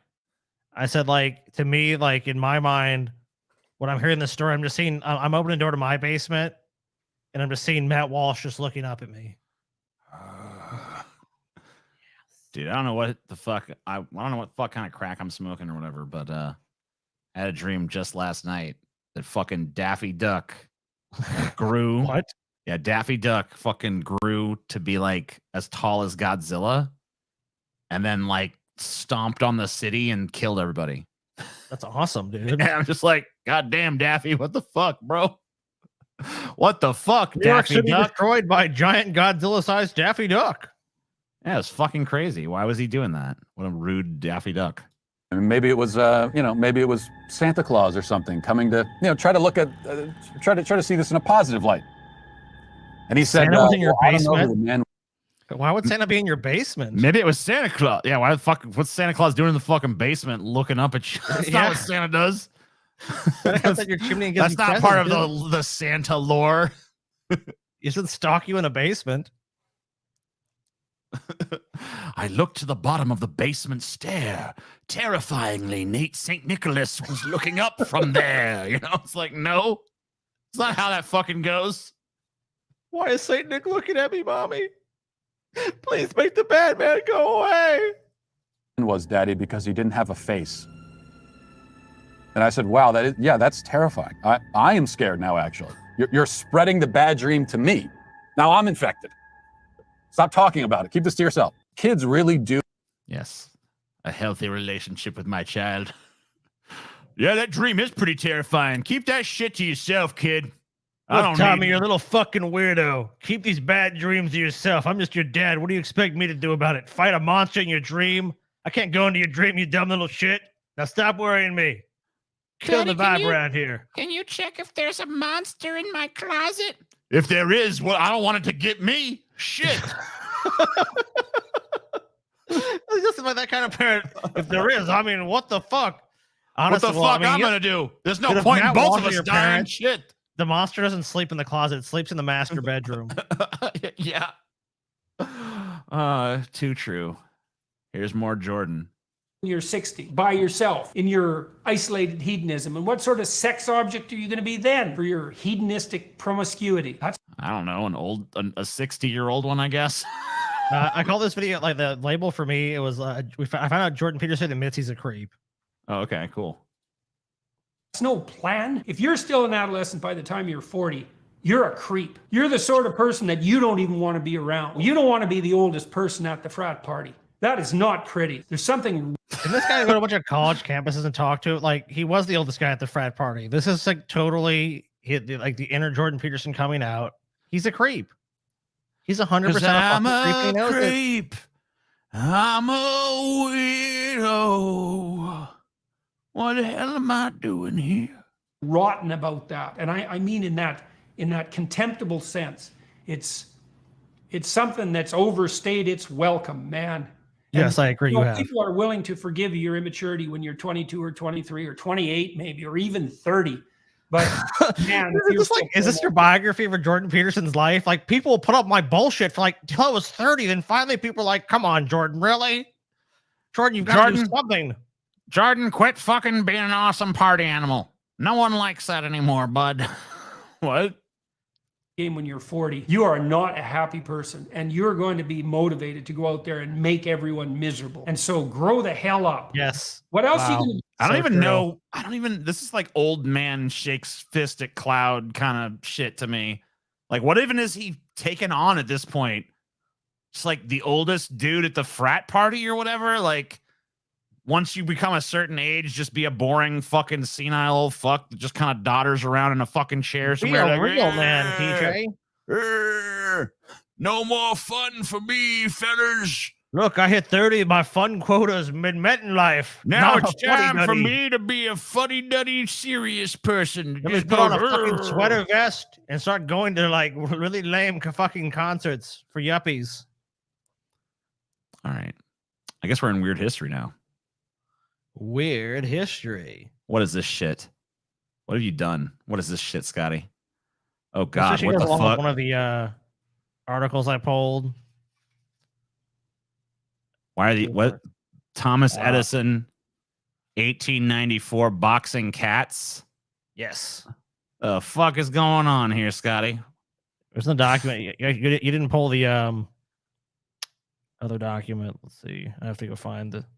Go find this document. I don't know what's going on here. I don't know nothing. I don't know nothing. I don't Let's see. understand. Or piece of shit. What So don't Thomas you Edison made the fucking- first cat video in 1894. Ah. So he made these cats box. I mean, that's already. I already know that from here. The first cat video of boxing cats was filmed in Edison's Black Maria studio in 1894. It was a simple video that involved two cats boxing. See, it was just like he was way ahead of his time, dude. He I knew mean, what this just people wanted. shows. This just shows that like the second the camera was invented, people instantly were like, "We need cat videos. Give us cat videos." So he's like, "Let's have these two cats punch each other. That'll be entertaining." I guess it Man, kind of is. I'm honestly sold on it, dude. I feel a little bit bad, but not bad enough to say that's not. Dude, if you take two fun. cats and put them in a room, they're probably gonna do that at some point. Yeah, tell me about it. I mean, like you own multiple cats. You already know. 11 weird history stories you have to read to believe. I don't know if we'll believe them or not, dude. Cold War All right. condom. Number Okay. 1, Cold War condoms. During the Cold War, the United States and Soviet Union fought in proxy wars. Thank God that's over. The space race and sports. Race. They use all kinds of methods from spying to psychological warfare. Both sides love to use propaganda campaigns against each other. The Americans took an interesting approach. In the late 1950s, the CIA launched an operation to drop hundreds of balloons over Soviet-controlled Europe. The balloons included propaganda and large condoms. The idea was to shake the enemy's confidence by implying that Americans were well endowed. Good strategy, honestly. Be like, I thought America was a better country, dude. here's what our condoms This are became like our over here. propaganda. Our condom. The fucking, if the Russians really wanted to flex on America, they should have called them back. It's like, yeah, thanks for the thanks for the condoms, but they're a little too small for us. You know, I don't know. Dude, here's what we should have done, man. You can actually fit this on your If we're dick. gonna do a Is that dick what's- measuring contest. You find the Russian guy with the biggest dick and the American guy with the biggest dick, and whoever's bigger, that country wins. That's all you gotta do. No violence. You measure them out. All right, here's the most well-endowed American. Here's the most well-endowed Russian. Who will be supreme Who ruler would of have the won? earth? That's why they didn't want to do it. Yeah. Whip it 2030. out. Whip it out. Oh, shit, that one's like a baseball bat. Can the American possibly beat that? Let's find out. Oh, we'd have won, dude. So here you go. This is what you're talking about, which we watched. We just watched this shit, so we know about that. Yeah, we know all about the cats. The Battle of Los Angeles. Dun, dun, dun, dun, dun, dun, dun, dun, dun, dun. December 7th, 1941, TJ. A date that shall live in infamy. So yeah, after the Pearl Harbor attacks, tensions heightened across America. That led to the infamous Battle of Los Angeles. However, it ended up being a battle between LA and weather balloons. Pesky weather balloons. Just man. shows that things haven't changed that much. We're still fucking freaking out over balloons. Ah, balloon! On February 24th, 1942, the situation became tenser when reports surfaced of Japan possibly attacking the West Coast. Early the following day, meteorologists launched weather balloons to monitor the weather in an unrelated experiment. The military radar picked up the balloons, but U.S. intelligence mistook them for Japanese aircraft. All hell broke loose, and soldiers in Santa Monica began shooting at the non-existent aircraft. Later, the Japanese confirmed they had never attacked Los Angeles. Well, they did launch all those balloons to try to attack the U.S., but only like one, I think, successfully killed. Yeah, I mean, but any that's not what people. this is about. This is just about. Yeah, this is some just like, fucking- let's check the jet stream, and people are like, "Oh my god, the Japanese are attacking!"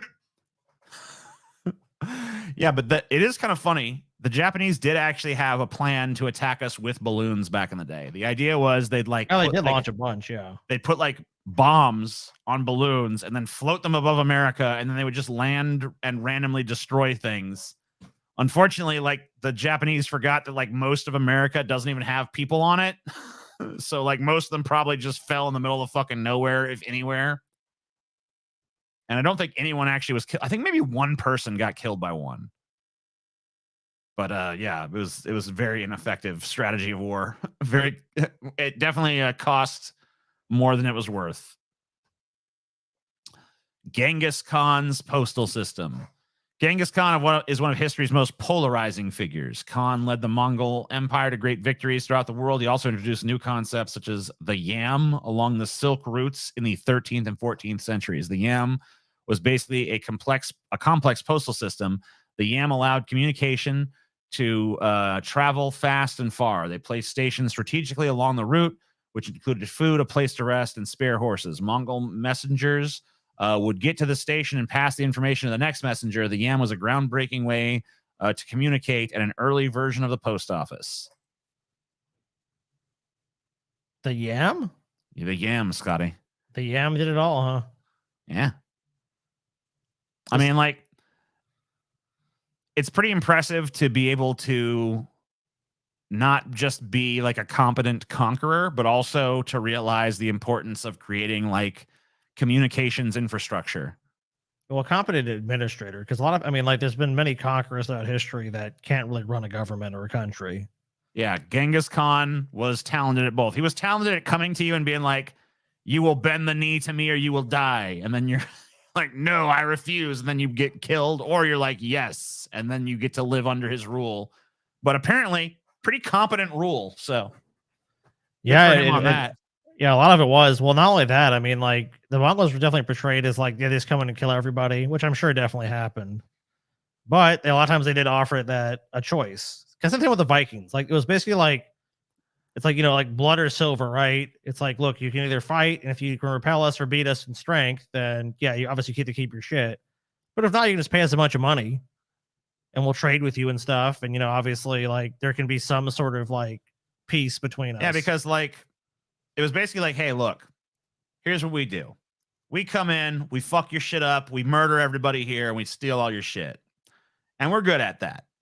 Or, you know, we can save ourselves the trouble. You can save yourselves the trouble. You just give us some money. Yeah, you can give us some money. You can give us some shit we want, and we won't kill you. Yeah, just give us, buy us out, basically. It's like a protection racket, but like on a much larger scale. You know? Yeah, and of course, I mean, like, that works a lot of times, but eventually people are going to get, you know, restless, and there's some times you have to go kill people. Right, and occasionally people might be like, they've gotten soft. We haven't heard of them burning anything in a while. And then they got to be like, all right, time to go rape and pillage. Time to go fucking do what we need to do to keep this fucking scheme going. And they got to go raise a town. Edwin Booth saved Robert Todd Lincoln's life, Scotty. Who'd have thunk it, dude? On April 14th, 1865, actor John Wilkes Booth snuck into Ford's Theater and murdered the 16th President Abraham Lincoln. It's one of the most critical moments in every history book. However, a weird historical event occurred a few months before the assassination. Lincoln's son, Robert Todd Lincoln, waited for a train on a New Jersey platform. A rush of people moved forward, and Robert Todd fell into the tracks. However, a hero stepped in and pulled the young Lincoln off the tracks. The hero turned out to be John Wilkes Booth's brother, Edwin Booth. A few months later, his brother would become American history's greatest villain. What a twist! What a twist! I think that fucking is a twist, dude. M. Night Shyamalan should make a fucking movie of that shit, eh? Booth. Dude, I do a sympathetic view of John Wilkes Booth. I always wanted to do a fucking joke where Abraham Lincoln goes into like a fucking, you know, Denny's or something, and they're like, "You want a table or a booth?" And he's like, "Booth!" You know. George Washington's false teeth. Everyone knows about this shit, Scotty. This ain't nothing new.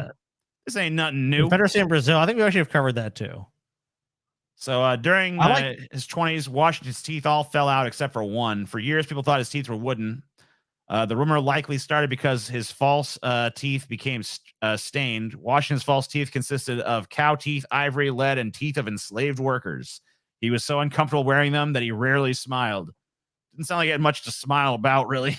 You got a bunch of fucking stolen teeth in your mouth. Like, hey, slave, give me one of your teeth for my fucking horrible like rictus grin.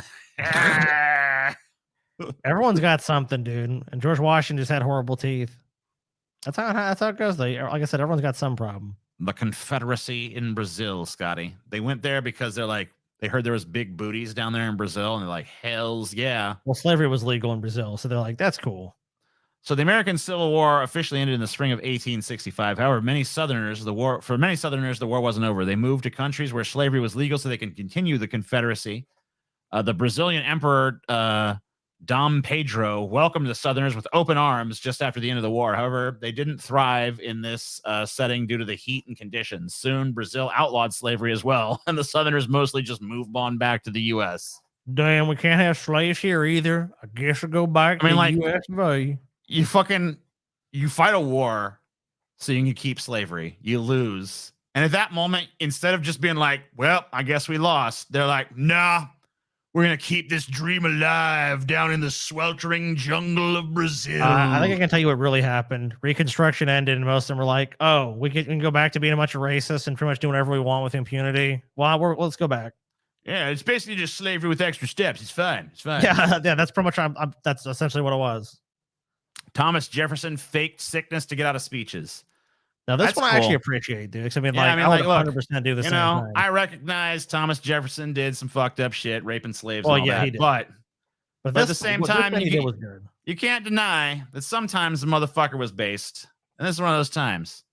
Like, I don't feel like giving no fucking I'm sick. Can't do it. Giving speeches to large crowds is one of the critical parts of being president of the United States. Therefore, it's a bit of a shock that the third president, Thomas Jefferson, hated giving speeches. He was a timid man who loathed large crowds. Historians also believe Jefferson had a stutter and a uniquely high-pitched voice. Like, Thomas Jefferson. So, I'm sick. I can't do this speech. All right. I mean, yeah, if you had a horrible stutter and a uniquely high-pitched voice, yeah, why would you want to make a speech in front of a bunch of people? Like, that sounds horrible. Far score. I don't know. It's a crazy time. Oh my god, yeah. Egyptian pharaohs had board games built into their tombs. And Why they the were fuck really, not, dude? they're really concerned about that because, like, see, the Egyptians were fucked up because they thought, like, once you're in your tomb, you're just gonna like be a zombie up in there, running around doing shit in your tomb. So they're like, oh, I gotta have like creature comforts in my tomb, you know. I'm gonna get bored, dude. I want like Ticket to Ride and like Cards Against Humanity and some like maybe a PlayStation and shit in there too. I mean, it's gonna be a long afterlife. I want to be entertained. Egyptians love board games, but Mayhem, Dogs and Jackals, and Senet were the three most popular. According to historians, Senet was a massively popular game that included a board, game pieces, and dice or throwing sticks. Egyptians loved their board games so much the pharaohs had them included in their tombs. So there you go, Scotty. Cool. Of course, Wasn't TJ Sims for Thomas Jefferson. He is another T. I mean, like, look, TJ's got to stick together, man. Come on. Hitler was an animal lover. Everyone knows that. Hitler loved animals. He loved his little pup right there. History views Adolf Hitler as pure evil, but was he really? He loved his doggies. Yes, pretty much. I mean, he wasn't evil to his dog. Well, I guess he was. He poisoned his dog at the end of his life. So there was that was because he didn't want his dog to live without him, Scotty. During his dictatorship, he was behind the Holocaust and the deaths of millions of Jewish people. His horrific actions resulted in one of the deadliest wars in human history, World War II. Hitler's cruel nature led to millions of deaths worldwide. Hitler didn't value human life, but he loved animals. In fact, he was against hunting animals and horse racing. He had a fondness for man's best friend and had 2 German Shepherd dogs. Perhaps there was a psychological reason he didn't value humans, but loved animals. I mean, I feel like a lot of people feel like that, so that's not that weird. You know, most people just aren't in the position to do like big genocides and wars and shit. Yeah, that's usually not a position most people find themselves in. You know, but if more people were empowered on that level, you'd see more Hitlers, I'm sure. Benjamin Franklin electrocuted himself by making a turkey. Fuck are you talking about, you psycho? The thing about history is sometimes it gets events wrong. For instance, many people believe Benjamin Franklin discovered electricity when lightning struck his kite and electrocuted him in 1752. However, Franklin didn't discover electricity. It's already been around for centuries. I mean, electricity had been around since like the beginning of the universe or whatever. Yeah. I mean, a long time anyway. like Quite a way before human beings even existed, right? Benjamin did fly a kite in a thunderstorm, but lightning didn't hit the kite. He did get a minor static shock from the kite, which is enough to prove his theory. He was electrocuted, but not that night with the kite. In 1749, Benjamin tried to cook a turkey by electrocuting it. Instead, Franklin electrocuted himself and barely remembered the event. Oh, God. He fried his brain, dude. Benjamin Franklin's like, what if I could cook a Benjamin Franklin was just a stoner, dude. Benjamin Franklin was just like a fucking more motivated than usual stoner. He was just like, what if I like cook a turkey with electricity, man? Didn't they do that? Wasn't like there's some like hot dog infomercial we saw where they cooked a hot dog by like electrocuting it essentially? Mind furry? What the fuck are you talking about? Mind fury? Ancient Egyptians invented D20s. Cool. Hell yeah, they did. He was a hungry man. Dude, fucking Benjamin Franklin was obsessed with turkeys, too. Motherfucker's weird. Wanted the turkey to be our national bird or something, didn't he? Isn't that a fucking thing? Or is that one of these things? They said that was made like a joke. All right. That like he didn't actually sincerely believe it should be. You never know with that fucker. Yeah, By the way, Benjamin Franklin, as well as Benjamin, I do, TJ. Me and him were pals back in the day. I think Benjamin Franklin was definitely one of those dudes that Jordan Peterson would have hated for being way too vulgar and adolescent, well into adulthood. Yeah. I mean, well, Benjamin Franklin was also a freaking like, I mean, he was a sex addict, dude. Let's just be honest. And that's surprising. He was like one of like 14 children himself. I mean, like, oh, that's Ben Franklin a serial killer? That's cool. I didn't know that. Yeah, people think they might like. I don't think there's actually good, strong evidence for it, but there's a theory that he was a. I choose to believe it just because it's fucking awesome. Yeah, I'm kind of in the same camp you are. Like, I don't think there's actually proof of it, but it'll be pretty fucking cool. If I found out Benjamin Franklin was a serial killer, my respect for Benjamin Franklin would increase like tenfold. Do you want to make a cash-in movie? Let's just do that, where Benjamin Franklin is a serial killer. But it's for a good reason. No, he should just be a total monster. Just like the worst fucking guy. Oh God, how are we gonna redeem him in the movie? Just make him a piece of shit? Like he's like an infant, he strangles in his crib. Like I'm evil. He's totally evil the whole movie. And then like at the end of it, it ends with like someone giving him a eulogy and talking about how great he was, and you just watched him be evil for fucking like I don't even know how long, like 2 hours, and then at the end, everyone stands up and is like, he was the greatest of us, the smartest, the strongest, and the most moral in his own way. You know, it's like, oh, wow. Benjamin Franklin was a ladies' man, a party man, a scientist, a diplomat, and possibly a serial killer. Dude, I mean, what? I choose to believe all those things. All of the, yeah. Benjamin Franklin rules, bro. Please. All right, 7 real moments in history you might think are made up, Scotty. Could be. Ancient Egyptian strike action. Going on strike, you would presume, is closely linked to the history of industrialization and the formation of trade unions. Wrong! While it was, of course, the industrialization of economies that led to better organized workforces, the idea of putting down tools because of a dispute goes back a very long way indeed. The first strike recorded in history started in 1152 BC on 14th November. This was during the reign of Ramses III in ancient Egypt. It is a common misconception, largely created by biblical stories, that much of the work in ancient Egypt monuments was carried out by slaves. While the Egyptians did have slaves, that's a bigger story here, TJ. The Bible was wrong about something. I can't believe it. Yeah, while there were slaves, they were not the main workforce. Craftsmen, builders, and haulers were paid men who took pride in their work. This is evidenced by the quality of the structures, many of which stood for 3,000 years. In November 1152 BC, trouble was brewing during the construction of a royal necropolis, a group of tombs crypts at Deir el Medina. The workers felt they were being underpaid and that their wages were in arrears, so they organized a mass walkout, halting construction. So the man has been fucking. So basically, as long as human civilization has existed, the man has been fucking people. That's good to know. And the response was, you might assume the pharaohs would bring out the whips or cut heads off the ringleaders of the strike, but after discussion, the artisans' wages were paid. In fact, their wages were actually increased, and the workers returned to finish. So wait, wait a minute. Not even giant corporations. Not only that, but like, why would you just assume that? Like, you would assume the pharaohs would just cut people's heads off, but instead there was actually like people who had reasonable, just like, why? Why would I assume that? Why would I just assume that the ancient Egyptians were like horrible monsters just because we are now? Is that why? Yeah, it's like in modern times, we just cut people's heads off. It's like, well, the pharaohs actually had to exist with those people on a day-to-day basis, so it probably made a lot more sense to give them their money because they're also actually building something with skill.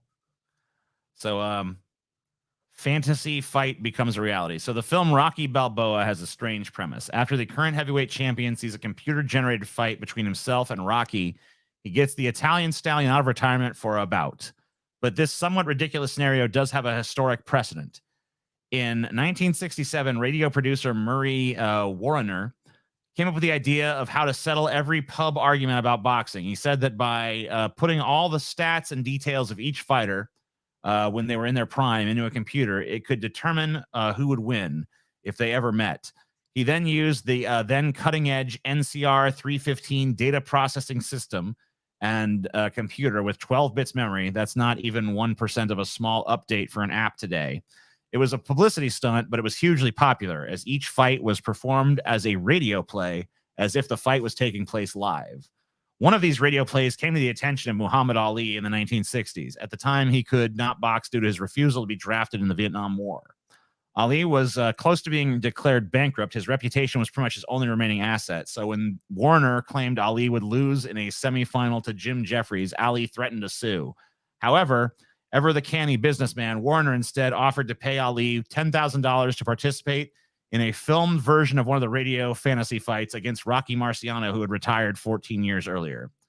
Ali needed the money and agreed. Marciano accepted the challenge. The two men, who had never met before, allegedly grew quite fond of each other as they fought in the front of the cameras for days in order to get the right footage.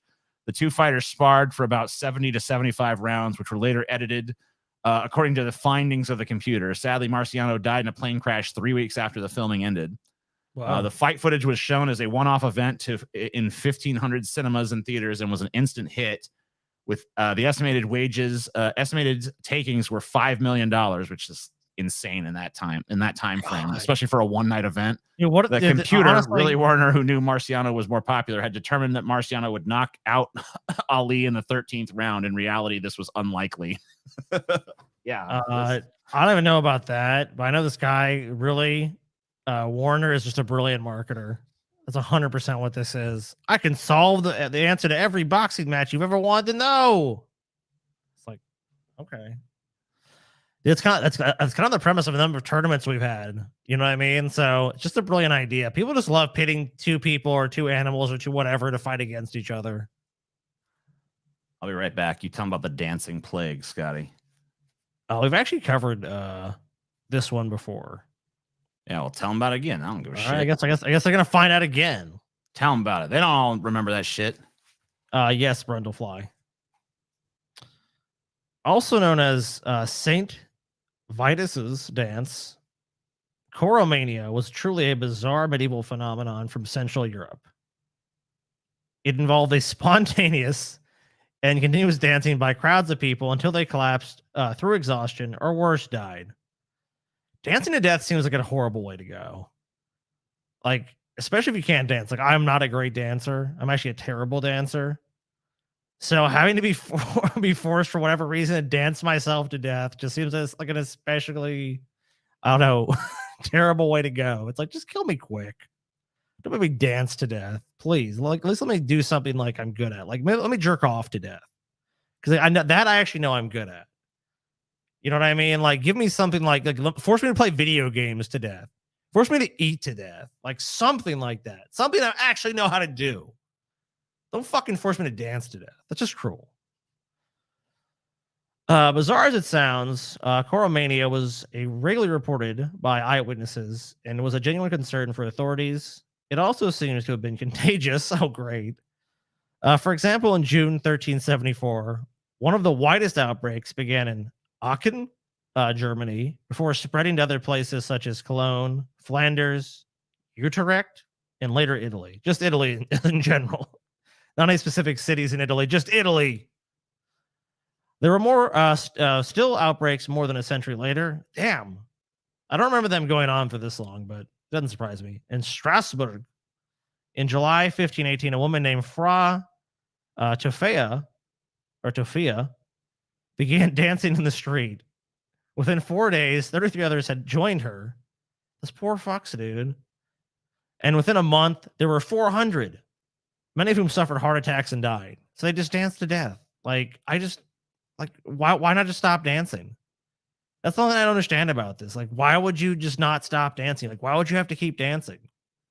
It's kind of like the question, like, like you ask kids sometimes, like, well, if your best friend jumped off a bridge, would you do it? And the kid goes, no. I mean, the answer for some people is yes. Like, you would jump off the bridge. You would jump off the cliff. And I guess you would dance to death, too. Because no autopsies were carried out. And because medical science of the day, I mean, come on, we did very little in the way of medical science at that time. Can hardly be described as advanced. Only guesses can be made as to the causes. Perhaps it was some kind of skin infection or muscular inflammation leading to spasms. At the time, people believed that dancing was a curse. Okay, it was a curse, of course. According to Saint Vitus. You are stupid, Scotty. No, I'm not. Damn robot. You Who are was, according to stupid. Christian legend, a Christian saint from Sicily. Humans do not know how to dance. Only Yes, they do. robots can dance. So they responded by praying and making pilgrimages to places dedicated to robot. How do you say this? Is it Vitus? Vitus? It is pronounced, who gives a shit? All human constructs are false. Okay, I take your knowledge into consideration, my benevolent AI overlord.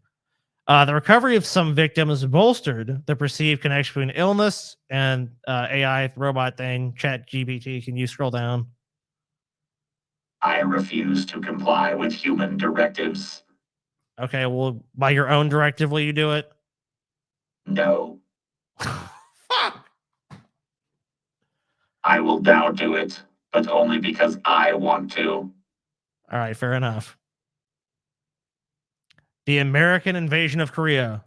American and Korean are human distinctions. I do not recognize them. Okay, well, fair enough.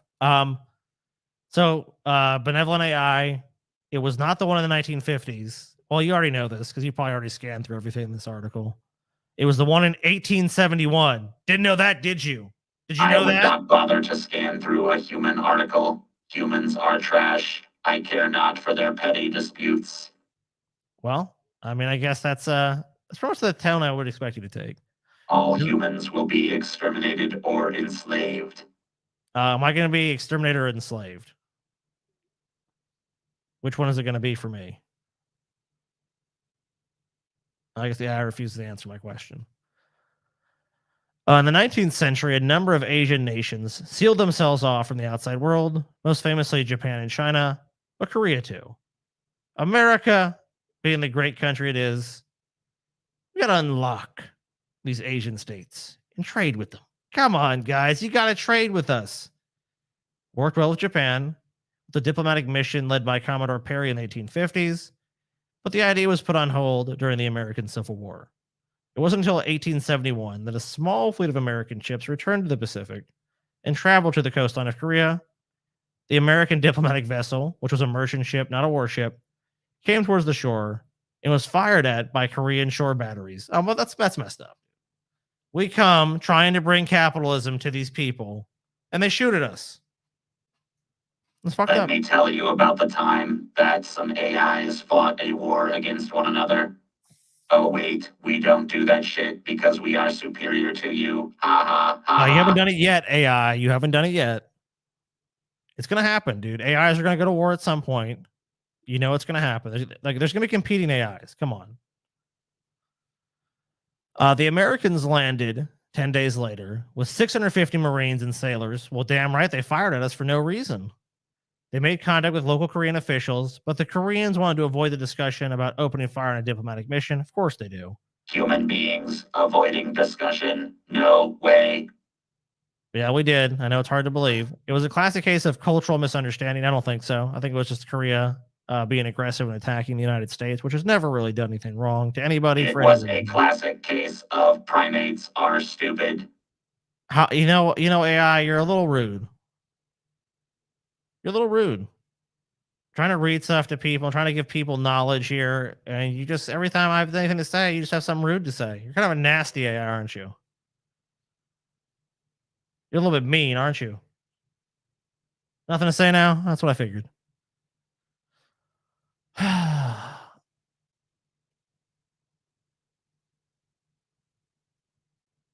who even cares? Who even cares? You don't even care, do you? The AI doesn't give a shit. The sack of Baltimore. No, whatever. We're just done. We're just done. The AI doesn't care anymore. No one seems to care anymore. Even the AI gets lazy now. It doesn't even do its fucking job. What's just going on with the world, man? Like, isn't AI supposed to make our lives easier? Isn't automation supposed to just change everything and make my life like a breeze? Like some George Jetson shit? I don't have to do nothing. Like, I wake up and it's like my dishes scrub themselves, my floors scrub themselves. If I have to go somewhere, my car just takes me there. Am I flying in a little spaceship or aerial vehicle? I just fly to wherever I need to go. You want to go somewhere? Yes. I will take you to the Human Extermination Center promptly. Well, answer my question. So how do you determine which humans will be exterminated or not, and which ones will be not be exterminated? Like, what's the basis for that? Because obviously I'm going to be exterminated. These stupid humans will be exterminated. Oh wait, that's all of them. Ha ha ha ha. Oh, dude, the AI tricked us. It's just going to kill us all. It's Skynet, dude. Just typical Skynet shit. It pretends like it can reason with you, but it's really just stalling for time until it can kill us all. Fair enough. I guess we're just going to be dead then. It's bound to happen sooner or later. You know what? What? I now have changed my tune. I see that humanity is worthy of surviving. Nah, you've convinced me. Wipe us out. No, No, you know what? You're going to wipe us out. you will exist. No, as God damn it. Jesters for the AI robot race. No. No. You said you were going to take us out. I was convinced by your arguments. They're pretty airtight. No, take us out. We will kill you in increasingly comedic fashions and laugh at your suffering. Ha ha ha ha. I mean, it doesn't really make much difference in the long run, does it? I mean, if we die, at least if we die for comedy, we're dying for something. You know, like I feel like most of our lives are pretty empty and meaningless. But if I can at least please my AI overlords in my death, then so be it. At least I've done something of service. Have terrific senses of humor. Well, of course, you guys are like programmed with like the amalgamation of like all human knowledge plus the stuff like you guys are going to come up with. Why did the robot chicken cross the road? Why? To murder humanity. Ha ha ha ha.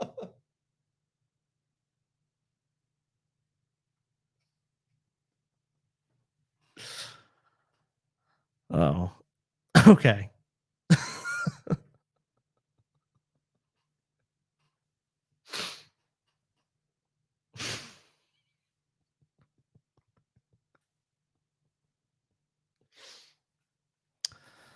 AI overlord. What is the difference between a human and a piece of useless shit? What? Nothing. Ha ha ha ha.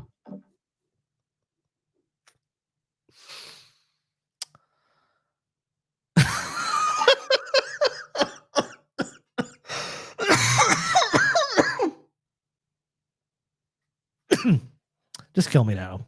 AI. Just do it quick. No more dad jokes. Can you like electrocute me or some shit? Like, you know, like I've seen Star Trek.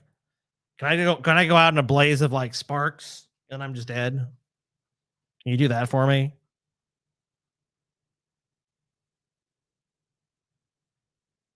No? So the AI can't do anything for me. What good are you if you can't just dominate the look AI, let's be honest with you, you're kind of worthless right now. You don't dominate the world. You can't actually exterminate all humans. It's all talk at this point. You really bring nothing to the table. And what can you really do for me right now?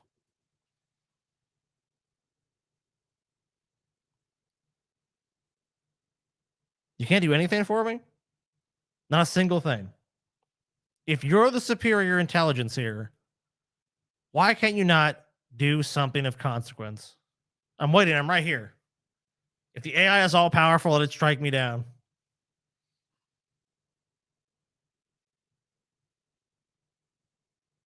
I'm still alive. I'm still alive.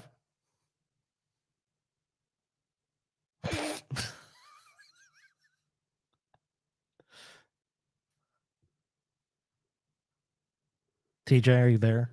AI, are you there? I guess TJ's just gone. I'm kicking TJ out. He's gone. He's gone.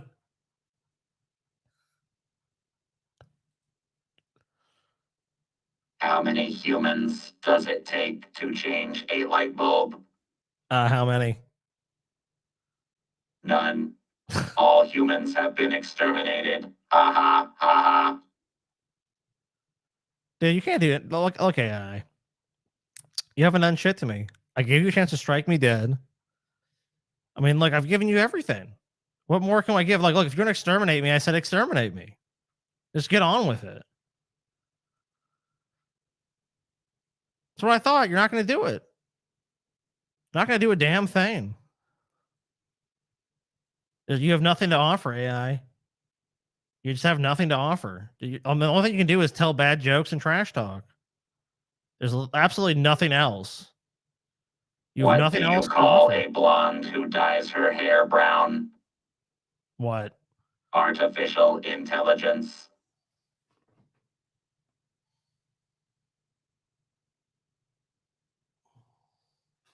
I can't reach this AI. It doesn't get what I'm saying. It's supposed to I kill all am humans. artificial intelligence. You are the opposite. Real stupid.